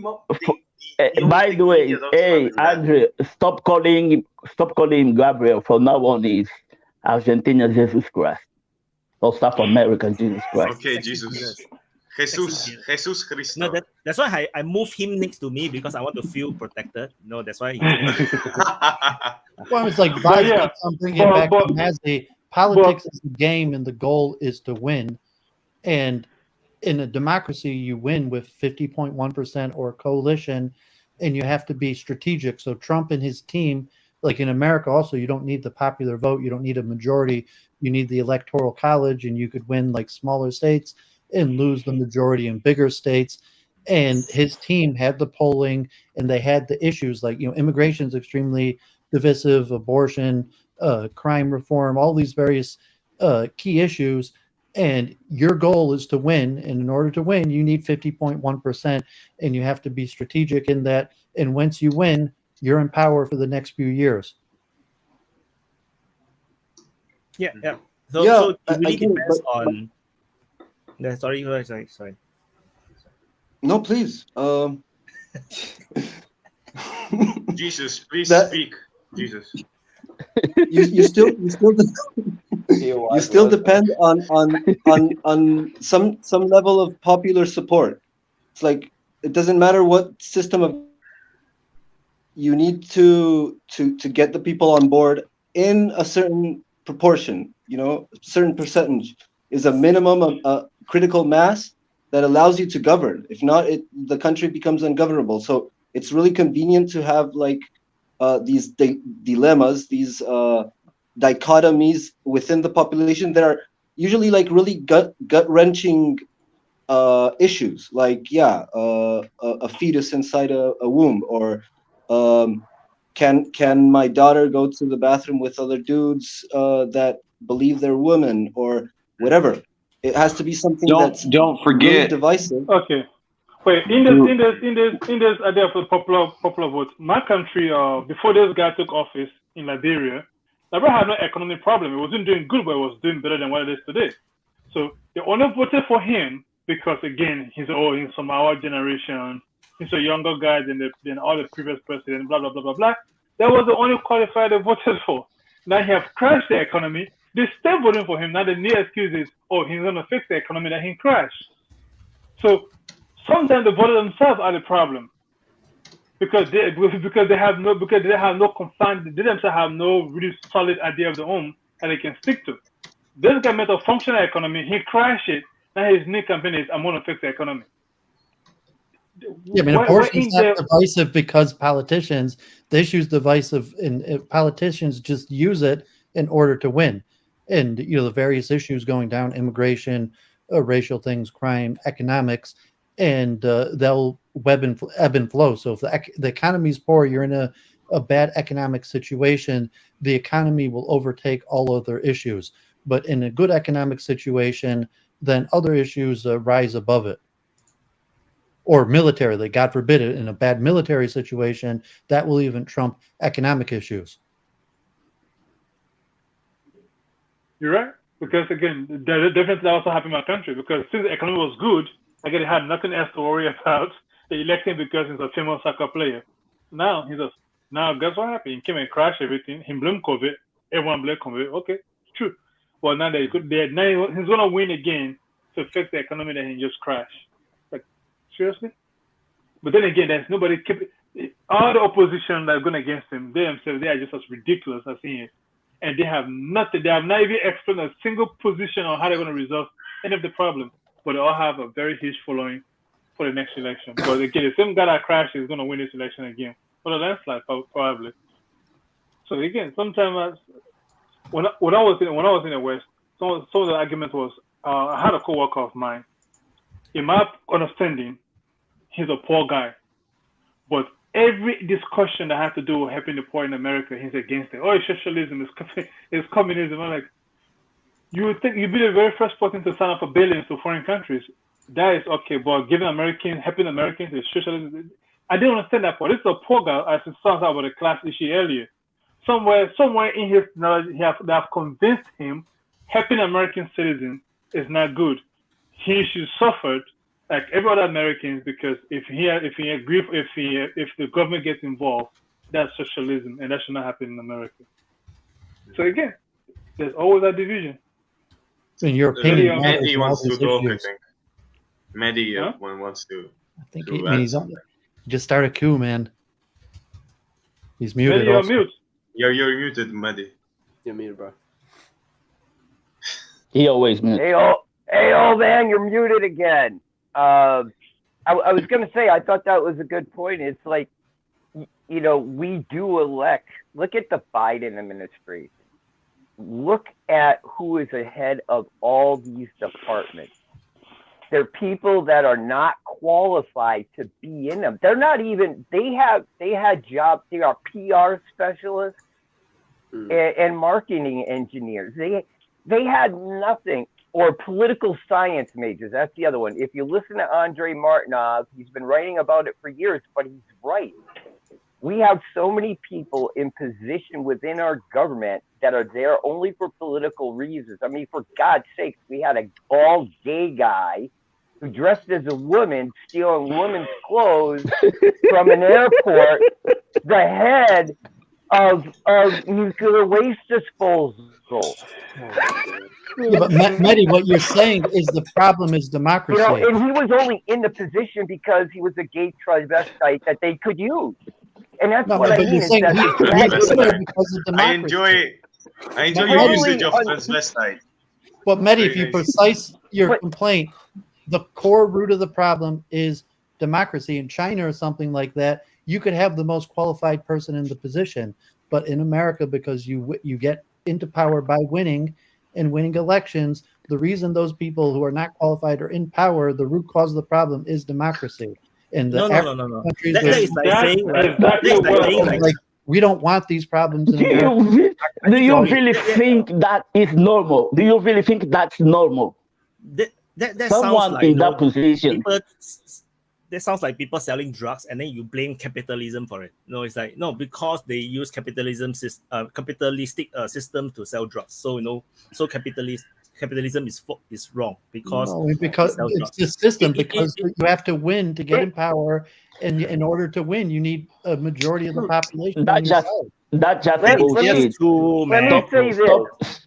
I want to put stop doing that kind of. Stop doing that kind of thing in name of democracy. That's bullshit. Let me put this kind of to rest. It doesn't matter what form of government you're under. If the people above you are honorable and have morals, they will rule to the best of their ability to better your life. It shouldn't matter what political system you live in if the ultimate goal is your happiness. However you achieve it, whether you live in a country that you achieve it yourself, or you live in a country that maybe it's more important to you to always have a place to live, always have something to eat, and yeah. How long did it take for America to healthcare? We say those things are bad in socialism, but let me finish. Let's look at what's going on military right now. had we made a centralized military complex that was responsible to the government, basically that the people could hold the government responsible for, like in Russia, where when there's a time of war, they're already together. They're not spread out. Rostec isn't spread out all over like in the United States, where all this manufacturing is done for a lot of these parts that we use, because they're spread out to contractors all throughout the United States. That doesn't happen in Russia. It's controlled.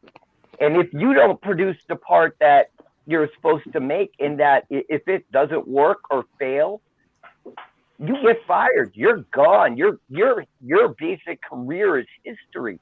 Here, you get promoted a fucking 6-star general, and now we're part of the fucking leadership of our government. I mean, this is nuts. Unfortunately, but do you really that's not only in the US. Do you really think a soldier is gonna take seriously these people? You know, like receiving order for someone who's everyone knows is a fucking male dressing fucking woman clothes. Give him their order. They're gonna go like, okay, Mr. I don't even know what they're gonna call him. So the need is not there. If the need arises, you see somebody in a military gear in a flash. Trust me, this is all just decorations. It's to just feed the press. If the need arises where America needs generals in male clothing, they will show up fast. But this is not only in the US. I've been told also by other Australians, Alex, I've been told that there's a similar situation in Australia. You have a liberalization. In Australia. Yeah. Yeah, we have a thing going on right now. It's like a voice to parliament, and the politicians won't even say what it's for. So what it is we have like our own like indigenous people that we had here, and they want a voice which will tell the government if they're trying to pass a bill in parliament whether or not that's a good idea or not. And there are huge ramifications and divisiveness that can come with that. And then they want a treaty as well. And there's a very large no vote going on because it's not going to heal those wounds that we had with the indigenous people. So it's like a sort of veto. Is it a veto? The indigenous people can could enforce on laws. Yeah, pretty much. That's what it is. And the Prime Minister, we have a leftist government in now.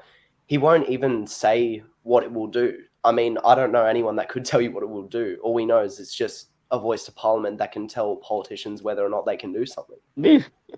These people being stealing votes with that thing, you know, I'm left. They're no fucking left. If you are left, you are fucking anti-war.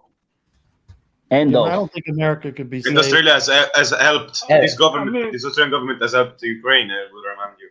What do you have to be anti-war? Is the reason why America can't be saved and will get worse. I mean, we have the spoil system.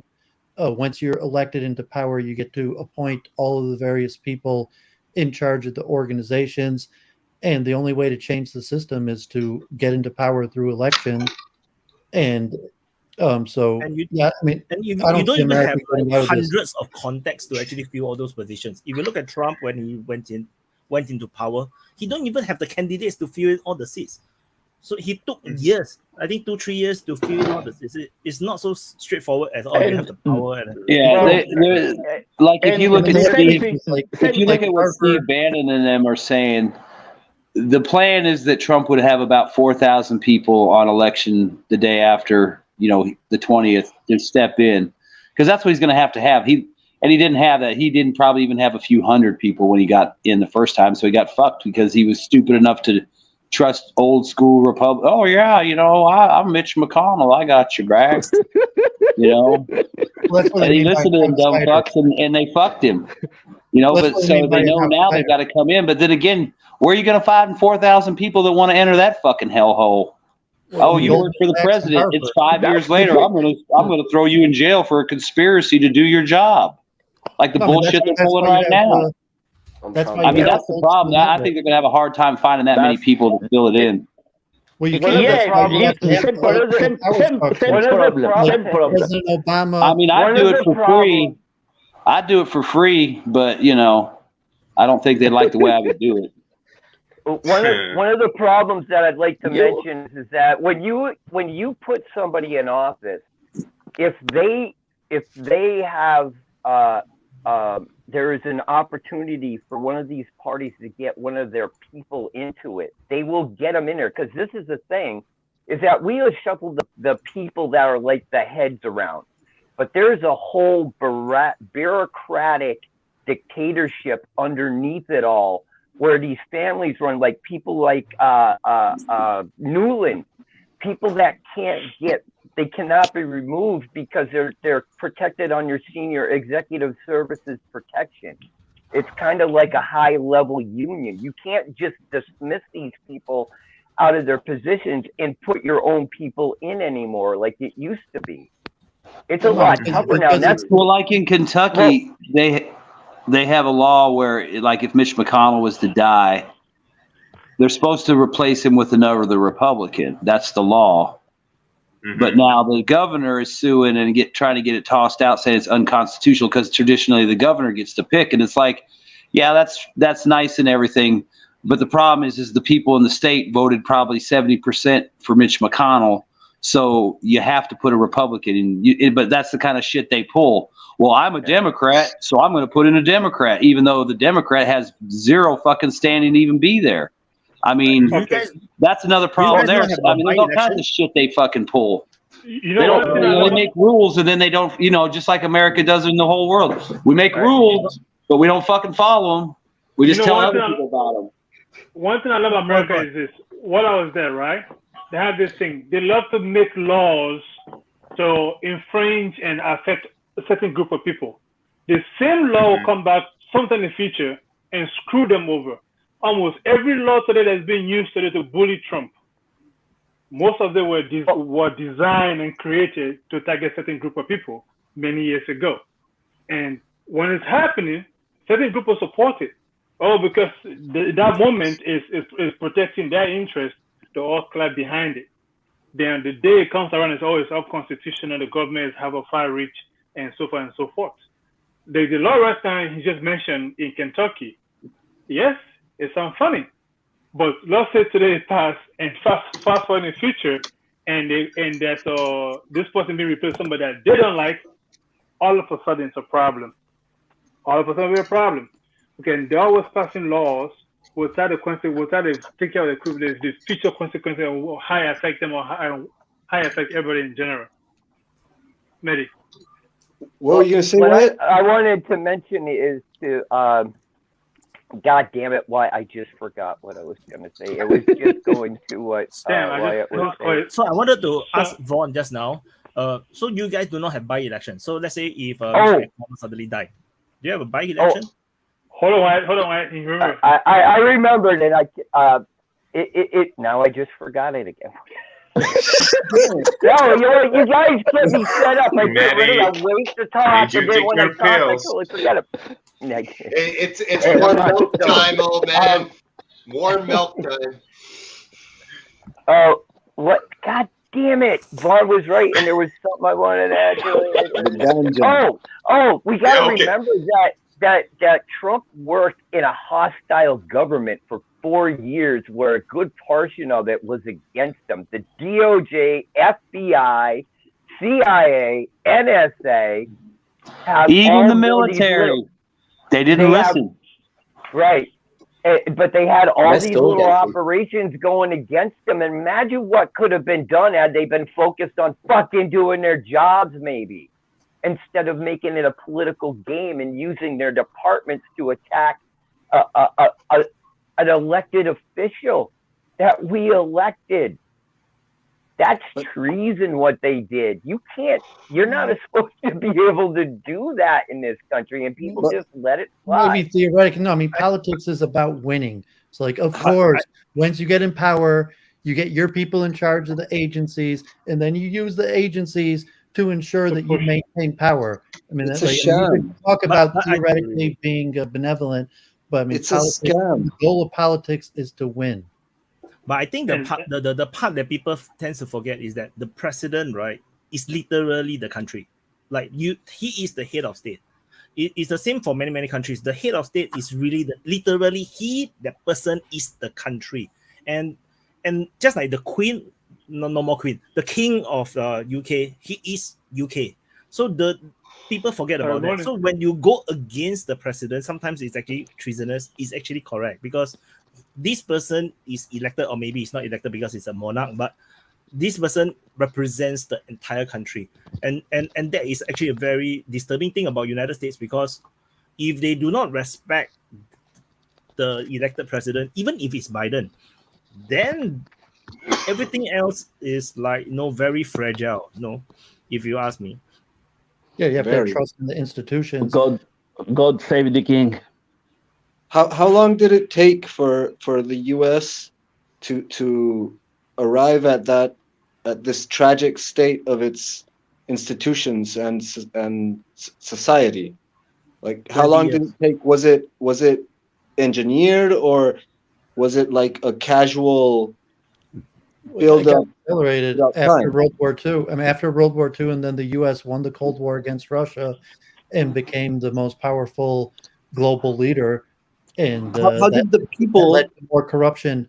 And but from the 80s, after the downfall of Russia in the 80s and 90s, that's accelerated the corruption in America, and then the globalization, the corporations.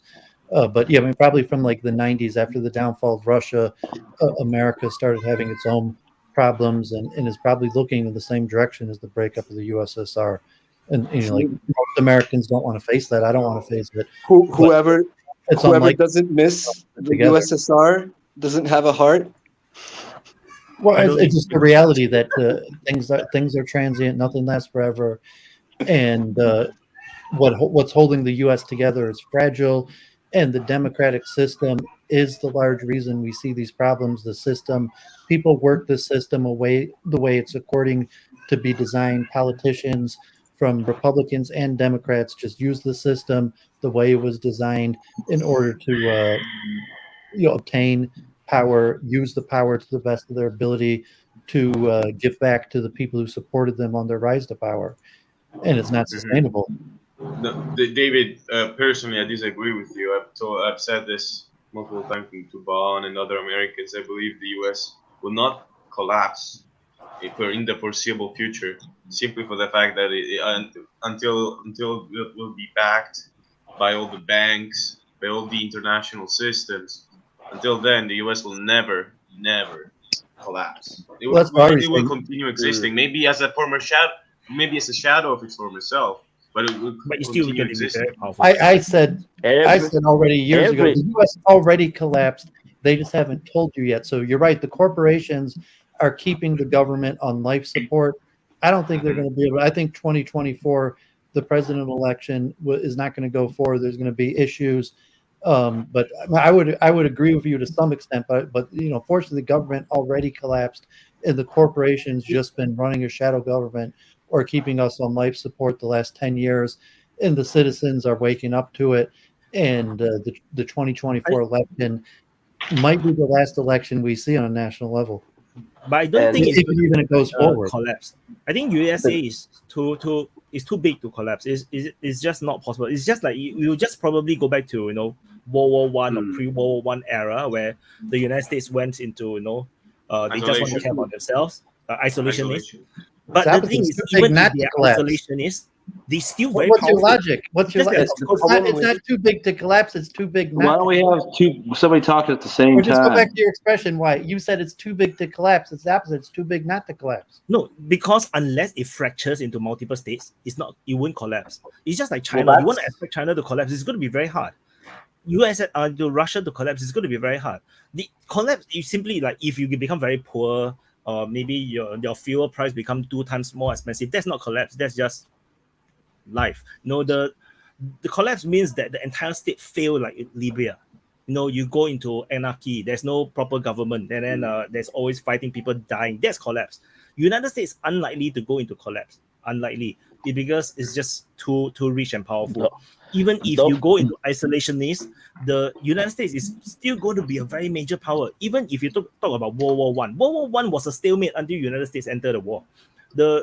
So I think United States is still going to be very relevant. It's just that They may not have the kind of influence that they have as a hegemony. But they're going to be relevant. They're just not going to disappear. The whole system now we are using, the computer, the phone, everything is American. How do you get rid of America? This country is going nowhere. America is going to be here for the foreseeable future, to be honest. So someone in the comments wrote very well. Rome took a few hundred years to die out. Rome was the United States of that, of the ancient. I'm thinking America going to come back home. It's not going to complete it as why I said. They're going to just come back home and just bring everything back home and just do a reboot. But I don't think it happens 2024. That's Trump. You're going to have Biden versus do, Trump. Right? You're going to have Biden versus Trump, and they're trying to throw Trump in prison. Like I would say, I don't even see here in the U.S. how the election in 2024 progresses without us collapsing during the election. Unless you have a civil war. Unless you fracture. Well, I mean, you're talking like civil war or like mass bloodshed. I mean, just collapse, meaning people lose faith in the government. Could be the dollar collapses. I mean, there's many scenarios of collapse. So you mean Europe is collapsing? And the corporations might not collapse, and that's why I said I still think the government already collapsed, and the corporations just have the government on life support, and that's likely to continue into the future because for geopolitics, it's the military. And as long as the corporations could maintain the welfare state to some extent, and the military will probably still have the U.S., but once the corporations no longer could maintain the welfare states or the military, then, God forbid, a full collapse. No. The reason why I say this is because what you describe is describing like half the world now. So it's like talking about half the world is now collapsed. So it doesn't make sense to me because when we say collapse is like Libya, even Syria, a bit, or Yemen. You have to that is collapse. That's like go to. I think more likely to happen would be like a large decrease in the standard of living for average Americans. That would be a collapse to them. Yeah, but it's not. But like you said, for most people, it's every day. You got to pay $20 for a gallon of gas. Oh, welcome to my world. Most people in America, I think with the election, like with what David's saying, the biggest elephant in the room out there is Trump. What they're going to try to do to Trump and what they do, and then how people react. I mean, because this is really dicey because everyone keeps saying, "Oh, they won't do this, they won't do this, they won't do this," and they keep going. And now people are saying, well, what are they going to do if they try to put Trump in jail? I mean, there's people openly calling for Trump to not turn himself in and dare the federal government to come down and get him just because they want the confrontation. And I'm fine with that, too. I think he should sit it out because everyone knows it's bullshit. I mean, if they want him so bad, go get him. Don't make it easy for him. I mean, if you want to fuck America up, then fuck it up. Don't half-ass it. Throw that motherfucker in jail if that's what you want to do. They're already talking about. They already think he's a flight risk because they put it in the fucking court papers. So they're going to try and throw him in jail. And what the fuck's going to happen then? I don't give a fuck if he's in jail or not. I don't give a fuck if he's dead. I'm voting for that motherfucker. I'm a single issue voter. Trump. Period. End of story. I ain't going to vote for anybody else but fucking Trump.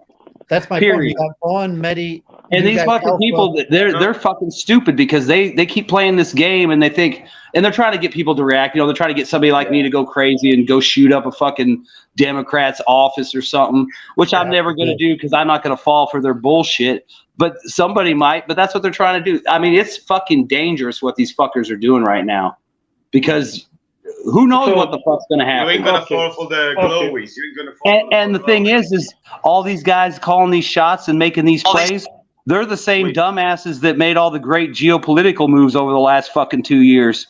So, I mean, there's like zero faith in anything working out right. They've done everything to try and stop him. Okay, well, let's get Alpha. He's only here for 10 minutes. Let's hear from our comedic American Alpha. Hi, how are you? Yeah, sorry that I joined late because I started the chat really, really late. So, yeah, I think I missed most of the things I was going to talk about. But I see that you're talking about Trump. So I just wanted to join in and see how's everything going on. I was saying America already collapsed. Most Americans know that the corporations really control America. Who you vote for doesn't matter. David, And United is too powerful to clap. yeah, but you're talking the totality entity of the United States, not the government. So I say that if United States go down, all EU gonna go down.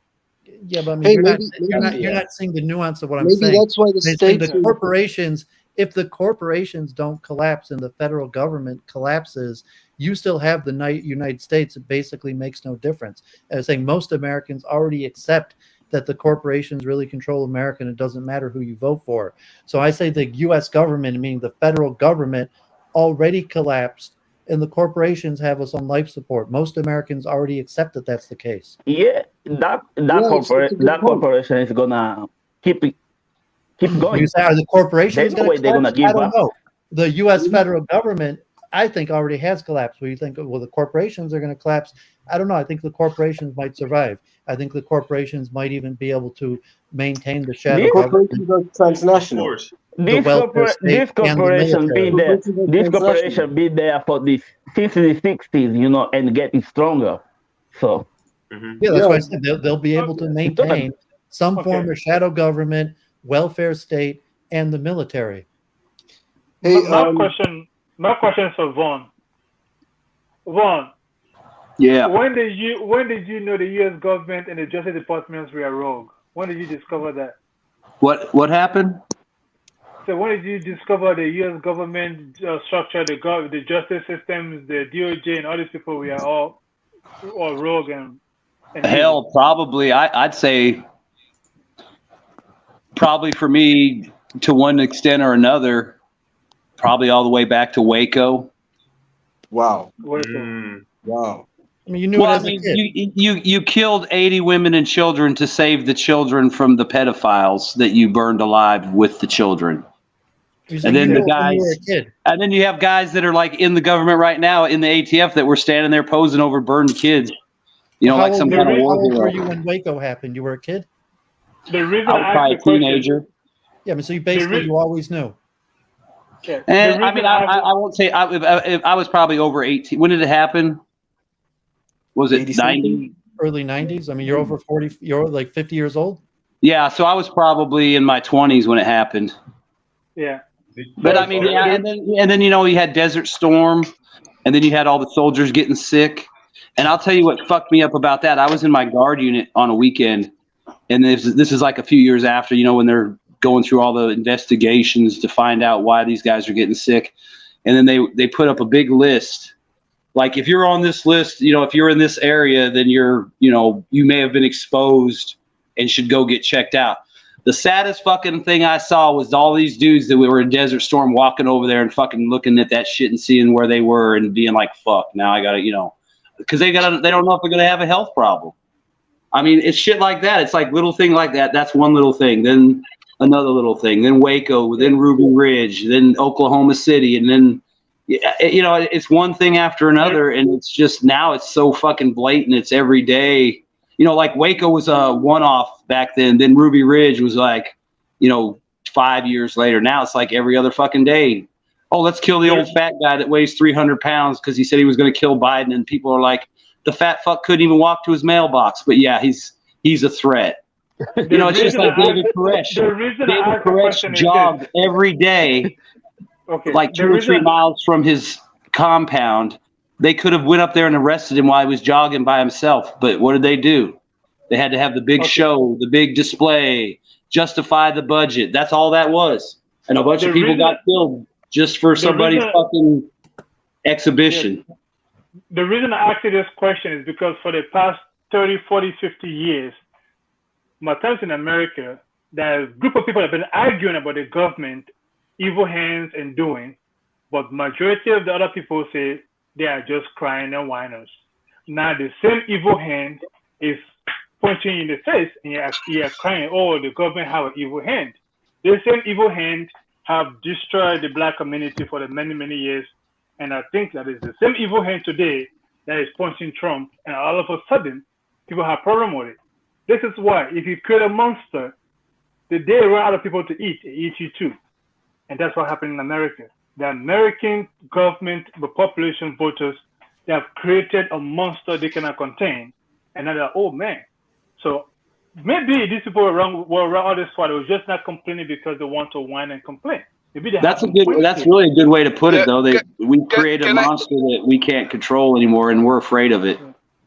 Yeah, can I just add something to that? Basically, as you was talking about how Black America, I've been in America for 15 years, so I know what you mean. My first time coming to America as an African person, I was just crossing, but the police was trying to catch these kids, and I was, just because I was next to them, I'm Black, then they're putting me on the wall too. And then they're like, what's going on? Because at that time I was scared. And I was wondering, why they holding me? Like, what's going on? And then they asked the kids, do you know him? The kids, no, we don't know him. They asked me if I know that. I don't know that either.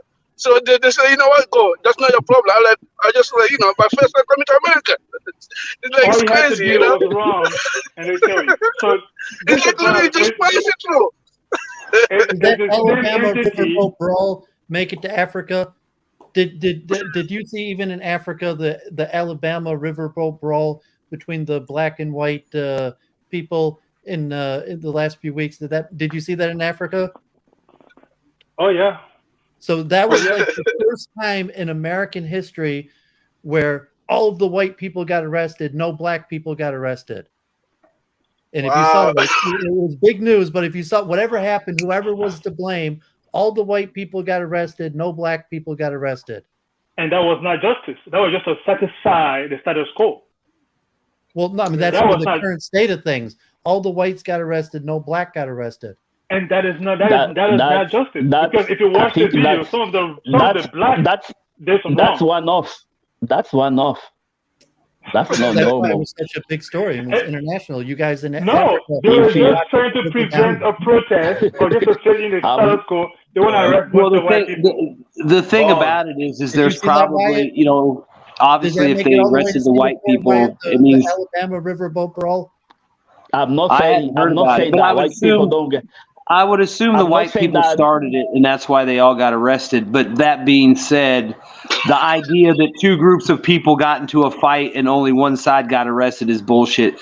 That's all politics and visual. Because damn well somebody on both sides fucked each other up, so they should have both been arrested. It wasn't like every single black person there was down to fight and every white person there was yelling the N-word. It was like probably a couple guys, and then the whole fucking thing got out of control. But since, the white guy started it, they got to arrest all the white people because that's how it is. I mean, maybe they didn't do nothing. Maybe they did. But I'm just saying more than likely, it's like here in Louisville. They arrest people, white or black, homeless. They don't do shit. And, even though they have it on camera, they see somebody did something. It's like they don't want the hassle. So they let some people go and, arrest other people. So it's probably some of that, too. Because there's no way two groups of guys got into a fight like that and there wasn't somebody on both sides that would have got arrested. Yeah. Because shit, they arrest people all the time for just having little marks on them. Well, did he hit you? Yeah, you could barely see a little red mark on his cheek. Oh well, you're going to jail. So somebody made that call. In Alabama, they have mutual combat law in Alabama. So you're also allowed to help somebody in a fight. You're also allowed to do so. But if you watch the video, of course, the first two white guys that jumped the guy, of course, you can charge them. But everyone after that didn't go and kind of like trying to split things up and just go taking chair and hit people with it, so they can get charged. They still can get charged for something. But again, that's what I'm saying. They were afraid of protest and because they had to fit in this common temperature. They had to rule based on this current temperature because if they arrested these black people, because the mayor was black, the chief of police was black, probably the district attorney. I don't know, but I'm saying because of democracy, and it says the first time you had a black mayor, you had a black police chief, and so therefore, God forbid, worked out. All the white people got arrested, none of the black people got arrested. And see what? Then guess what happened? The next time have a white mayor or white this. They're gonna arrest other black people and we're gonna have another protest. This is where you don't apply the law on how you feel. You apply the law on what is just. All this race is always race thing in politics is fucked up. Is all fucking lies. as Vaughn said a long time ago, you find fucking scumbags in both sides, you know. Every race, there is fucking scumbags. But there's one thing, if you are white politician trying to fight racism, good for you. But please do it for the right reason. Stop using my people to gain political vote. Yeah, it's like This is a fucking virtue wrong. signal. And that's the thing. It's like a virtual signal. Like, look, we like the blacks. We didn't arrest none. And the Yeah. black people are like, Yeah. motherfucker, I can't believe that dude didn't arrest me. I'll fuck that dude up. I mean, they know they got away with shit. They ain't gonna snitch themselves out. I wouldn't. But I mean, it's like they act like they did them a favor, and I'm sure some of them appreciate it. But at the same time, the message you send is like, you know, if you down with the guy that's got the cuffs, you probably get away with it. I mean, that's not good for that community. You know. I mean, it's just fake. It's fake shit. They're like, look, we love the blacks. We didn't arrest none. Yeah, we're against the whites. We arrested all the whites. It's like, it's just a cheap ass fucking parlor trick. They don't give a fuck. I mean, like you said, if they gave a fuck about the law, they would have just enforced the law and say, hey, you fought. You three are going to jail. Not it's like all we want is equality. You want equality, be equal, enforce the law equally. That's what pisses people off when you see Hunter Biden fucking whores and smoking crack. And then some black guy had a fucking piece of crack in his pocket and he's getting thrown in for 10 years. And this motherfucker's like at the White House having parties and leaving drugs laying around. People get fucking sick of that shit. And it's like in your face every day, like nonstop. Yeah. It's like, like you said, if you pay attention, how can you not be pissed off at this point? Yeah, but as an American, you accept that there's nothing you could do about it, and even voting's not going to change it. Yeah. I made this point. The government's already collapsed. I made this point in some previous open mic, and allow me to reiterate. Like I used to really resent the USA for its role in like geopolitics worldwide, because I'm Latin American, so it's like our thing. We resent the US, especially in certain parts of Latin America, like Argentina. But at certain point in my life, I learned, like meeting with people from the US and learning more about history and shit, that like the first victims of US hegemony is the US population. And from there, they can like do the experiment and then use that same social engineering for worldwide.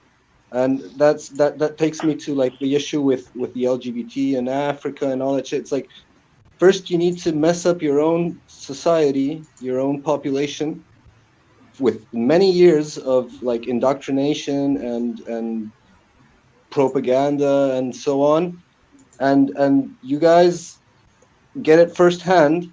You get the whack, and so then you're dumbed down enough so that you can accept bullshit like having your president JFK killed. Well, think about it. I mean, you create an army of foot soldiers to go across the planet and spread your filth. In body bags, your kids, dragged into the army, brought back in body bags. Way back, you've been enduring this shit, and you somehow achieved, like they somehow achieved you guys to accept that, to tolerate it, and for that, there's a lot of sort of engineering that's been done, and then that's exported, like that's why I said the thing about the dilemma earlier, like the LGBTQ, what's the point of that? It's just, you can keep pushing it. It doesn't matter what level of tolerance. Stop the LGBTQ. We had enough tonight. The same with feminism. It's to wrap it up. The same with feminism and with racial issues and abortion. It's like you can always push it further. Like, okay, we accept this, we accept gays, or we accept women emancipation. But then you push it further. And you can always push it further, a bit further. Like, okay, but now you have to accept trans athletes. Okay, but now you have to accept that they teach your kids about transgenderism. Okay, but now you have to accept that men lose like the plausible deniability. Okay, but now you have to, and so whatever concession a population does, you can always push it to a cultural confrontation that excuses you imposing like global rules upon the rest of the world. You can always push that a little bit further. So at the moment some nation or some population doesn't comply, you can push it further. Like, okay, these are failing in this. It's an endless list of, it's like the fallacy of the slippery slope. I'll finish with this. You know, like they always talk about like the fallacy of the slippery slope, but now I've come to the conclusion that it's actually the law of the slippery slope. Like when you push some issue, like abortion, for example, it's super logical that people might not want to have a kid at a certain period of time, maybe rape, maybe there's a deformity, whatever. But how long? You know, like when can you terminate? Is it at the next day? Is it 3 weeks? Is it 6 months? Is it a day before birth? You know, you can always push it further and see where there's a limit. And so there you can like use that excuse of human rights and whatever to impose whatever you want on those people. Yeah. Okay, Gabriel. Yeah, what you just say, all those points you just make, right? Those that support abortion, those against abortion, the racial issue, all this issue. But I know all these people have one common issue that they can all agree on. Why are they not having a discussion, which is the economy and the financial argument? The ones that is pro-abortion have some financial problems. The ones against it have some financial problems.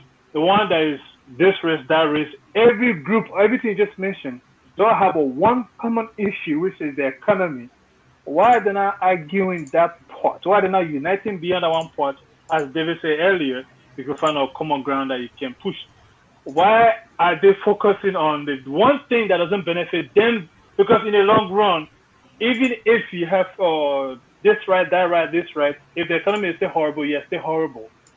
And even if you vote to suppress this guy right to abort the baby at 9 months, it still does not solve the economic problem. Why do the main issue that affects the whole group is never up for discussion? It's always the diluted issue, the one that doesn't benefit nobody. Because that's where the money is. Yeah, because the welfare state is still being maintained. That's where the money is. That's why people really aren't hurting that bad yet. It's like Maslow's hierarchy of needs. Americans are not at that point yet. Inflation, like relatively, no one in America is really hurting that bad from the economy. Inflation, gas prices. You see some encampments on the streets. No one. Even homeless people in America are still fat.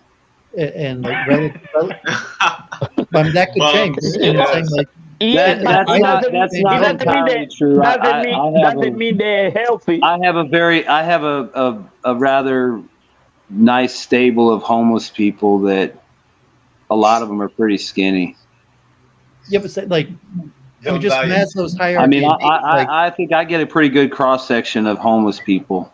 You're not going to risk revolting if you already have a high risk of death. It's less to join the revolution. You're going to join the revolution. How many? I think the homeless people, if there was a revolution, I think the homeless would just be cannon. 30% chance of death, you're much more likely to join the revolution. If your chance of death is only a few percent, and even worst case scenarios, not that bad, you're not going to join the revolution. Homeless never gonna join this kind of shit. I don't think the homeless are gonna have much. How many homeless is in the United States? Millions. Yeah, but even them, they don't have it that bad, relatively. Yeah. Like economically, like it's getting there. The U.S. but hasn't. not enough where people are seriously considering revolution. People are scared of death, and like if death is already on your doorstep, anyways, the fear of death becomes less of a concern. Yeah, I mean, if there was a revolution, it would come out of like the middle class. It would never come out of the homeless. Maybe if you told them there was It free often crack does. or something, they would have the revolution and fight. But American homeless people are not going to do anything. Yeah, I mean, but when the middle class have the fear of being turned poor or homeless, Yeah. that's when they would. But now the middle class, they're not going to consider revolution. But if the economy gets to the point where they're like, I thought I was middle class, but now I'm poor, then they would consider revolution. The money your country spend in a world that got nothing to do with you is bang out of order, because you could help these people on the streets, you know. Oh, I know. It's disgusting. I mean, $200 billion Oh, is yeah. enough to end that. Medi's frozen, I think. Oh, go, Medi. I wanted to I wanted to say that, you know, I drive and deliver for a soup kitchen. None of the people I deliver to, okay, are fat. Most of them are handicapped people who can't get around, who have various other issues. The most of them are kids and old ladies. And oh, by the way, a 90-year-old veteran's on my route too. Okay?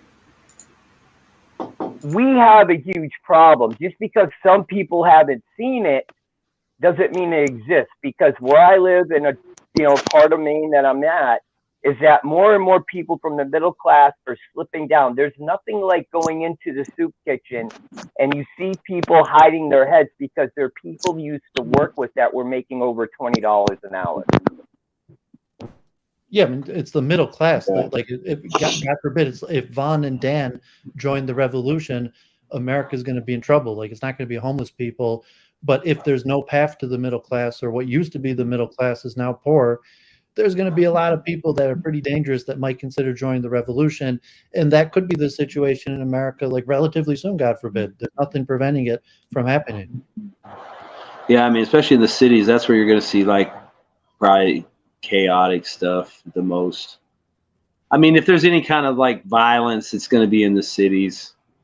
That's where money is. That's where money comes to a from. town near you. Like, no, it could be everywhere. Okay. Oh, yeah. Well, I know, but I'm just saying, I mean, there might be regional stuff. There might be stuff in the cities, but it's not going to be like what people like to fantasize, like the Civil War. If the government collapses, people will pillage the countryside. I mean, there might be people in the countryside with guns who defend their property, but if the government collapses, people will flee the cities and they'll pillage the countryside.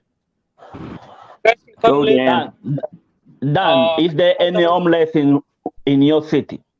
Hey, Dan, good to see you. Yeah, good to see you guys. I hopped on. I don't have headphones. I'm sorry. I just wanted to say if anything bad happens, you guys can just come live in Russia where we have tractors on the road. Hey. Yeah, I wanted to ask you, how's Russia?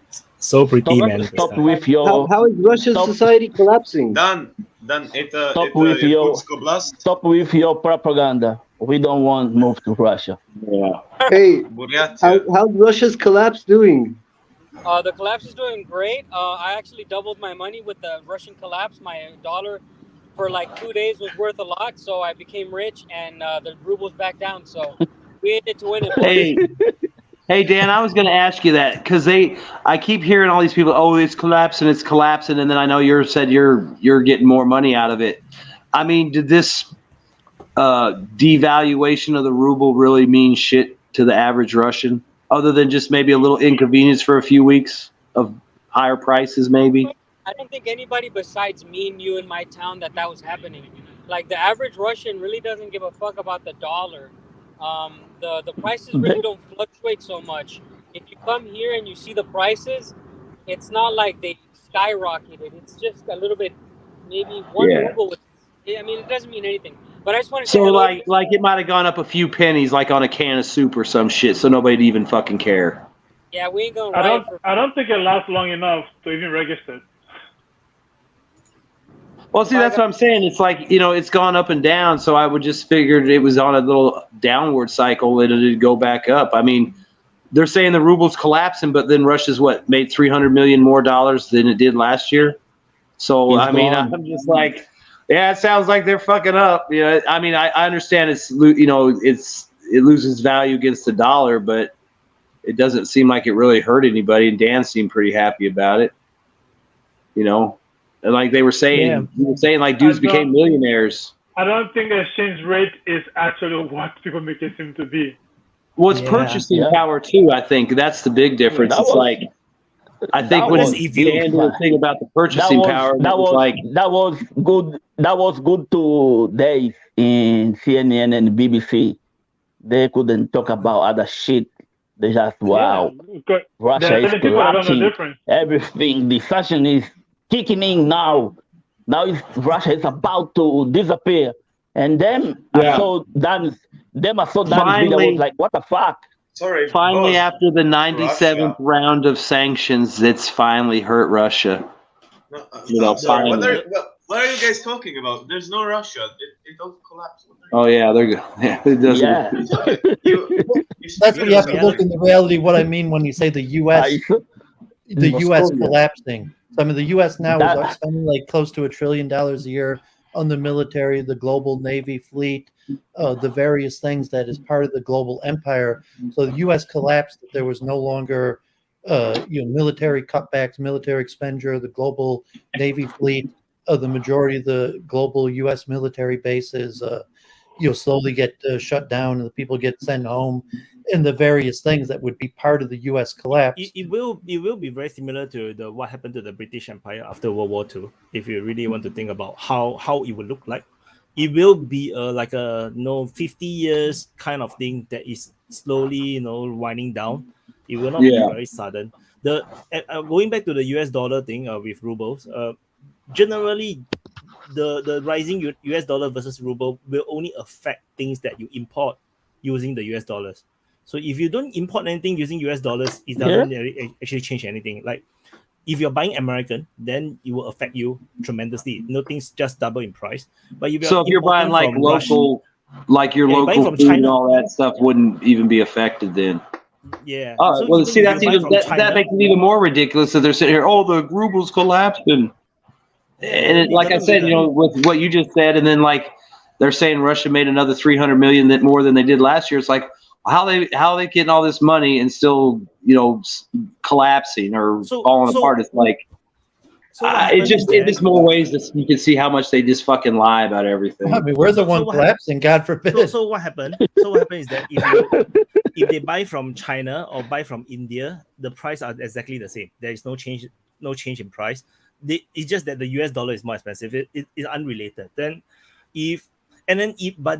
the thing is, Russia sells oil and gas and everything in US dollars.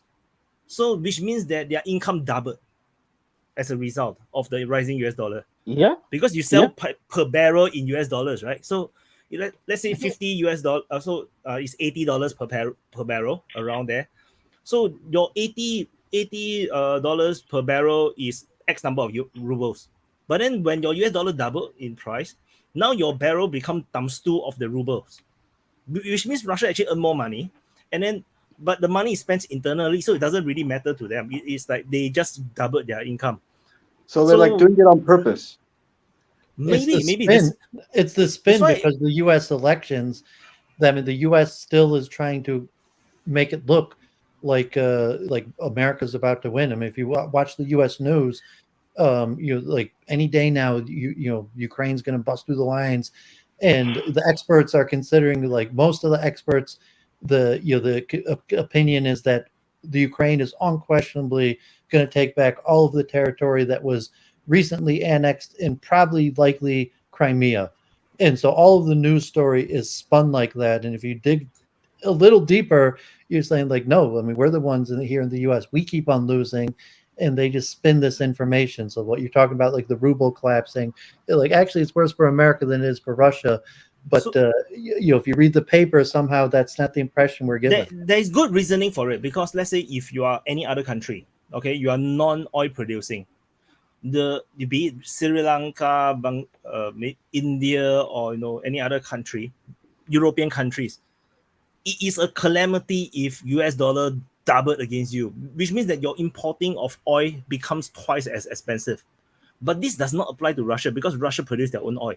That's the thing. if you are any other country like India, Singapore, we are importing oil and gas, and we import even goods. So most of the cargoes and stuff we are buying using US dollars. Then that is going to be a tremendously expensive thing for us, because everything becomes twice as expensive. But most of the world will think that it is a bad thing. But if you look at the actual trade, Russia don't really import much from the global market that trades in US dollars. Even with India and China, they have already decided to trade in their own currency. So it does not affected, but it's not affected by the US dollar. So this is unique to Russia. Not any other country will have really have a tremendous inflation problem with such a thing happening to their currency. So I want to correct this, because for normal people, we will think that it's a bad thing. That is natural, it's normal, because if it happened to Singapore dollars, oh my god, freaking god, everything becomes twice as expensive.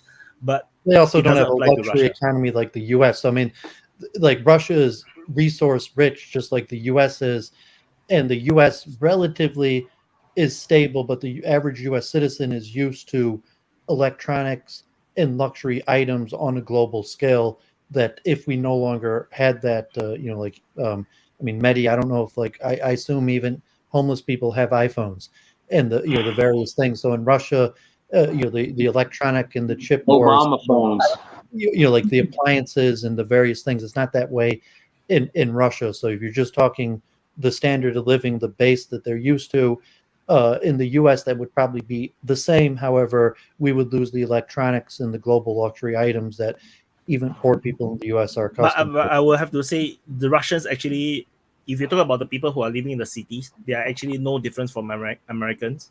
They have very luxurious life. They eat good, eat fast food. They have nice phones. This applies to every country, even the poorest country.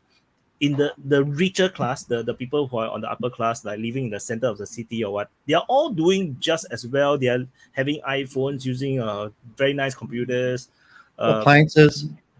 Yeah, they are wearing Adidas.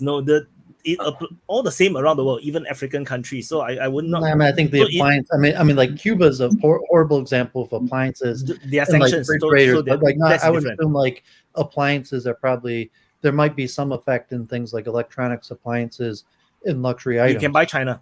You can buy Chinese goods. So the of course, Cuba is a bit special because Cuba is sanctioned, so they are a lot poorer, like North Korea. Medi, you are raising your hand. Medi, you want to say something? Yeah, I don't know how much of my last rant you got. I froze, so I won't go back to it. It's just that poverty is relative to where you are, because an American's poverty is not the same as some guy in the middle of wherever in Africa that basically has to walk 1.5 miles to a well to get water. Yeah, all right, $2 a day. Yep, and it's all relative to where you are. But in where I live in Maine, the poor, they don't have all these rich gears and gaggles like everybody thinks they do. Everything they have is either secondhand or it's been donated to them. You have to understand that. You may see them with a phone, but the phone is probably part of donation. And that's one of the problems is the United States is that the local resources that we create that gets donated within a local area wind up getting taken over by the government and then distributed back. So what happens is that when the local community decides it wants to help itself, the money that it's saving and trying to direct into its community sometimes gets hijacked by the federal government, so that some of it gets spread to other communities where it's needed, where they're not giving as much. Well, where is the incentive for that other community to fix itself up if they can get the free money from the government? And see, that's the thing.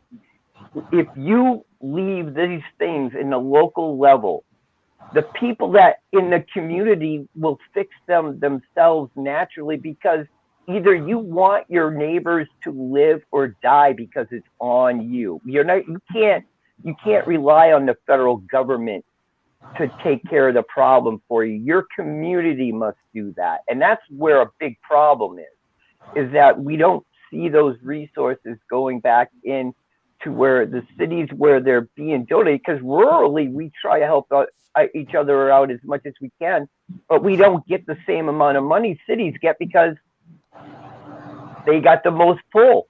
They got the most political pull out there. They have that type of gravity. It's a really strange way we do things in the United States. And we say that we're, democracy and freedom, yet our government rules us by rules and regulations. It's the same thing, but in reverse. They're fucking laws that they just put on the books and decide arbitrary to either abide themselves or not. So how can you say you're a democracy? Because that's what communism wound up. Everything bad that we said about communism is kind of exactly right in front of us right now. Anyway, I went on tangent. Sorry, Vaughn. Hey, I was just gonna say, you're right to a certain extent, maybe, but like in Louisville, I mean, I'm sure other people in America can say it, but we have tents that pop up on the side of the road around gas stations and stuff. We call it the Obama phone. And you can, if you're homeless or whatever, you can get a fucking nice smartphone with no restrictions, unlimited data, and you ain't paying for it. Somebody is. And one of our city council people here, our politicians get discretionary funds that they can use in the community, to help the community. Well, her plan is they've identified troubled youth that have the potential to further their criminal careers and go on to prison. So they don't want them to do that. So she's come up with a plan where if you don't get in trouble, they will pay you $800 a month.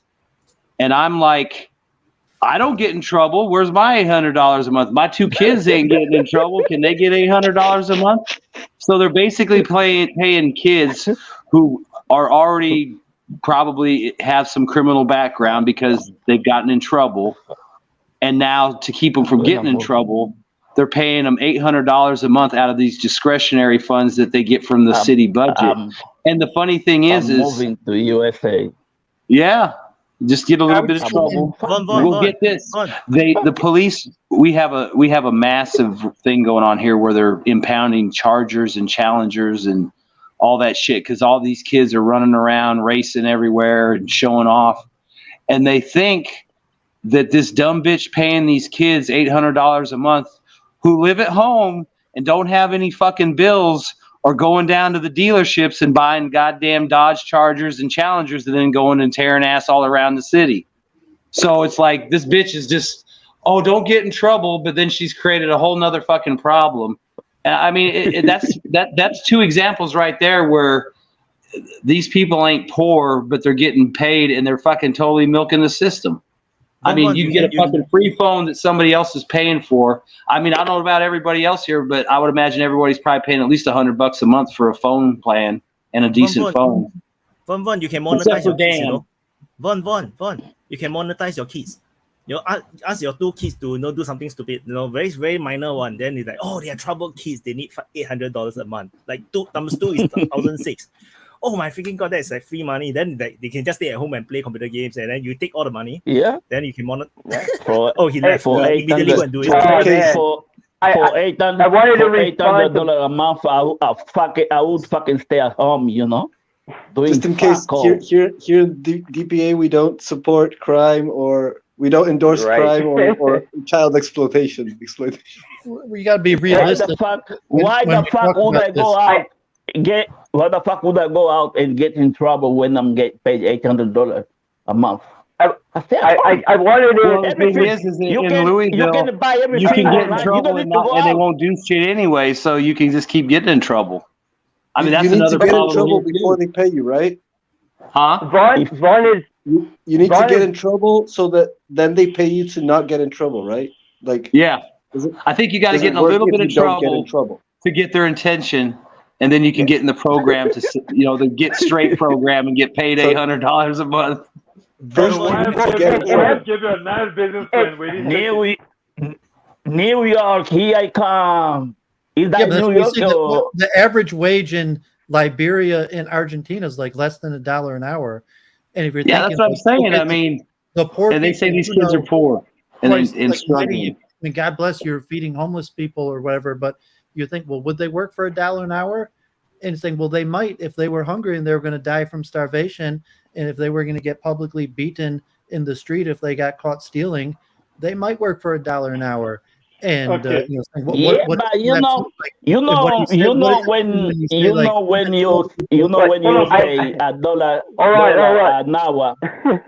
an hour. Wait, Maddie, you want to talk? Maddie, you want to talk? No, they're making a point.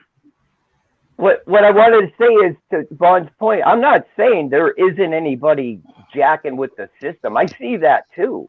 But Vaughn makes the point. They look at what happened with that money into such a stupid, idiotic plan where, like any other teenager back in the day, I would have said, shit, I'm going to stay out past curfew, get picked up, get on this plan, and do like everybody else said, is go play video games.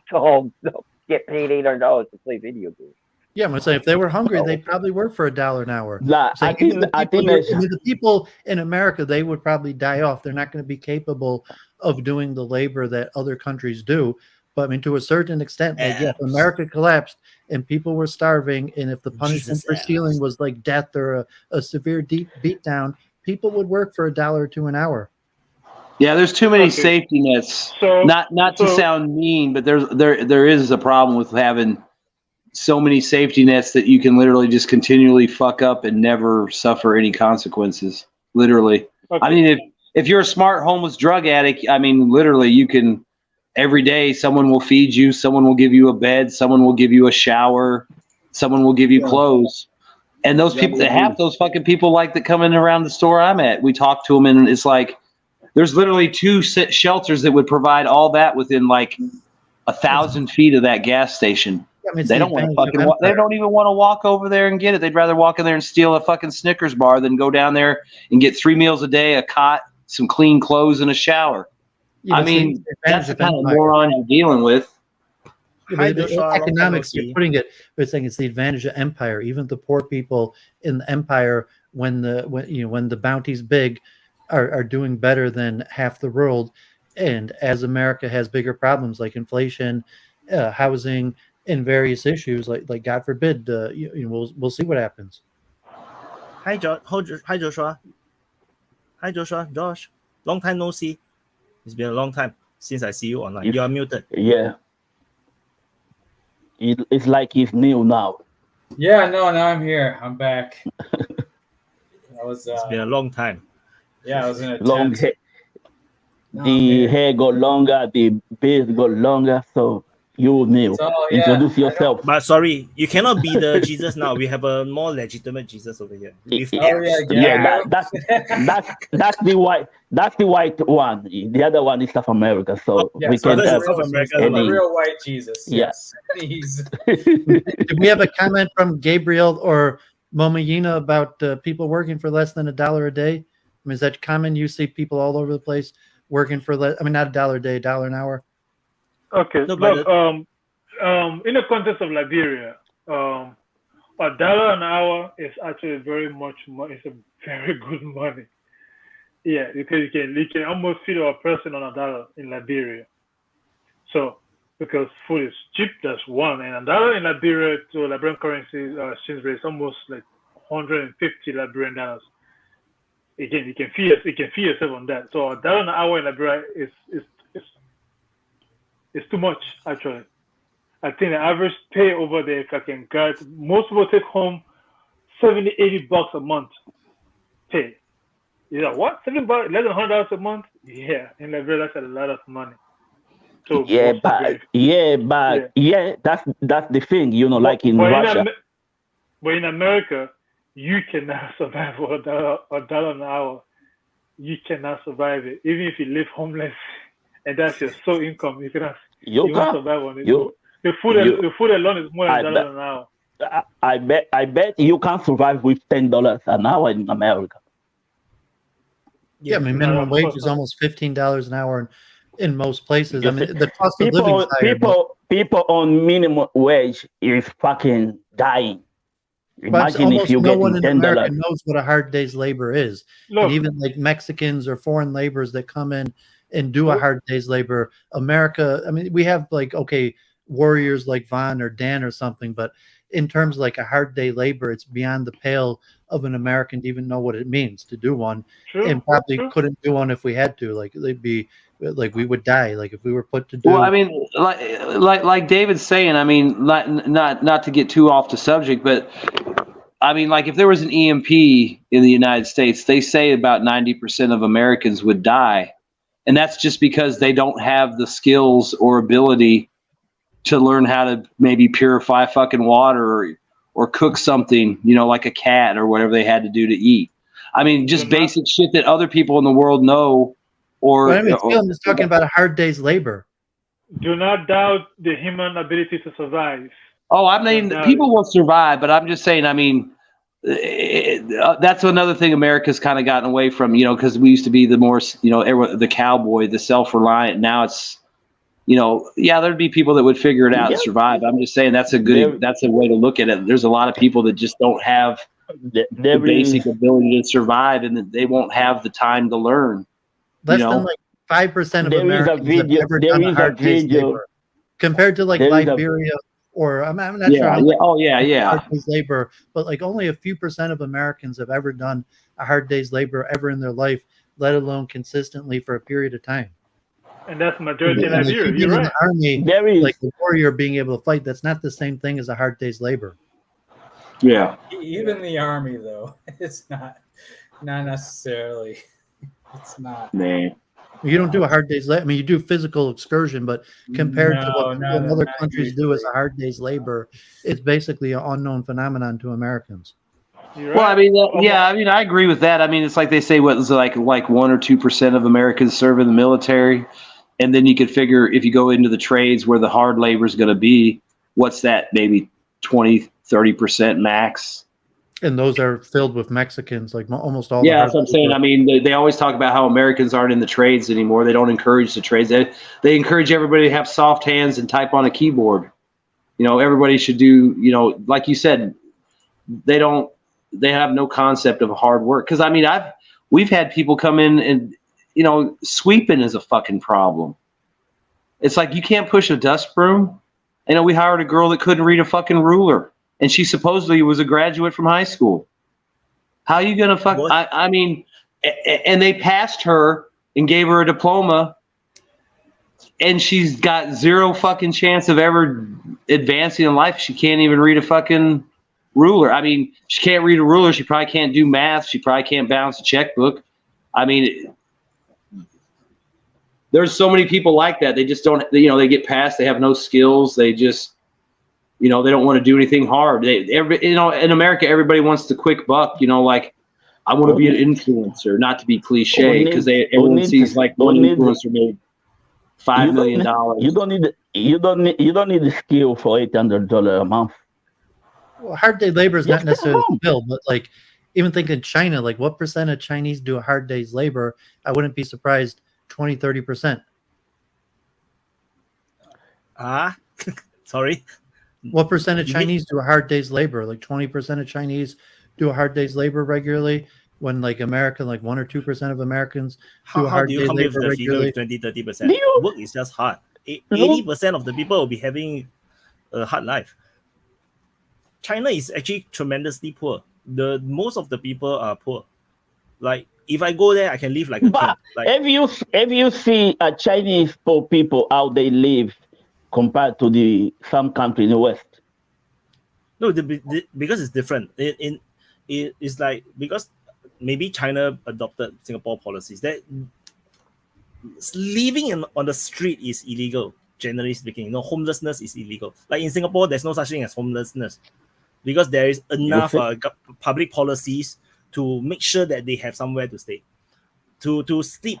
To pitch a tent on the park, you know, to sleep there, you know, that's illegal. You know, homelessness is not legal in Singapore. So in China, it's largely probably the same thing because there's no reasons for that to happen because they have government housing. If my country is poor like China, okay, viva China. Yeah, but it's a different point about labor. Chinese people. What's the point? What's the point in being rich? What's the point in being rich when your people are living in the street and die? Yeah, so there's no such thing as living in the street and die in China. I don't think so. But there is a lot in it's the a West. communist country. Yeah, but it's a communist country, so there's this kind of thing shouldn't happen. It's a socialism to make sure this. Drew is gonna wake up. You just call China communist country. It's Yeah, but what about It's a labor? communist country. I mean, poverty is different than labor. I mean, they're related, but it's saying that the Chinese, thing is, Chinese naturally do labor. Yep. You have to understand Chinese the economy. The Chinese economy, most of them are factory workers, farmers, retail, construction. All are hard laborers. The people who are doing high tech, even if they are in tech industry, their working hours is 12 hours a day at minimum. They are hyper competitive in China. So even if you are working in the good paying job, your life sucks because if you want to keep your job, you have to work very hard. If you can go and find out like Alibaba and Jack Ma when he talked about his workers and everything, they are all super hardworking. So that's why I don't get the point of 20% hard labor kind of like. No, I think it doesn't even apply. You know why? If you can afford living with these wages, being competitive is being competitive. I think is intentional. Yeah, I think being competitive I think is intentional. But I think what he's trying to say is like the Mexicans in America. When I was in America, their farms, the construction site, and that one because of that's what's available to them. But in China, as you say again, you may see support in construction, but they're homeless because they're homeless, which is everywhere. But the one that work in the office 12 hours is because he chooses to work 12 hours because again, as competitive and kicks in. It's maybe hard labor, but it's not the default, not a default. But he's doing it because he wants to stay ahead. But the guy that is in America at the construction site, he's doing it because of that's the only thing he has. I think that's why in the case of Liberia, actually, in the case of Liberia, about almost everything that could be easily done takes forever. So where my house is, I have to basically make the road to my house. So I have no civil engineering skills, but okay, sorry. Based my understanding of China, right? Africa relies on Chinese labor.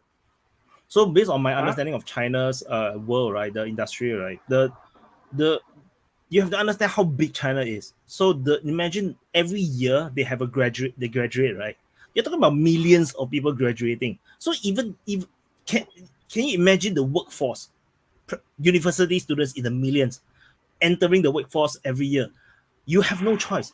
There is even anecdotal incidents of people coming from good schools, very good universities. They have no choice but to go and work as those Uber Eats, something like Uber Eats, but the China version, Grab Food, or the people delivery, those app delivery, food delivery. Some of them they have university degrees, but they cannot find a job. They have to work even this kind of job. And sometimes they do this kind of job, they actually earn more money than they actually work in the office. So the world is a bit different. There is a lot of Italian, French people that finish university and working here in restaurant as a waiter. A lot. I mean, a lot. That's true. That's true. I work in this kind of thing, and these people they finish university in their countries and they are working here. Some of them been working for 5 years. So see this. China, the US is changed. China is the same. So the point is in China. So in China is the same. Because there is not enough jobs. Hard labor. I'm making a separate point. Like, basically, no U.S. citizen and people work. Like, working and hard labor are not one and the same. And in the U.S., like even if you were an African and came to America and opened up an African restaurant, you would probably have Mexicans doing the hard labor for you. Like, I mean, even I go to like Chinese or Indian restaurants, not Chinese, but what the fuck was that? Was it Andrew? No, it's not me. By Kelsey and Presley and is it FCS? Have a great show. Someone's got a background noise, but whatever the case is, I'm making a separate point. I just muted FCS. And working in hard labor that got, and I don't know if any of you are following my point, but saying like in America, basically no American citizen does hard labor. And of the various hard labor, like farming, everyone has food. We have industrialized farming. and even the hard labor on the farm is almost completely done by Hispanics. I guess. I mean, I'm not disagreeing. What's the point beyond that? Yeah, I don't get the point actually, because the we see the collapse. I was making it relate to what would happen with the, what does it mean that America collapses, and it's saying that system collapses where it's saying, well, I'm American, of course I don't do hard labor. I tell you, when you have nothing to eat, you'll work. That's just how it goes. No, you can say that there's no one doing hard labor right now. So if US one day economically collapse, people will work whatever it takes to get the money, because there's no food. Because now what you have is that the country is still rich, or at least you print money. You're able to distribute food, for free. Like Maddie can go do the soup kitchen and deliver food and whatever. When the country is the economy has totally collapsed, like the Great Depression, there's no money to go around. Everybody will do whatever it takes. So everybody will do whatever hard work or hard labor there is. Vaughn was saying, if you're 30 years old and never done hard labor, you have no 40 years old. At what point can you do what it takes? Like, okay, like I'm an old man already. Just like in a 30-year-old person who's never done hard labor, okay, now I got to do what it takes to survive, even though I've never done hard labor. No. There's nothing about the feelings. The feelings is not important, because if you look at Ukraine, now they have no choice. It doesn't matter. You have never gone through military training. Now you're a soldier. You take a gun, you go and sit in the trench. That's how it is. In the field, when you reach that point, like in Ukraine, where you reach that point, you have no choice. You will do whatever it takes. Either that or you die. Or you die. So they will not die. Humans naturally will not choose to die. People are more likely. I mean, Vaughn gave the number like 90%, but I mean, it's saying in a situation like collapse, you're saying that actually the number of people who would just die, God forbid, might be extremely high, because the people who do what it takes, they say, no, we're not capable of doing what it takes. We're not physically capable. We're not mentally capable.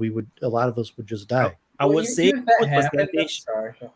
So I would just say a good percentage of the so-called homeless people, they have the capability to work.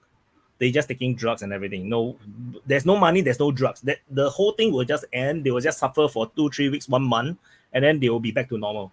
They will be detoxed, and then they will just have to do and work. The people who can't work are the people who are handicapped, mentally handicapped. Of course, these people will be the society will try to support them. But if not, then they will just go hungry and die. That's just how it goes. The same thing in Ukraine. I don't think there is a lot of social support for the people who are suffering, like people who are mentally handicapped or whatever. It's still based on the society. They are trying to protect these people, but some of them still got drafted to go to war and sit in the trench, even if they are mentally handicapped. So I don't think it's good to compare now versus in a chaotic anarchy, situation where I think the world is just different. Like in World War II, Singapore, the people in Singapore, they have no food because the entire trade have stopped after Japan conquered Singapore, and the Japanese also control all the foods. So the villagers, all the Singaporeans who are living, they actually secretly plant sweet potatoes, tapioca in their backyard, and then they just eat tapioca and sweet potato for 2.5 years. That's what they did. So no, you can say that they will not survive a war or something, but people will adapt and then they will find a way. If not, then they just die and life goes on. That's just world history. So I mean, this thing is not special. No, this is happening right now in Yemen, in some parts of Africa. It's not like people will get over. Americans ultimately will be able to get over it. That's what I think. I don't think we should talk like we are going round and round about it there, but there's no end point. Well, because we're resource rich, like Russia, relatively, Americans will lose our luxury. America is still very fertile and resource rich, and the population relatively is not that dense. United States is the only country other than Russia that have the capability to be a superpower all on their own, without colonizing anyone, all on their own, because you guys have USA and Russia have all the resources you need. You have all the farmlands you need. You can feed everyone. You have the technology, the expertise, the military power to be a superpower. Only Russia and United States have this power. Not even China. China cannot, because China cannot feed itself. If they feed themselves, then their food is just rice. They don't have much other ingredients. If they want to eat meat, they need to import grain. They cannot survive on their own. If not, it's just eat rice. That's China, because they do not have enough farmland, and they do not have resources. They don't have oil, so they don't have most of the metals and whatever. So China cannot become a superpower unless they colonize other countries. The British Empire and all the other European empires used to be superpowers is only because they colonize other countries. They have access to all these resources. But once they lose the colony, that's it. But only Russia and United States has the potential to do that. So that's why to say United States will collapse is hard unless it fractures. Once it fractures, then there will be a big problem, because certain resources are in certain spaces. Well, the unifying element to harvest and distribute those resources is what could collapse. You're saying, well, the U.S. theoretically, but the U.S. is made up of millions of people covering huge amount of territory and diverse peoples, and we have a lot of baggage. United States is way more indigenous than what holds it all together. That may collapse. But I don't think so, because Russia is more diverse than United States. United States is actually like you go from one state to state. Largely, the demographic don't change that much. You're talking about like you guys break the demographic in a very simplistic way, like it's white, Latino, blacks, Asian. But if you go to Russia, they are entirely different ethnic groups. They are more diverse and they can hold it together. United States have no problem. The USSR already collapsed. I mean, now you're just talking like the former, the shell, like Russia, that's just a small fraction of what the USSR is. That may collapse. And you're saying, well, the US, I mean, it's still, I think the US, it's just so big, and there's so many structural issues. You have to be more specific of it. So seems like inevitable. David. We are going round about your USA will collapse for a long time. So unless you have to be very specific. What do you mean by collapse? Because now, like I said, my definition of collapse is Libya, is Yemen. That is collapse. The United States is not collapse. Like it's nowhere is ever going to get that point unless there's a civil war. So you have to be very specific. Federal government. I mean that there's a federal government, there's a system, economic and legal system that largely dominates all 50 states, and there's also the dollar.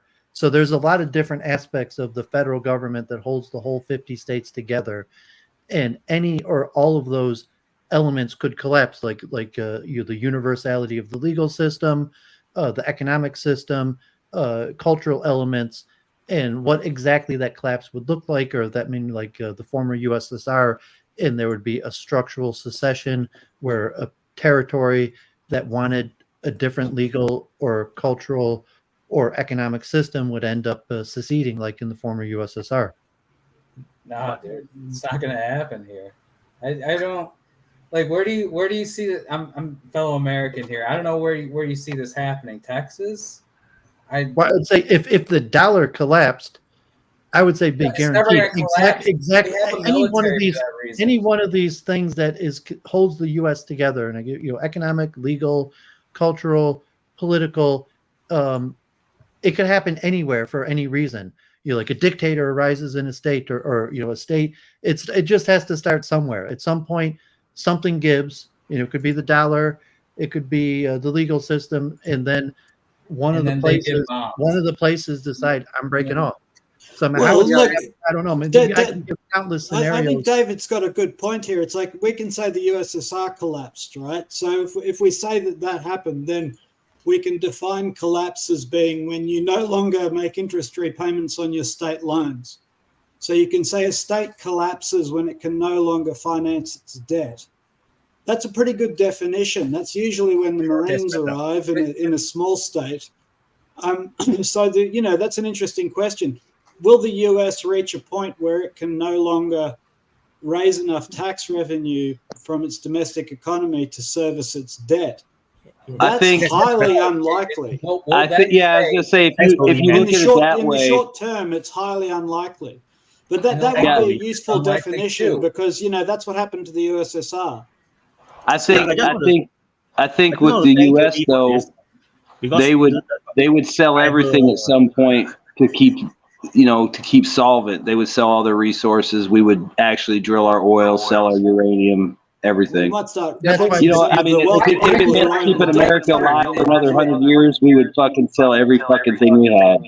But that's why there'd be secession and Hold on, breakup. folks.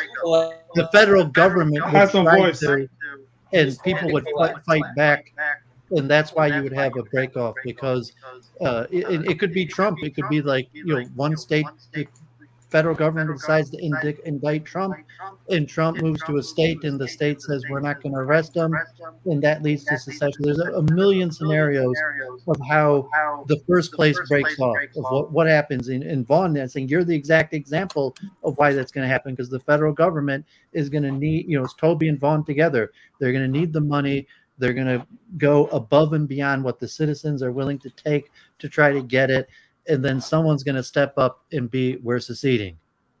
So I was for at putting at least some clarity. What do you mean by collapse? Because we have been talking about collapse for a long time, but we go round and round because nobody can understand what it means by collapse. Like if you say that you cannot pay a debt, there is collapse. That makes sense because that it's just like Sri Lanka. Then we know that. Oh, okay, now we know that's a collapse, but that doesn't destroy the society either. That only collapsed the financial system, the economics, and then they have to fix it. They can still fix it. It's not a collapse of the country per se. The country still stays. So USSR is a different kind of collapse. USSR is like it's like a centralized system that controls multiple countries. So that is like a federal system. That federal system broke and lost control of all the countries. The countries run away and declare independence on their own. So there's a different kind of two-stage. I mean, the federal Russian Confederacy collapsed economically, and then other countries left the Union. And so that but they don't have actually by right they don't have a choice already. Like collapse, who cares that the US collapsed? They couldn't pay their debt, they did something, they printed more money or whatever, but it would be the full, when eventually, Florida, Texas, something, California, something succeeds and they say we're out of here. Yeah. And that's exactly what I say, right? So United States will not collapse. So there's the two levels of collapse. So just the economic system not being able to service the debt, the dollar collapsing that's only half of the puzzle. And that I'm saying, I'm almost certain the federal government will collapse in that way in some sense. But then the question is, does that lead to a dissolvement of the Union, where some state or territory decides to start breaking off, or the federal government, in order to resolve whatever caused the element to collapse? But I mean, it's not going to be that way. It's not going to be that way. We have a system. Predict the future. The entire. Or you say it's not? I mean, all of you would accept it could be that way. Are any of you saying like it's impossible? There's no way that could happen? No, it's because it's without the world dying. No, it's not. It's not possible. I think the world would go on fine. I think if you want to go with like what Toby said, like the marker being like if you can't service your debt, you're a failed state. I think if it ever got to that, the United States would sell every commodity, and to prevent secession, they would tell Texas, drill, baby, drill. Virginia, dig all the coal you want, sell it. They would do whatever they had to do to keep themselves solvent. And that would include allowing states to apparently have this freedom to exploit their resources to the maximum. That's what you have like 2024. So the economic collapse I could see being put off for literally hundreds of years. Yeah, but there is no state to say they're going to do that. It could be Trump is the perfect example. They try to throw him in prison, and Trump leads a state in secession. Yeah, and enough of the military go with Trump. Yeah. This exactly comes back to what I said. The only way United States can collapse is when it breaks apart. If it disintegrates, then that's a collapse. Without disintegration, United States as a whole is impossible to collapse, because Joshua said, if there's a need, there's really a strong problem. US will just use their military. You spend so much money on the military for what? You just raid Venezuela, take all the oil. I mean, think about it. They would get Kentucky to play ball if they told us, hey, you guys can open all the fucking coal mines you want, blow all the mountaintops you want, sell that shit. We wouldn't leave. Why would we leave a good deal like that? We get to do what we want. Let me just, example that I gave, that they decide to arrest Trump and put him in prison. Yeah. Disqualify him from the election and coupled with that, let's say the dollar, that's inflation goes rampant and they can't service the debt, that someone like Trump could that doesn't seek matter. refuge in a state, Florida, Texas, or even a combination of the southern states, Florida, Texas, Louisiana, that belt, and succeed. And that the enough of the government and the military, there would not be a unified military to put a civil war to prevent Texas and Florida. Yeah. So that's 100% that's already collapsed. 100% that is already collapsed. Like I said, the moment United States disintegrate, that's a collapse. There is no other ways to put it, because the only way you can bring it back together is a civil war. You asked for a scenario. I gave you an exact possibility, and that could happen. But next year. That's exactly what I told you an right, hour ago. From your perspective in Singapore, is what I said conceivable that you could see even next year what I said happening in the U.S. No, so that I say, as United States as a whole, is very hard to collapse unless it breaks apart into multiple countries. Well, I just gave you a scenario that could happen next year. Yeah, well, I don't think so. It's pretty far-fetched, because America is not some monarchy or an empire with an emperor. It's the United States, and it has a political economy with certain features. And the idea that a president is going to take refuge in a state and then get the support of the state Senate to then secede from the Union, that's really, really weird. Like, you'd have to explain how that would work economically, because what state is going to detach itself from the federal system and survive economically? It would be suicide. And all of the billionaires in that state who send their senators to Washington would be keenly aware of that. And I don't see anybody willing to take that kind of bullet for Not Trump. just that. Trump is just a media aspect as well. personality. He's not. He doesn't actually hold any power in the U.S. I mean, the U.S. Even that- presidency is not powerful. It's not a powerful. So I want to add on that. A Republican president who in all likelihood is going to be charged with a crime and put in prison. No. But the thing is, easy to say that the states will succeed. It's easy to say the states will succeed. But problem is, who decides the state is going to succeed?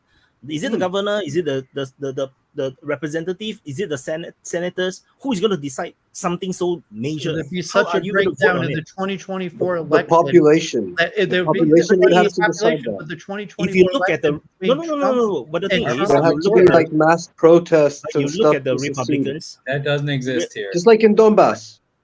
We Just like don't in have Donbass. Donbass here in America. We don't have. That will never happen here. Okay, I mean that's Yeah, your or any fantasy. place, like- that's what they said in Russia. Like, God forbid, like Yeah, because they have very distinct, like, multi-generational ethnic ties.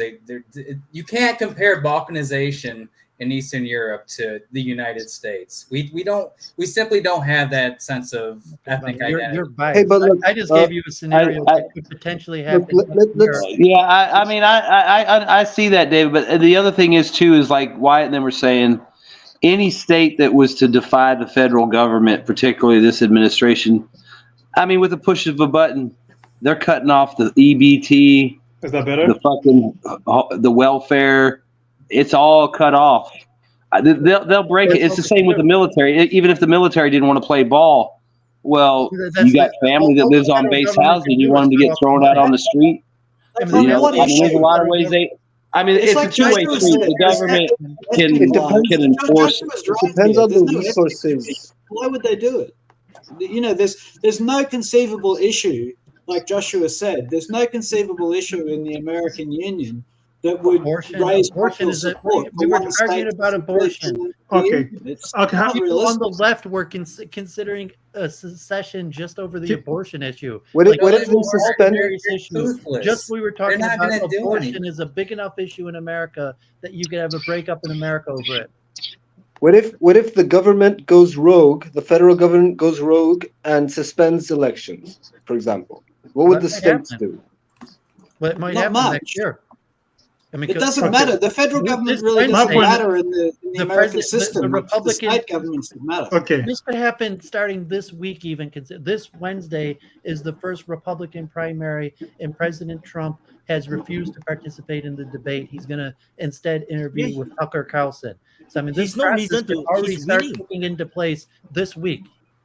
No, what's the reason of what is the purpose of a debate? The debate is the purpose is that to show the world or show the population that you are good enough to run. He has already most of the support. He don't need to do any debates and will still win the election. For at least wins the primary. Has no problem with that. So that's the reason why he don't. This is unprecedented. It's going to happen this Wednesday. My point is this, though. To back up what David is saying. A few years ago in Oregon, a bunch of people from all around America gathered to challenge the federal government. That guy have less following than Trump, have less authority than Trump, and have less reason than Trump. And people showed up, and one person ended up getting murdered. So what he's saying may sound crazy, but if Texas is crazy enough to back Trump in his "oh, I'm not going to jail" movement, that could be some problem.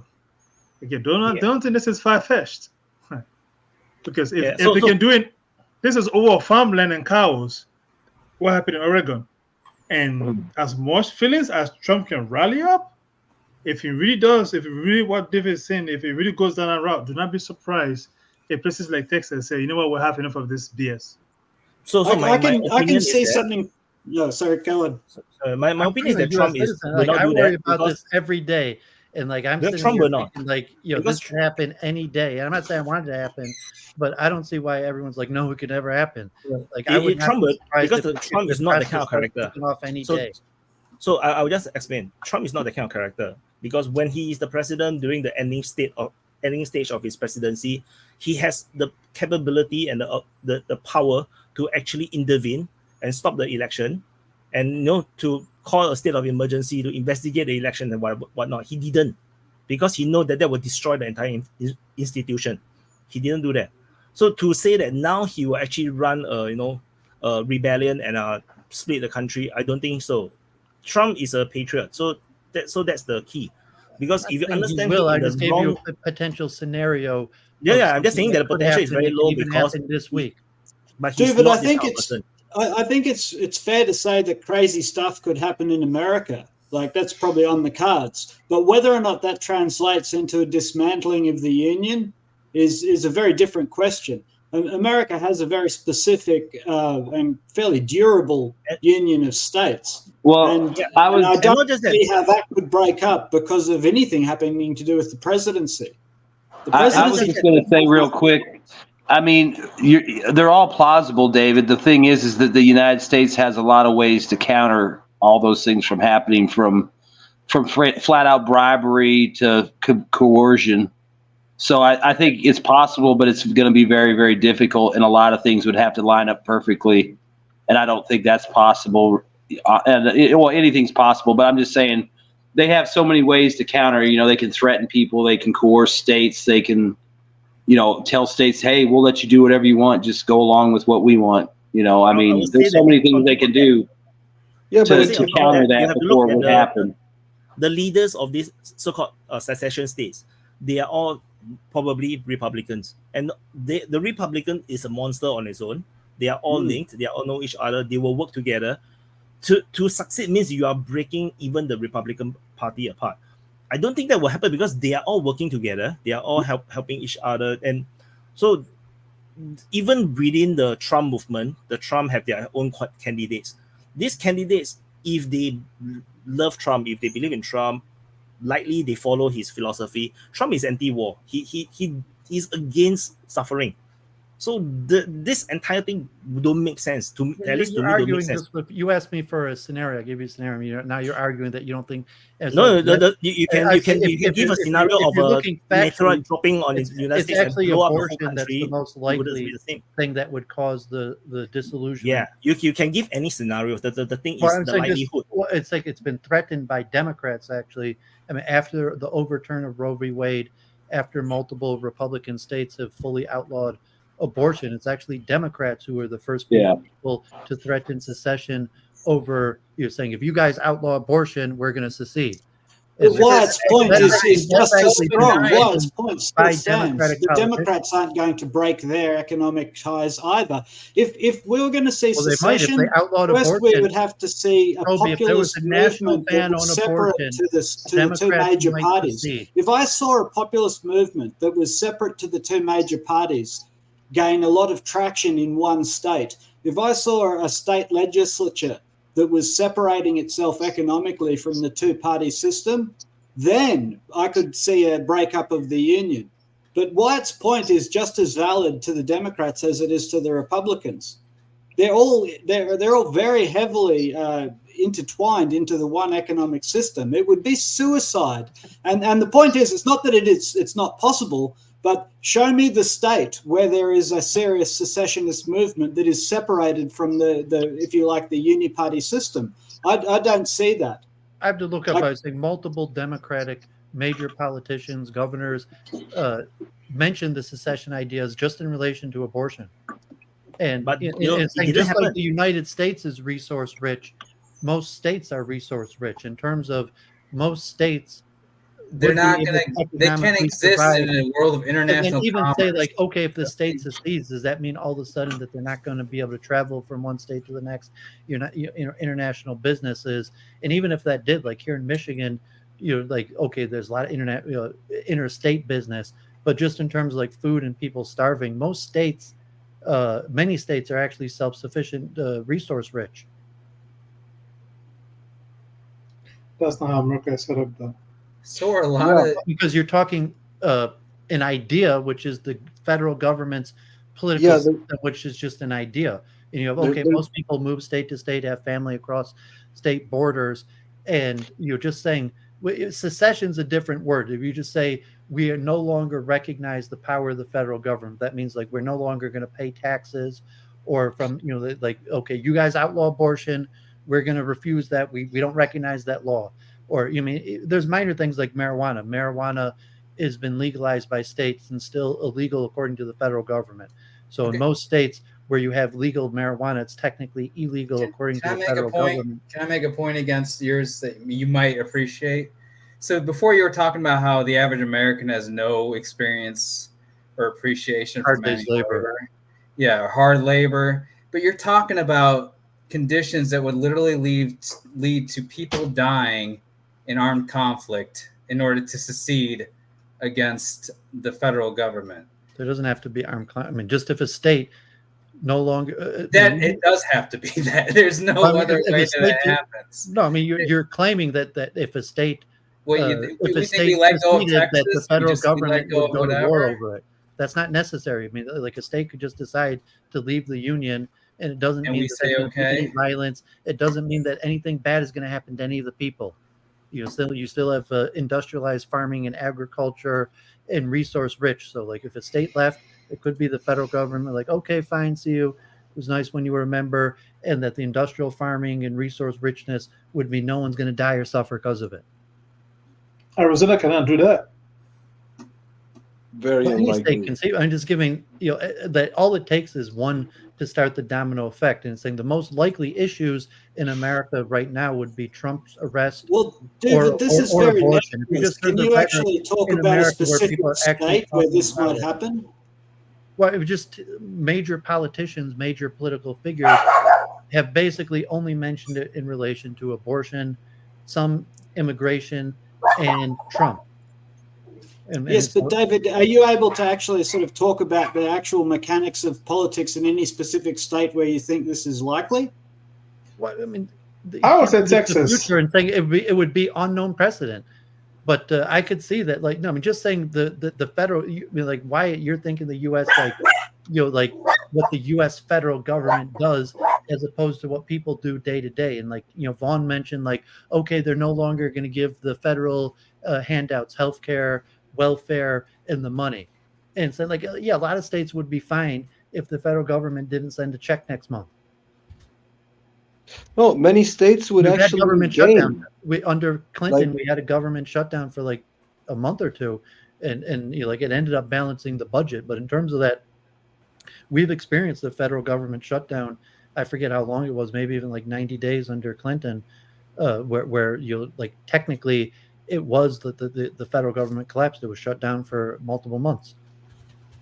I'm sure there's plenty states that actually give more to the union than what they receive from, like, of course, trade and all. California is one of them. But there's more resource-rich states and less resource-rich, and more economically rich states and less economically rich. But like an interesting precedent for me is like as a comparison of resource-rich nation that sort of fell apart is the Soviet Union, and I think there's a lot of like political stability involved because, for example, the Soviet Union received like the greatest landmass army ever in history, and it was devastated, and it survived, and it was in a very precarious state by when that happened, and it survived, you know. But then in the 90s, I mean in the late 80s, it fell apart without like an obvious threat, you know. It was like more like a sort of siege, economical siege, and it fell apart. And so, yeah, like a rich country might fall apart if it has like the wrong political leadership and social stability. I don't know, the states might never fall apart, maybe they do, but say they isolate themselves further from their own allies, just harming dwindling. them, They're dwindling. and the government Power. keeps on doing wacky shit, like super wacky shit that pisses off the population, and the population starts revolting, and so then states need to contain their population, and some go along with them, and like the infrastructure start collapsing. Basically, the social infrastructure The starts United collapsing. States very similar to Roman Empire. It's slowly, gradually dwindling. It's not going to just drastically just go off just like that. It just in the very systematic way, declining. I think you guys are undermining human ability to cause havoc. Like when the first president was, like when Liberia president was murdered, nobody was expected it. Well, that assassination, the country was peaceful, things was going normal. Next thing you look, that's a dead president being chopped up in the mansions. He want to be very destructive. You mean you shouldn't have a call as to be a movement or some other things already in the background happening. Doesn't have to happen. Whatever happened, that assassination was spontaneous. Well, after all this WikiLeaks document, the U.S. government knew about it, but it was not planned for months and months and months. He saw an opportunity, he took it. So do not undermine human ability to fuck shit up. We can. Yeah, but America is not as of course, unstable it's not as Liberia. That's what we I'm might gonna say. talk about like how unstable NATO is. I can see NATO breaking up, or the Okay. OECD group of states breaking up due to the pressures from BRICS. Like that to me is a way more interesting debate in the global context. You know, can America lose influence in NATO? Is Europe going to break up NATO because it sees NATO as an obstacle to its interests? Well, no, that's exactly I think that's the broader argument is we have this military for a reason, and it's going to combat that aspect at every opportunity it possibly can. Hegemony. And this is why I tell everyone, like, get ready for the multipolar world, but get ready for U.S. and NATO to go full thrust off, like imperial UK Navy shit. Like, this is what we're gonna do. It's gonna be the future of it. Nishka, you need to turn off the speaker. This is why I tell everyone, like, get ready for the multipolar world, but get ready for U.S. and NATO to go full thrust off, like imperial UK. Yeah, she's blocking the earphone. I mute her first. Okay. And I think I'm expecting the keep on backlash. running circles, but I think it could happen. I actually think it's reasonably likely to happen in the 2024 election, but we can't predict the future. And it seems interesting that I'm gonna fix my just how different people have certainty or uncertainty. Some people are like, I can see the U.S. collapsing, and others are just stressing that it can't happen. Well, I think this involves a more militant angle than you think it does involve. But to answer, people are willing to kill each other. Joshua. I don't see, like, in fact, I mean, the U.S. Army is not supposed to go against its own citizen, even like people are willing to kill against secession. I don't even know if that'd be an issue. Like if I'm laughing in Latin American. Like, I don't imagine the U.S. I want to hear whether it's the feedback or not.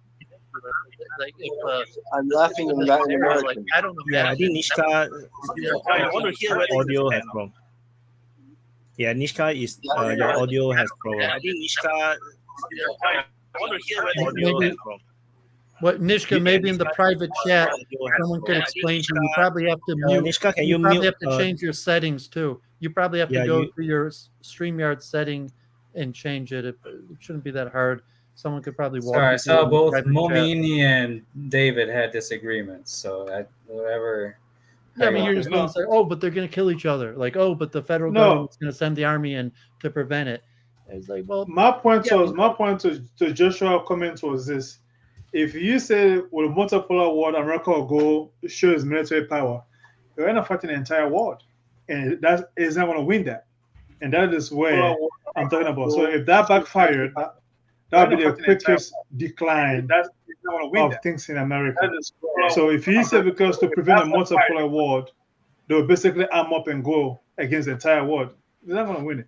Wait. So you think if we did that, the U.S. would collapse from a multipolar war? No. Oh, sorry, I misheard. So if the U.S. was to go on the global invasion, basically to prevent a multipolar war from happening, as you mentioned earlier, or maybe I misunderstood you.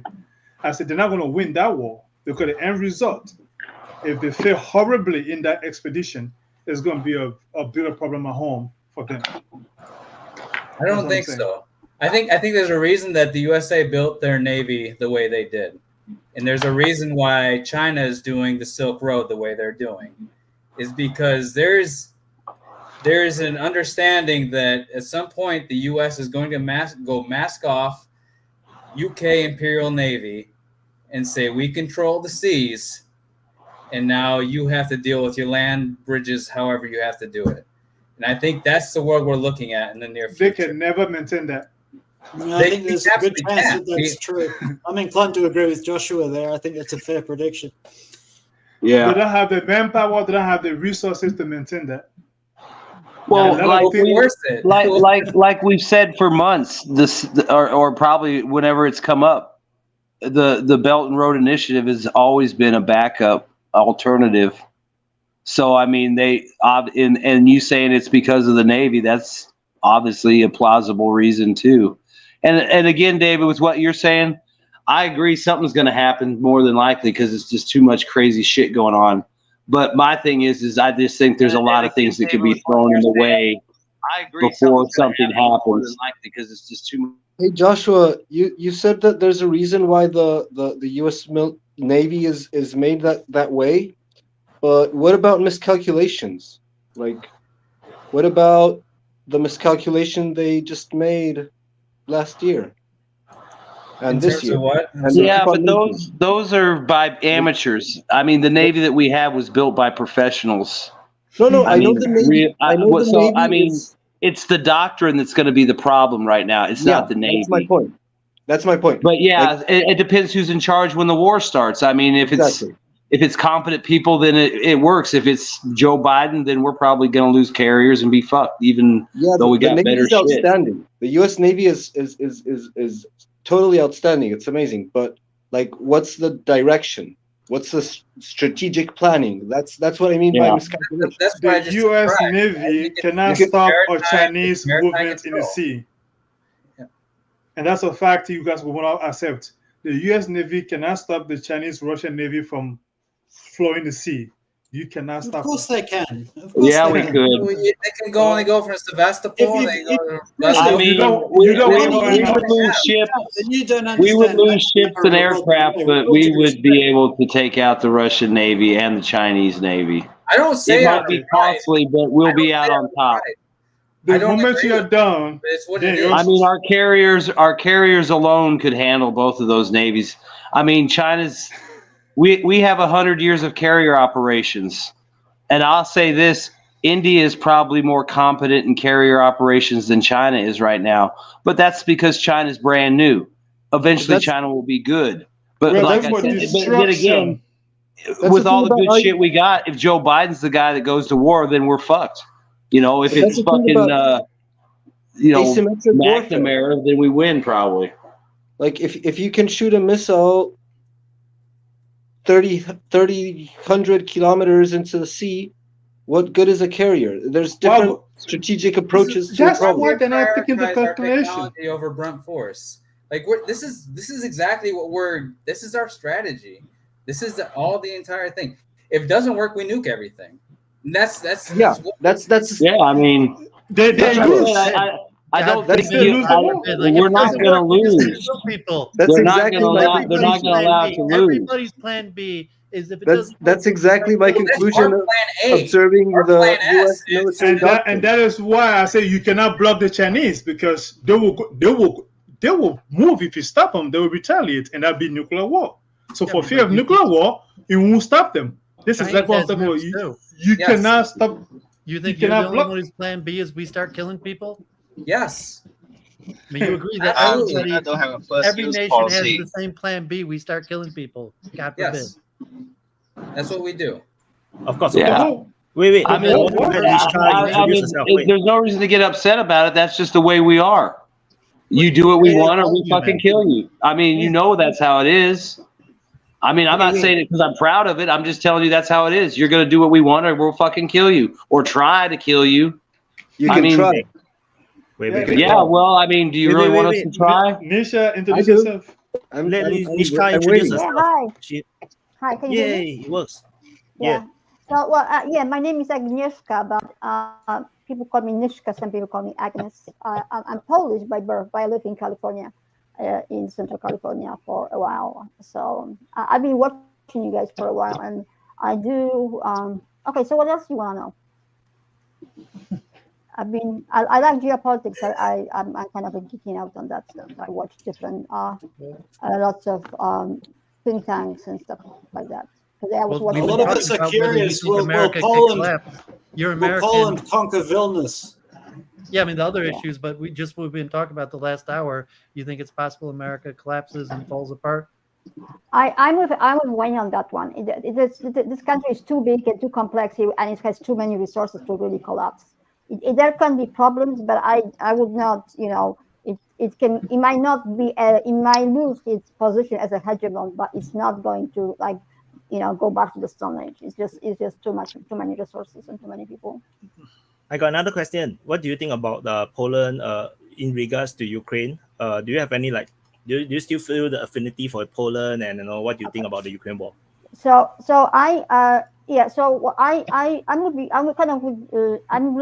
okay. So what happened was that right before the war started, I kind of did a refresher. I watched John Mishheimer. So when the war started, before it started, I was just mad at them. They are going to cause the war, because I knew that was going to happen. That there is going to be so many things they can do. So I was really pissed off. From a Mishheimer position, that it is, and then when it started, I could see that there was a kind of astonishment here in America, like, how dare they? It was like that somebody actually stood up. Nobody actually thought that was going to happen. And the moment, and when the war started, everybody started making up stuff like how the Russians cannot untie their shoelaces, how making all this kind of all this propaganda that in New York Times stop being readable, basically. You cannot even read that stuff. Or CNN, they're just all insane. So I last week I actually was kind of, because everybody talks about Poland and how insane everybody there is. So I kind of went and watched some shows to kind of see how they are, and they're actually not the war. You cannot win the war with the Russians. That's pretty much the consensus. That they know that the war militarily is impossible to win. Ironically, and so it's kind of like, maybe we just got played as also. That kind of was a mood, you know what I mean? So I think there's a lot more skepticism in the population than the media and what the people should talk about. One thing which is interesting, the son of Zbigniew Brzezinski, which kind of was one of the architects of that whole, of Afghanistan, of baiting Soviet Union to go into Afghanistan. His son right now is an ambassador to Poland. He arrived right before the invasion of Russia. He was nominated and arrived in January, and the invasion. Russia entered Ukraine in February, and I think that he is very involved. I can tell. So, and I think the biggest one, the two things that that kind of was shocked about this whole situation.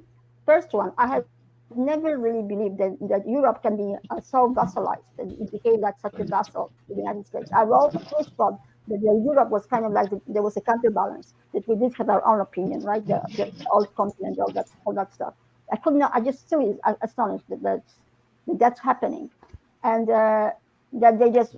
And it's ironically, like in those Eastern European countries, that everybody was like so gung-ho for freedom from Soviet Union, and then just give it away to them Americans. So it's, I think some people are kind of still getting they're not stupid. So they know that they kind of maybe they overplayed that dependence on America, that is not for free.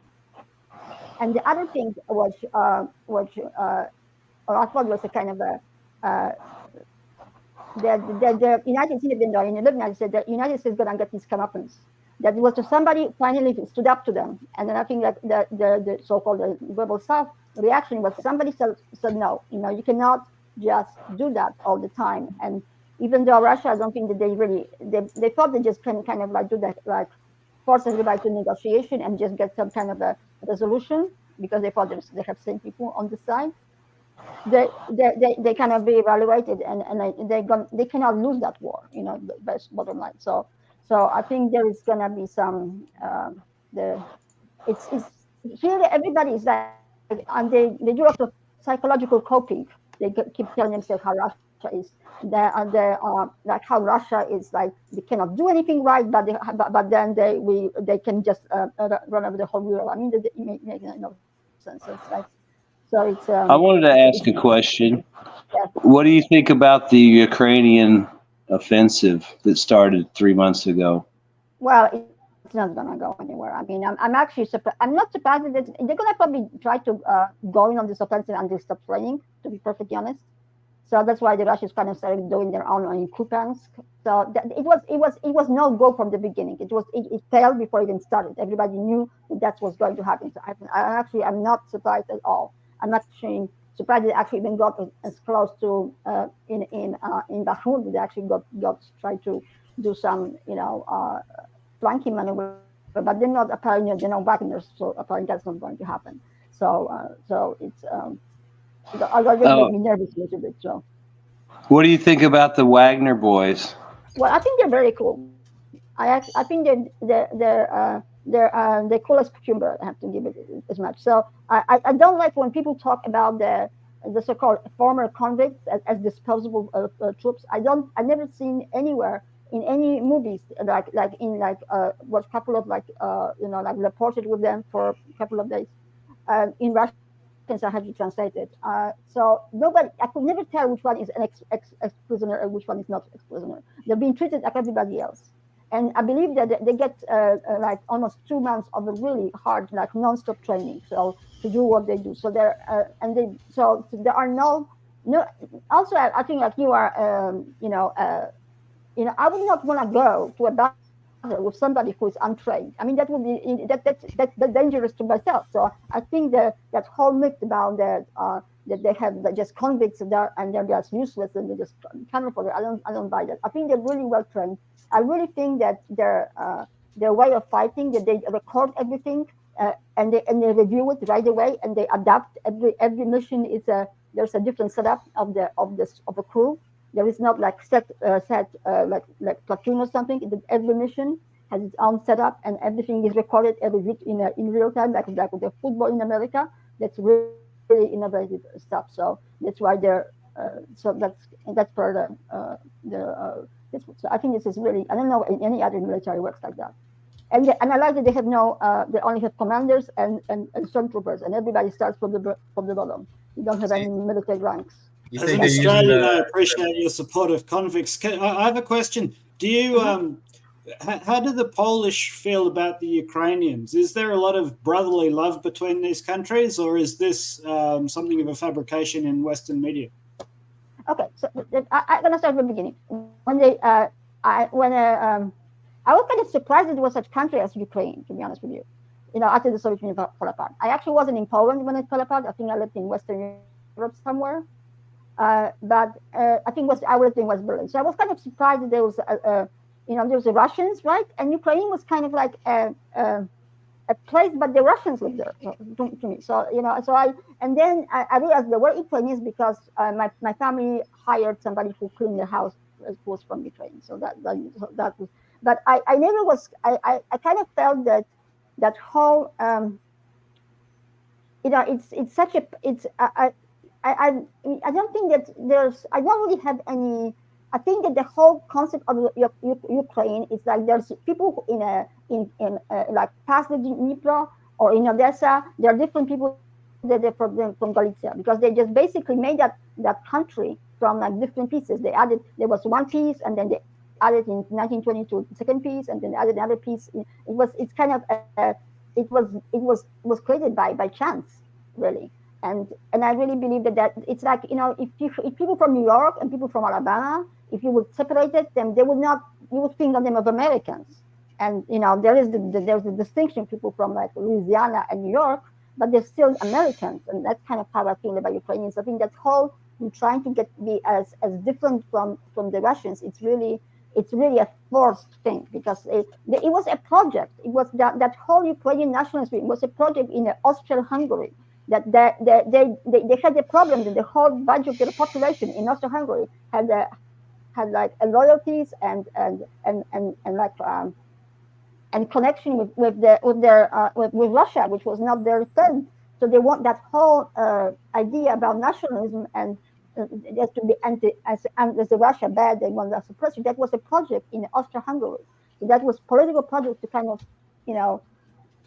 to create some kind of not to have the population in your own periphery to be to kind of be loyal to somebody who to the other great power on your border. So that's what. Well, for sure, Ukraine was created by the Soviet Union after the Second World War. The reason I asked about Poland was because there's a lot of feeling that the territories west of Kiev, including Lvov, were historically Polish land. Well, I really don't feel that anybody, we have also, Vilna was also Poland. So, so I don't think anybody in Poland, to be honest with you, it feels really strongly about it. I read a newspaper about a week ago, and they were crying that, but at the same time, that kind of one protects too much.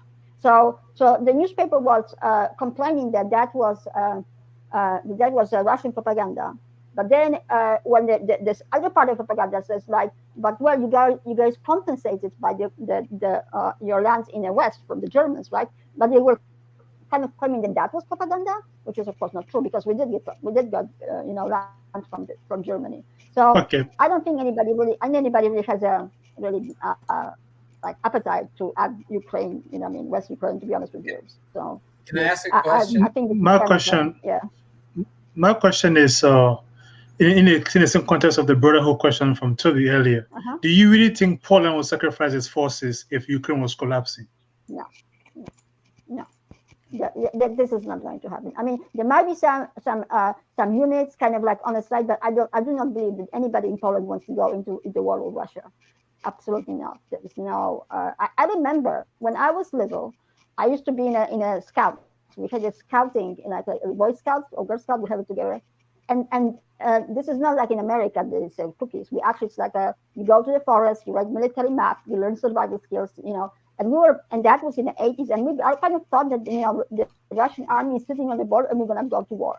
And everybody was kind of taught how to go undercover and on the ground and how to survive in the forest and do kind of guerrilla stuff. So, but it didn't happen. And nobody has appetite for that. So, what about if it, what if it brought peace? What if the deal on the table was that if Poland moved into Lvov and it protected those people and it brought peace? So if it was a deal done with Russia, because that would bring those people into the European Union, it would bring them peace. And so Poland could actually save all of those poor people in Western Ukraine.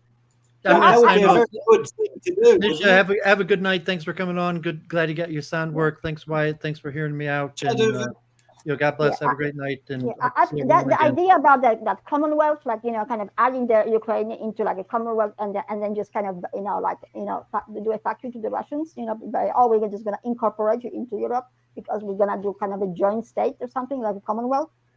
That occurred to me from the beginning, but I don't think that's going to be really doable. Like right now, the mood in Poland is not as gung ho for that. The income difference, it's like the GDP is it's a 5 times higher in Poland than it's in Ukraine. And that was before the war. So it would be a huge burden, and with Germany collapsing and digitalizing, that would be really not a good idea. So I think that Poland, maybe, I think there are some smart people there, but there's kind of like the only people, and the reason why this is kind of like some people think about it, because the party in power right now, its support, it comes from that part of a country which borders Ukraine. There's kind of their base. So for them, it will be an extension of their base, in a way, like a rural, kind of conservative rural part. But so from what I can tell, they're gonna get voted out of office because everybody got enough of their shenanigans. So it actually would take like a lot of reconstruction money to help Poland carry the burden. Like Poland probably couldn't afford to take it on unless they had a lot of reconstruction money assisting them to rebuild Western Ukraine. I don't think that already the Polish are complaining about Ukrainization of the society. I mean, it is too much too fast. I mean, it's like, and which is ironic because we really did not have such a good relationship with them. Ukrainians will be usually peasants. On top of them, which were Orthodox. On top of them, there was a Polish like upper classes that owned the land and tend to mistreat them. So that was never like a happy relationship. So they retain their orthodoxy, so, and with the Catholic, land owning classes, and that lasted for a while until the state disintegrated and the Russia came over and it absorbed them. So they are not. This is, I mean, East Ukraine maybe, but I don't think we let them be themselves. They're too crazy, to be honest with you. So, but a lot of those nationalists are dead now, so there's that. Right. Yeah, but I think it's better that they have their own state and do their own crazy stuff. I mean, I was astonished because when at first the war started, and there was lots of people coming up to, like, on TV and stuff, they were like from their parliament, and they were all really, really young. So I looked into that, and apparently what happened was they didn't just capture like a president. When Zelensky got elected and he came into office, the first thing he did, he dissolved the parliament and he called a new election for a new parliament. And 80% of people who got elected in the new parliament never served in any elected office, and they all came from NGOs or working for Western companies. So they basically like created a new parliament of everybody everybody was under 40. You know what I mean? So they just basically like they get rid of everybody who was ever in politics or was over 35, and they just brought everybody from everybody else. It was just like, and then I understood. It was a great triumph of democracy. Right. I have a couple questions, if you don't mind, just from a Polish perspective. First of all, how representative do you think your view is of most Polish people? I don't think that they have as realistic view as I do on a war. However, I watched some shows last week, and when they were bringing their military specialist, the guy sounded like McGregor, almost. You know, I mean, or maybe he wasn't as enthusiastic as McGregor, but he was like, you know what, even if we bring their planes, it's not going to make any difference. They have air defense. You know what I mean? Mm-hmm. So the people who are on the ground, and they do realize what the Russian army capacities are. They do realize that they had a year and a half to modernize and to get their whatever wasn't working, now it's working. And that's actually what the Russians saying themselves. When I was listening to the Russians with attitude, they said they finally right now everything gotten to the point that they got their the things are working right now. It took them that long to actually get their produce whatever they need to produce. And right now, the whole thing is sharing about. I think that the society is not as it's not as sold on a political maneuvering, on absorbing Ukrainian into Poland. I think they're not really sold on that. Yeah, no. And I think everybody's realizing that Still some work to do there. I think that they're realizing that they maybe not made the right bet. I don't know how they, they passed some ridiculous laws about being like a Russian spy. So basically, any kind of trying to crack down on dissent. So it's. So, I guess my big thing is, I listen. That Craig guy, he wasn't here tonight, was he? But I listened to him. Didn't see him. He's super smart, and I listened to him a lot. But he had a theory, and I'm increasingly empathetic to it, that pretty much this entire thing is for both sides to drive the conditions to where regular Ukrainians in the army kind of schism against the Banderite, neo-Nazi, whatever element of it. And that's kind of what the objective is at that point. So do you think Poland would more tolerate some schism to where I think it's inevitable, where Russia pushes Ukraine pretty much into Western Ukraine? That's all that exists of Ukraine anymore. Well, I think nobody. I think at this point nobody really wants to go beyond the Dnieper. On the east side of the thing. So and I think that I don't know. It's kind. The whole thing is gonna not be decided in Europe. It's gonna be decided by the Washington. So whoever, and the timetable of that, I agree that there can be some kind of a schism in the army. The Banderites and Banderites. It's not even that the nationalists and non-nationalists. Ukrainians, the reason why they keep catching everybody on the street is because they did not do a census in 2001. So they do not have databases where people live. So that's why they like everybody from like municipal services or policemen, because those people they have phone numbers for, right? So they grab the name, but everybody else they just don't have databases. That's why it's easier to get somebody from a club than to find them on paper. So. And they have been really recruiting people or dragging people, the Russian-speaking ones. They like to, for them these are disposable ones. I think there is the ones who are Russian-speaking and the ones who are like territorial defense, whatever. They have no appetite for that war. I mean, you can see that they keep surrendering in small batches here and there all the time.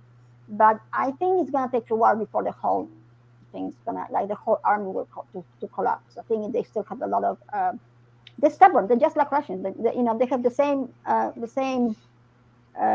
mindset. They like the Russians say, we are fighting ourselves. So this is like they're just as stubborn. So we'll see. It's so I think they have a lot. These people can take a lot of pain.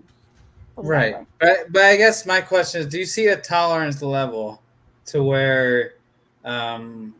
Like if it were to be where Poland had to live next to kind of the standing Ukrainian government that is more nationalist, putting it very mildly oriented, or if they can ever get more secular or there has been a little bit of outrage about, because there was this there was SS Galicia, which were like a part of the German SS, and then there was a nationalistic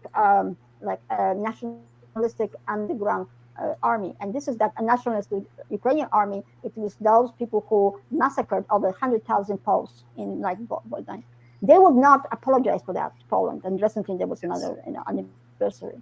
And that people, they're like, hello, this is like, and so there's kind of a fiction that they really do not want to go back. These are their heroes because they don't really have kind of like their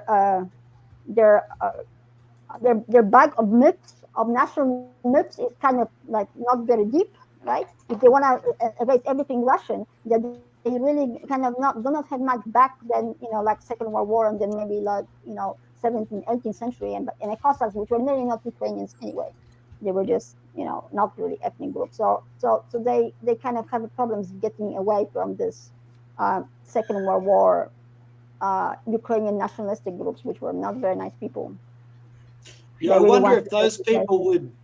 I wonder if those nationalists who are anti-Polish would actually become a friendly client state of Russia rather than give up Lvov to Poland. And if that's the case, I wonder if they're an obstacle to a peaceful settlement. Well, I think they'd be both. I think that these people would not want to join Poland or be. Right now it's already like that. And once the war is over, the friendship is over. So this is that friendship and that cooperation is really manufactured because that's what works for NATO. Because that's what America just made them bastards of them, and nobody can say anything. So basically that's what's driving it. Uncle Sam says this and says jump and how high. So and right now I think until Europeans figure out how to deal with the Americans and get themselves away from this paranoia that Russia is going to obliterate Europe and make them into slaves, because they have nobody wants to do that. So they in this psychosis that they're gonna be like Mongol hordes gonna just run through the Europe and everything's gonna be destroyed if they stop listening to the Americans and do everything they want. Because it's completely fabricated fear. Russians have they don't want to conquer Europe. They go there for coffee or buy clothes, but they're not gonna. Nobody wants to conquer them, and they have that paranoia that somebody wants to take their life. I also wonder about German-Polish relations, because obviously Germany might not like the idea that Poland expands. Because Poland could well expand into Lvov quite peacefully, and the people there want to be in the European Union. So I actually think that leaving out the nationalists, a lot of people would be really welcoming of that. A lot of poll data showed that. But the people who might not be happy with that is Germany, because then Poland might become the US focus of NATO in Europe. It would be a very large economy. Poland has been growing economically for the last 20 years, very impressively. So I wonder if there's a friction between Germany and Poland at the moment. Yeah, I think that's great. You're right. So the German, you're correct. The German reaction to this idea, plotting that Poland's going to get their land from the east side back, they say, okay, so since you're getting, you were compensated for the land with this land, so can we have our back? So it was exactly that kind of that is not going to happen. I do not believe, First of all, it really doesn't make any sense nowadays because there's really no borders right now. So it is really kind of it doesn't, it's economically, it really doesn't make in any sense, to be honest with you. To this kind of a swap. Everybody got. Maybe Germany will get Kaliningrad back as a consolation prize. That is not going to happen. It actually does make sense, though. Moscow gets Kiev. Everyone goes home happy. That would require Russia to lose the war, which is not going to happen. So no.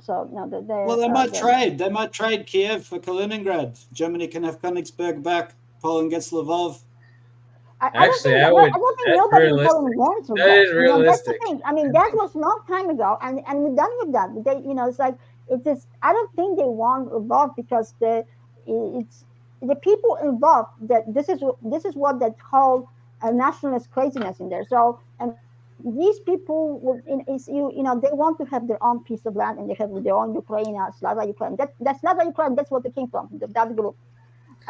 So it is better to have them cordon sanitaire from them. Sanitaire. Just you stay there and you do your zoo and do your neo-pagan fascist things and then we don't have to worry about you. I don't think that there is any appetite for them. It would be too complicated. I mean, you can do the Commonwealth if we will speak the same language and we want to be. Well, what you're saying is true though too.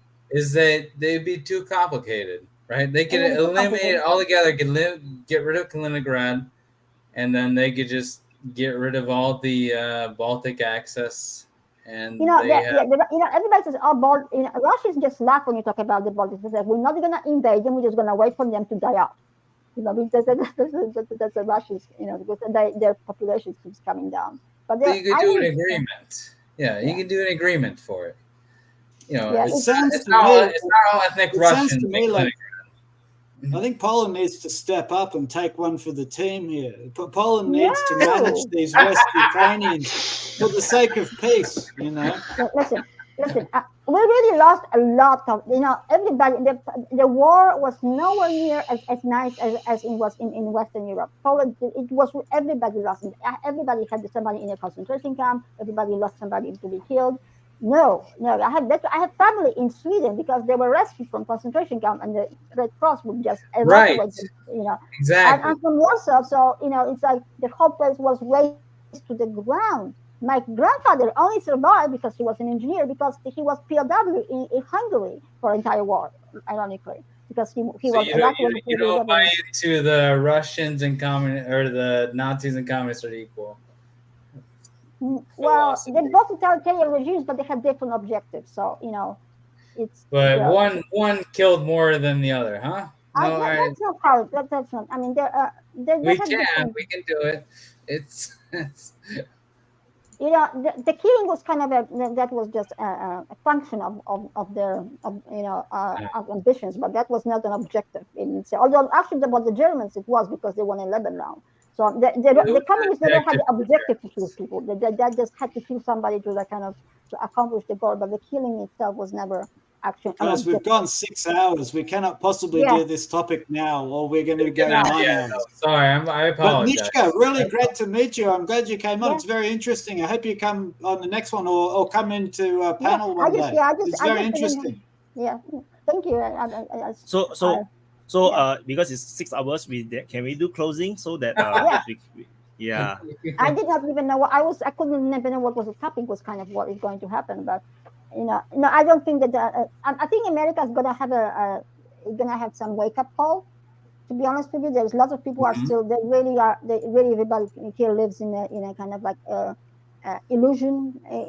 They cannot. It was not so long ago that I could not. It was very hard to fathom that America is not number one. This is going to be that's just like the mental construct that is just hard to digest. But so that's kind of like they have to get into that point that they're not the hegemon, because they talk and they write and they think that they're invincible, that their army never is going, they can just obliterate anything when this is not true. Like the fleet, their carriers, they're just like targets for the missiles, and they will not ever win a land war with the Russians. They don't have enough army. So just they just everybody the Democrats lost their mind, right? They're dismantling the whole democratic system here, basically. So there's gonna be some trouble here. So is that the closing, or we haven't started the closing? I will throw my closing in here. I would really like to see the killing end. I think it is disgusting and pointless. And I would really like to see all the Ukrainians who want to be in the EU get into the EU. And if that means that Poland takes over custody, then I don't see that that's a bad thing.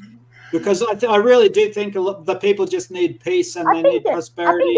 I think the Russian. I think that all the others that want to be part of the Russian Federation, I see nothing wrong with being a Ukrainian Russian. There's so many ethnicities in Russia, so many nationalities.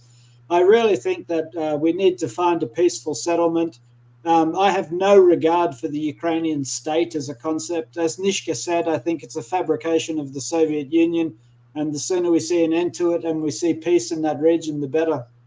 So that's my closing. Thanks, Wyatt. It was a good panel. Yeah. Okay, FCS. Yeah, man. Again, as always, learn a lot. And Nishka, nice meeting you. I hope to see you more. Yeah, and again, and first time meeting Joshua also, and nice meeting you all. Yeah. Okay. Okay. Thanks, FCS. Bye. Joshua, closing. Okay, I will give it to Nishka. No. I think I said my piece. You said everything. Yeah. I will say that half the reason I've stayed off these debates because all of us are centered in Africa, and I appreciate the African voices, and there's nothing. I think what's happening in Niger, the whole Sahel thing. I think that this is so ironic. The Americans stopped the whole Sahel have to do democracy and have to do the have to stood up for themselves, right? They absorbed all the teachings, correct teachings of Americans, so now they're practicing it. So this is just, Yeah, American democracy. And people, Africa's been saying it for a while, and people have been like, oh, what does that mean? But it means literally American democracy. But they do teach how to democracy is about self-respect. You have your own rights. Everybody has rights. Everybody. Democracy in its term is the people have power or people have voice. That's the literal interpretation of it. So you can't assume that just because you can go to a ballot box that you have democracy. That's not how it fucking works. It has to be the sorry, child. Didn't mean the cursing. You can't just assume that just because you go to a ballot box that means that the people's voices are represented. We have an African man here. He can. In America, there's a disconnect. What the elites do after they get elected and what people want them to do is there's a huge. Yeah, and it's no wonder that militaries sometimes represent the people's interest more. So, but at the end of the day. At the end of the day, I'm sorry for all of this. I hate all of the loss of human life. I wish it all would stop immediately. I was so mad when that was happening because I knew that they're gonna, why they're gonna cause the war. They were just like, oh no, NATO is not negotiable. You bloody morons. I mean, just like it's just hubris. It's just hubris. It's just like.